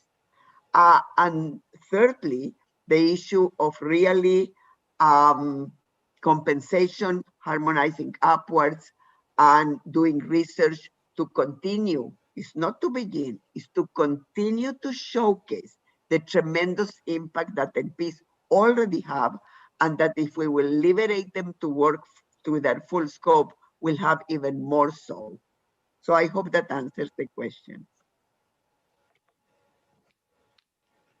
Okay, thank you, Doris, for that comprehensive overview of the what we can do to add more nurse practitioners and how we can encourage government to put more nurse practitioners into the healthcare system. So the next question I'm going to direct towards Priya. So it's, can you speak more about the NLOT NP role and how it compares to the nurse practitioner role in long-term care homes? So what's the difference with the NLOT role versus a nurse practitioner who works solely at one long-term care home is what I think the question is asking. Yeah, no problem. So basically, NLOT, which is Nurse-Led Outreach Team, comprises of a different host of different providers. So it's nurse practitioners, sometimes there's an RN involved in there too, providing education. But basically what the NLOT does is we have a few homes that we're in charge of, and we provide, our basic mandate is providing ER diversion for those residents. So they would call us, so we're kind of like an on-call body versus an attending NP who's housed in that one specific home and knows the residents inside and out and is able to get to those residents right away. Whereas the NLOT, I cover 10 homes. Some of my other colleagues cover 6 homes. So we all range in number of homes we have. So getting timely access is sometimes challenging because we can't be at 10 different places at once. So if you have an attending NP in those homes, they can basically does ER diversion for all the long-term care, explains it. Thank you. Okay, the next question is also about COVID-19 and nurse practitioners in long-term care. So post-COVID-19, would nurse practitioners provide leadership in broadening scope of practice of long-term care nurses? So evidence-based practice, bridging academia to bedside, etc. What do you see as the role for nurse practitioners in long-term care in broadening the scope of practice for nurses in long-term care post-COVID or during COVID? I'm not sure that it matters whether we still have COVID or once it's over. So I suggest that first is you, Madame Morgan Offord, because you are the director of care. That's that. Yeah, so I would say during the COVID pandemic, after the COVID pandemic or endemic, whatever it kind of becomes, I think there would be a significant role for nurse practitioners to help develop and broaden the scope of nurses within long-term care. So the nurses who are in long-term care are in leadership positions. It's very different than working in a hospital environment because the number of supports that you have available to you right in the moment is a bit different. So if you work, like, for example, on an inpatient medicine unit, or if you work in the emergency department, there's a lot of other RNs that are around. There's generally, depending on which hospital you work in and how big it is, there would also often be a physician or other people who are around to be supports when you have questions. However, in long-term care, there's fewer nurses. So having an advanced practice nurse, whether it's a nurse practitioner or a clinical nurse specialist, to be able to provide leadership in advancing the nursing scope of practice within long-term care. So not actually broadening the scope of practice for nurses, but helping nurses within long-term care to be able to work to their full scope all of the time, would have a significant positive impact on the residents of long-term care. So would help with things like reducing emergency department transfers, helping with early identification of things that can be treated early and prevent residents from becoming very sick. So I think there is a role right now for nurse practitioners to help there, but I also think it could be a clinical nurse specialist who would also help with that. I think the more support that we can provide for nurses who work in long-term care, the better, because if you look at what kind of the models of nursing in long-term care have been for a long time, they haven't really been well supported to help advance practice. I also think there's a lot of compliance that goes into long-term care. So long-term care is a very compliance-based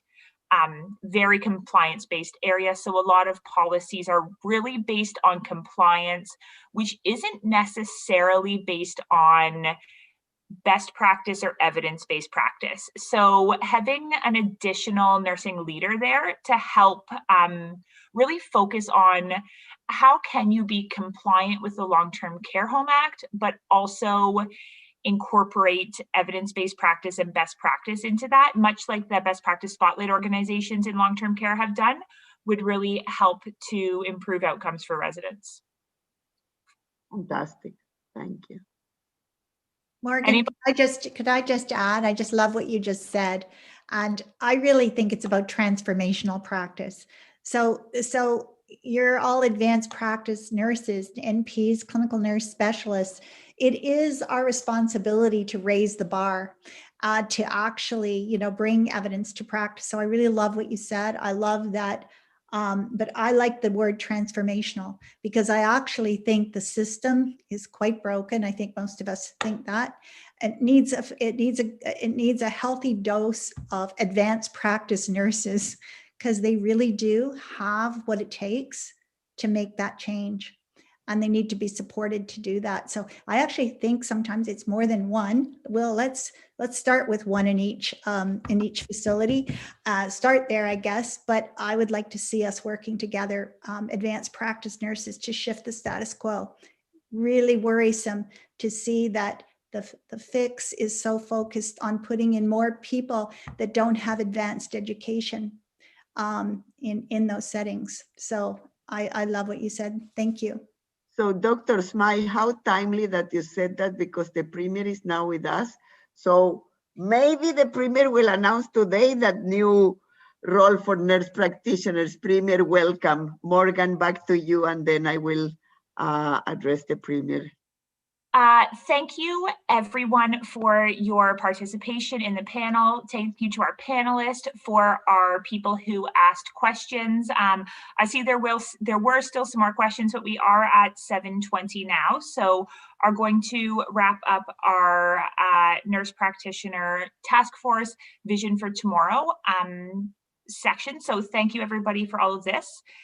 The specific focus on NP practice in each sector, including education, we have very successfully launched the vision as a blueprint for nurse practitioners for the future.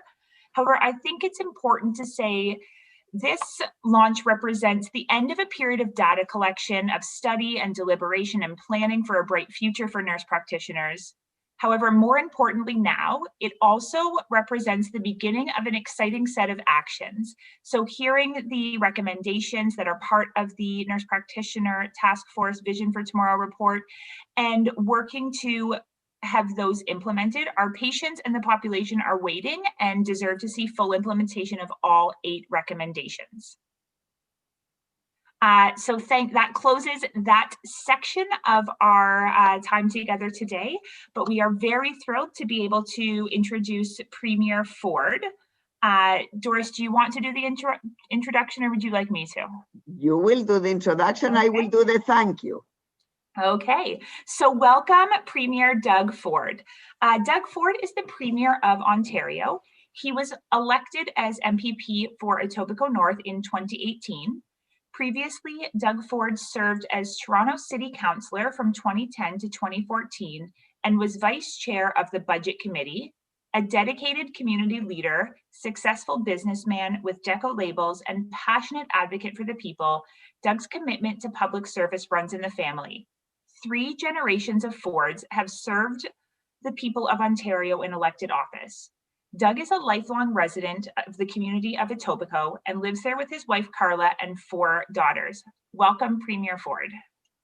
Well, thank you so much, Morgan, and really appreciate allowing me to have time to come on. And I see my friend Doris. You know, we're blessed to have Doris.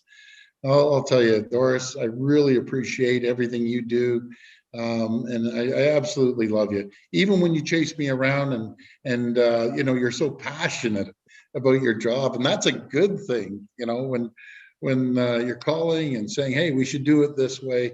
And you know, throughout this pandemic, you know, I was always, and I'm first to admit here, which I have been numerous times when I'm on there, I rely on professional health givers like yourself and Doris and the doctors and you know, the folks within the hospital and folks like Natalia, our MPP, which I know loves you too, Doris. But we're here to listen. I believe I have a phenomenal Minister of Health, Christine Elliott. She's just a great person. She has a big heart. She cares. She understands the healthcare system, and that's our job. But I want to start off with thanking each and every one of you from the bottom of my heart.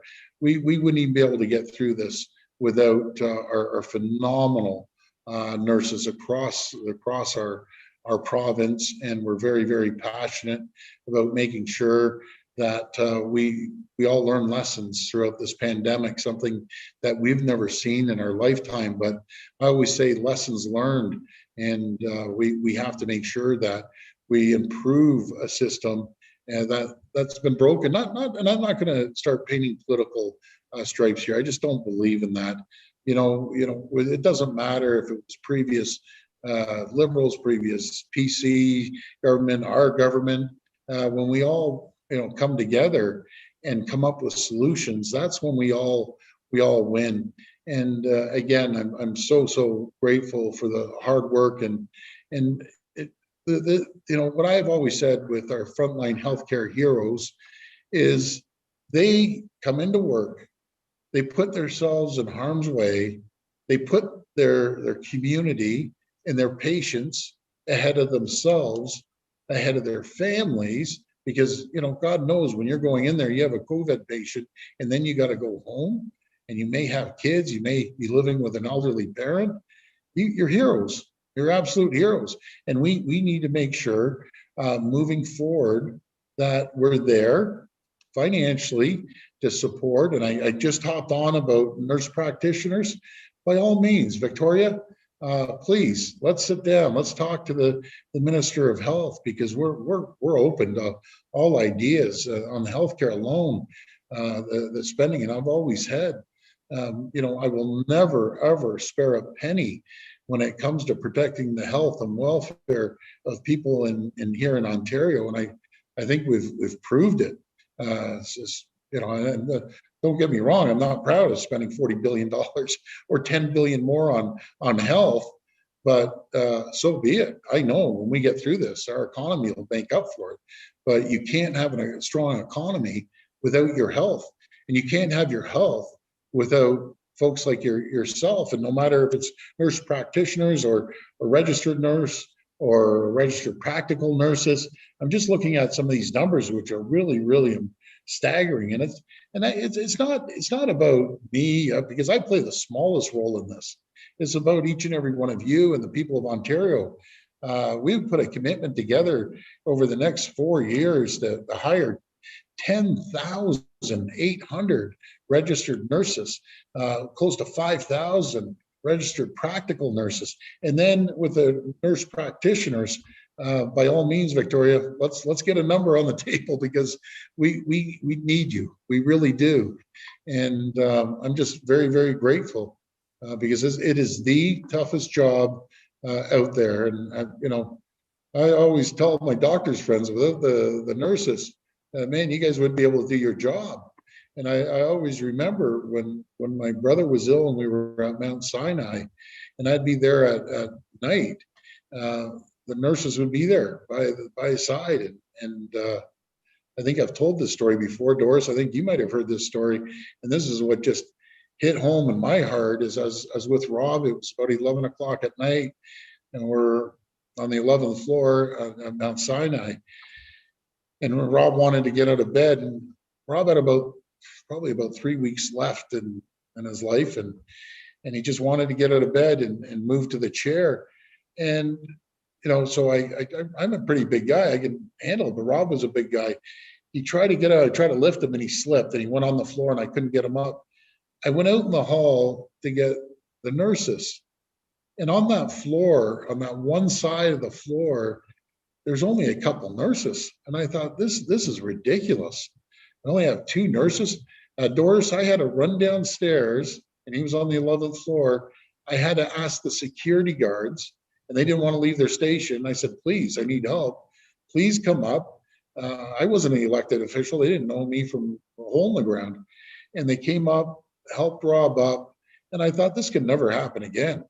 It just can't. It can't happen again, that we don't have enough people to do the job. And people, you know, these nurses were incredible. And it always stuck in my mind that. So we're going to make sure we ramp up to make sure that we have enough people to get our healthcare system moving forward. And again, whatever it takes to get that done, we will. So I just wanted to pop on here and say thank you again. My door's always open, and when we get through this, I want to personally invite you down and have a conversation. And I'll have the health experts, because again, you know, I'll be listening and I'll be learning, and I've learned a tremendous amount throughout this pandemic about so many things, but especially how grateful we are to have the best healthcare heroes anywhere in the world, bar none. I'll put our healthcare heroes up against anyone in the country, anyone in North America, and the great leadership each and every one of you have shown. And I'm very grateful. And Doris, thank you for everything you're doing. Very, very grateful. I just wish I could get more into the deep weeds, but I'm just being honest with you.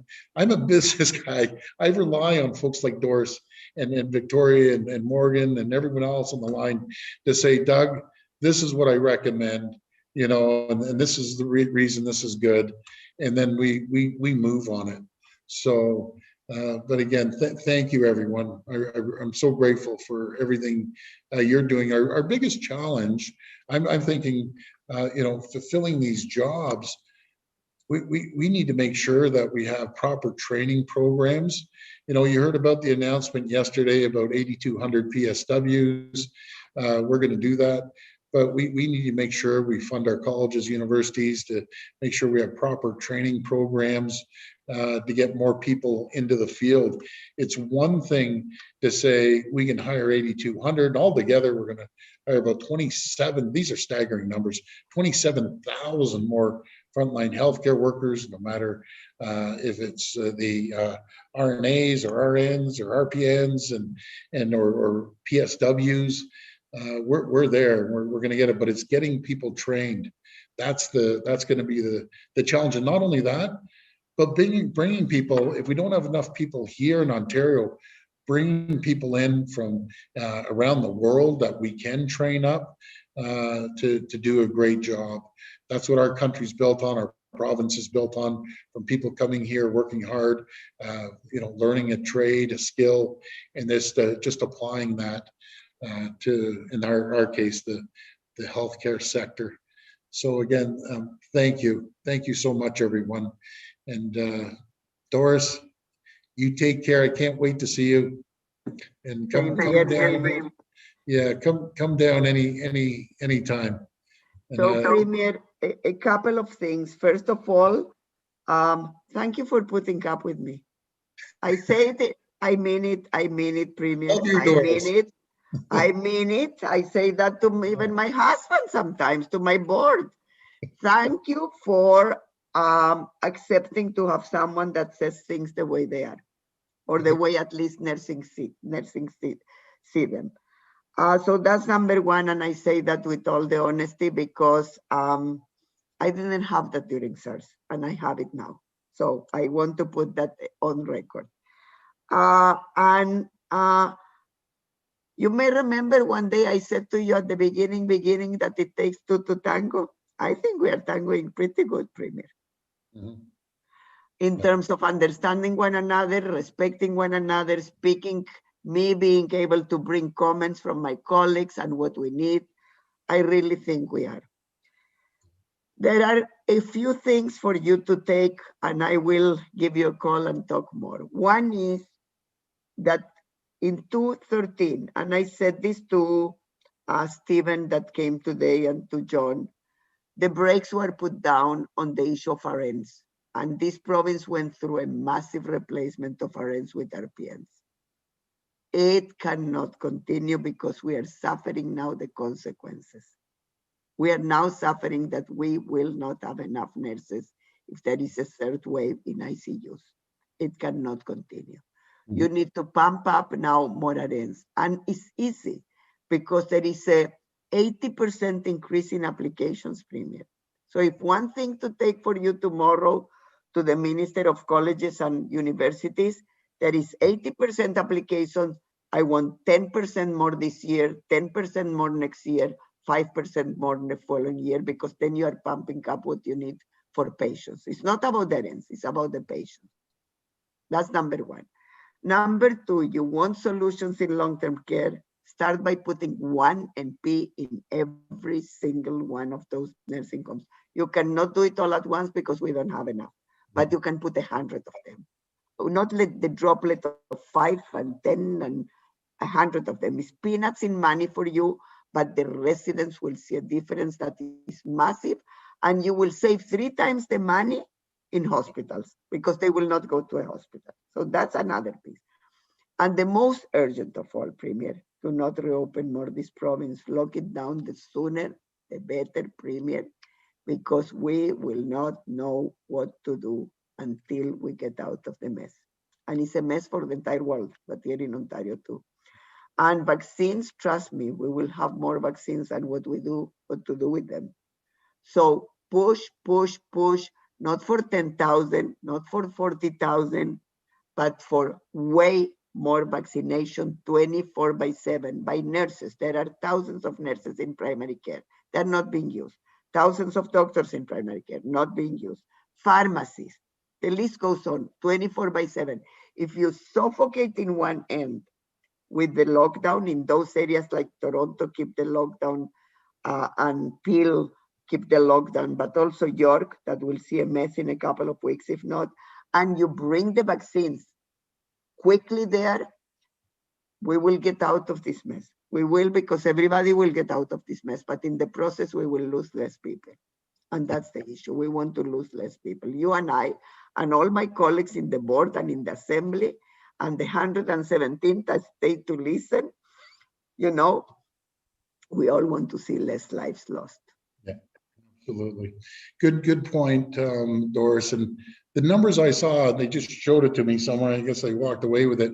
But you said 10%. I thought I saw the numbers of 18% we're going to increase it. Well, RNs.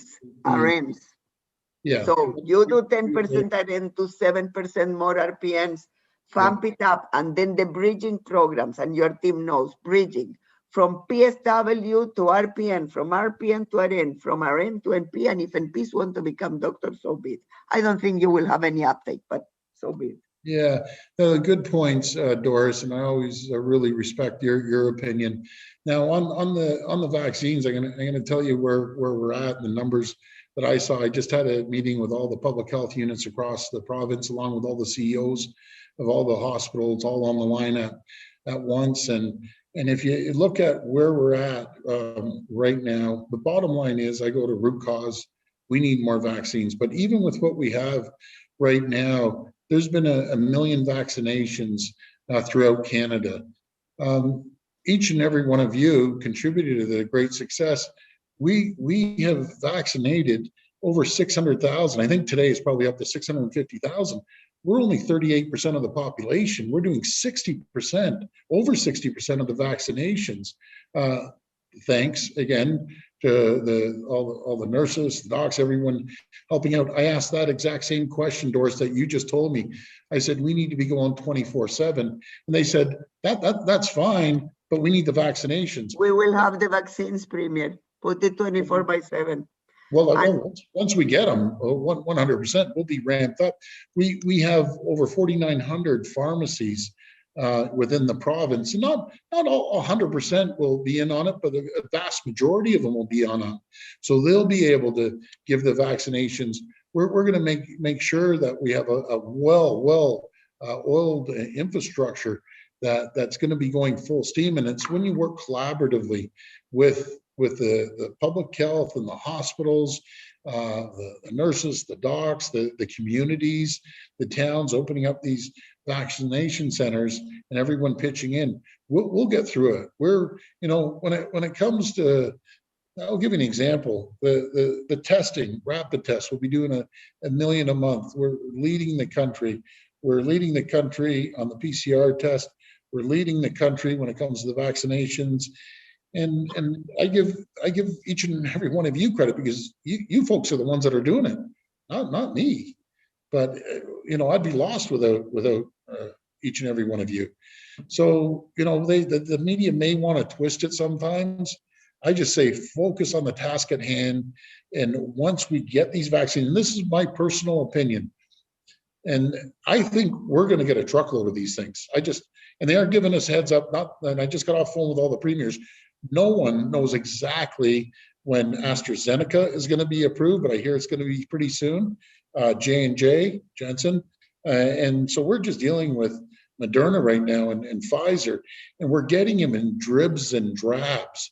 And when they, I think the media the other day said, oh, how about Quebec? And I love Premier Legault. He's a really good friend of mine. He's a great person. And saying that they have not issued one second dose. We've done over 250,000 second doses, which is so important. And we have to make sure on the IT side that the system doesn't crash. When I talk to some of the public health units, a few of them, the hospitals, I think 4 or 5 of the big hospitals are going to start with 80 plus, like in the next few days. I talked to the PHU and the hospitals out in Guelph. They're already halfway through the 80 plus. And so it's really, really amazing when they all work together. Ottawa is doing an incredible job too. And then with a geographical size, and until I was premier, until you fly from one end of this province to the other, it's larger than California and Texas combined. Just 3 of our northern ridings combined are the size of France. It's just a massive area with 15 million people. So we have to make sure that the web, online, the portal doesn't crash. That happened in Alberta yesterday. And we're just all hands on deck. And I'm going around the clock. I'm in my office till midnight every single night, and I won't stop until we get through it. But again, Doris, thank you. And each and every one of you, thank you so much. I'm again, so grateful, and we will do anything it takes to make sure that we support you and listen to you and implement your ideas. So that's Premier. my comments. Thank you very much and have a very good evening. Okay, Colleague, thank you. Thank you so much. Thank you so much, everyone. I'm very grateful. God bless. Thank you. Same to you. Morgan, you want to put closing remarks? And then we had a fantastic evening. Can't believe it, from 3 to how many hours we were together? Almost 5 hours.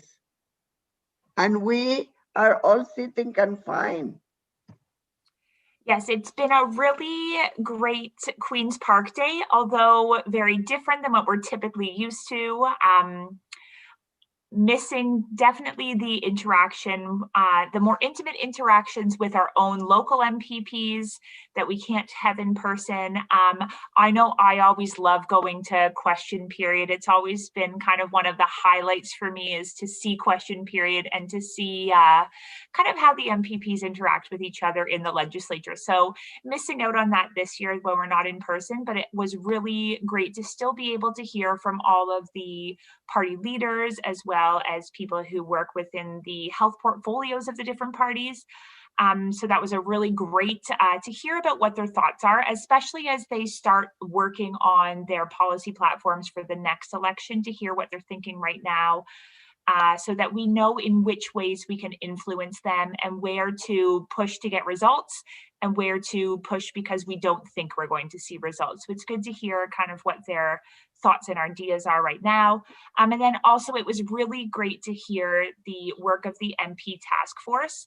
We know right now everyone in their jobs is working very hard, is very tired, is working probably more hours than they normally do, and can't, for most people, enjoy the things that they would normally enjoy for stress relief. So we recognize that it has been a really difficult and stressful time for everybody, but really appreciate the dedication that all of our members have had, but particularly those from the NP task force and other working groups from within RNAO, but right now specifically talking about the NP task force. To really see the amount of work that you were able to accomplish during this very difficult time is really amazing. So thank you for your dedication to that working group, for your dedication to RNAO and to your patients and communities. So thank you to all of our Assembly of Leaders. Thank you to our members who joined, to the media, to our board of directors, to all of the RNAO home office staff. Thank you so much for being here and for sharing this time together with us. And I'll hand it over to you, Doris. I wrote on the chat, big thank you, Morgan. Amazing meeting. To the board in its entirety, past President Angela Cooper-Brathwaite, to the entire board, to the Assembly of Leaders, to my staff who work day in and day out, not only now, but for the past, I don't know even how long, 20 years maybe. You can blame someone for that.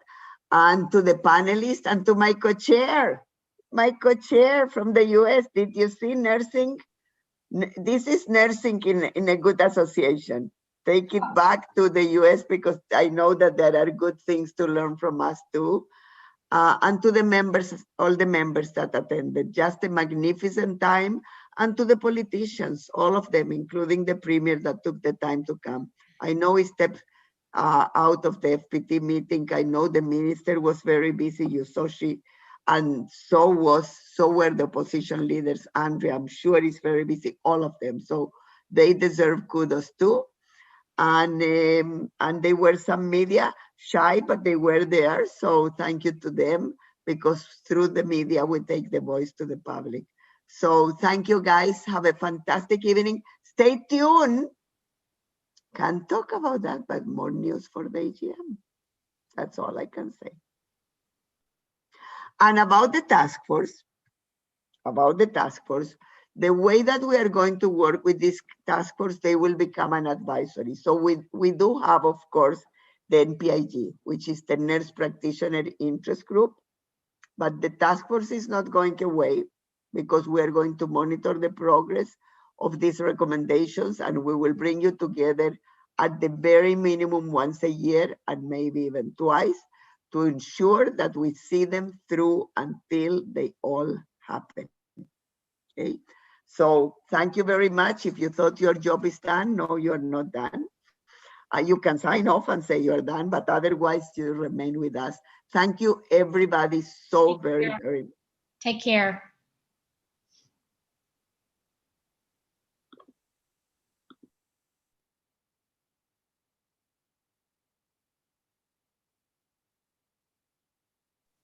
Bye. Bye, Angela. Bye, Morgan. Thanks again. Bye. Have a good night, everybody. Thanks, you too. Hey, everyone.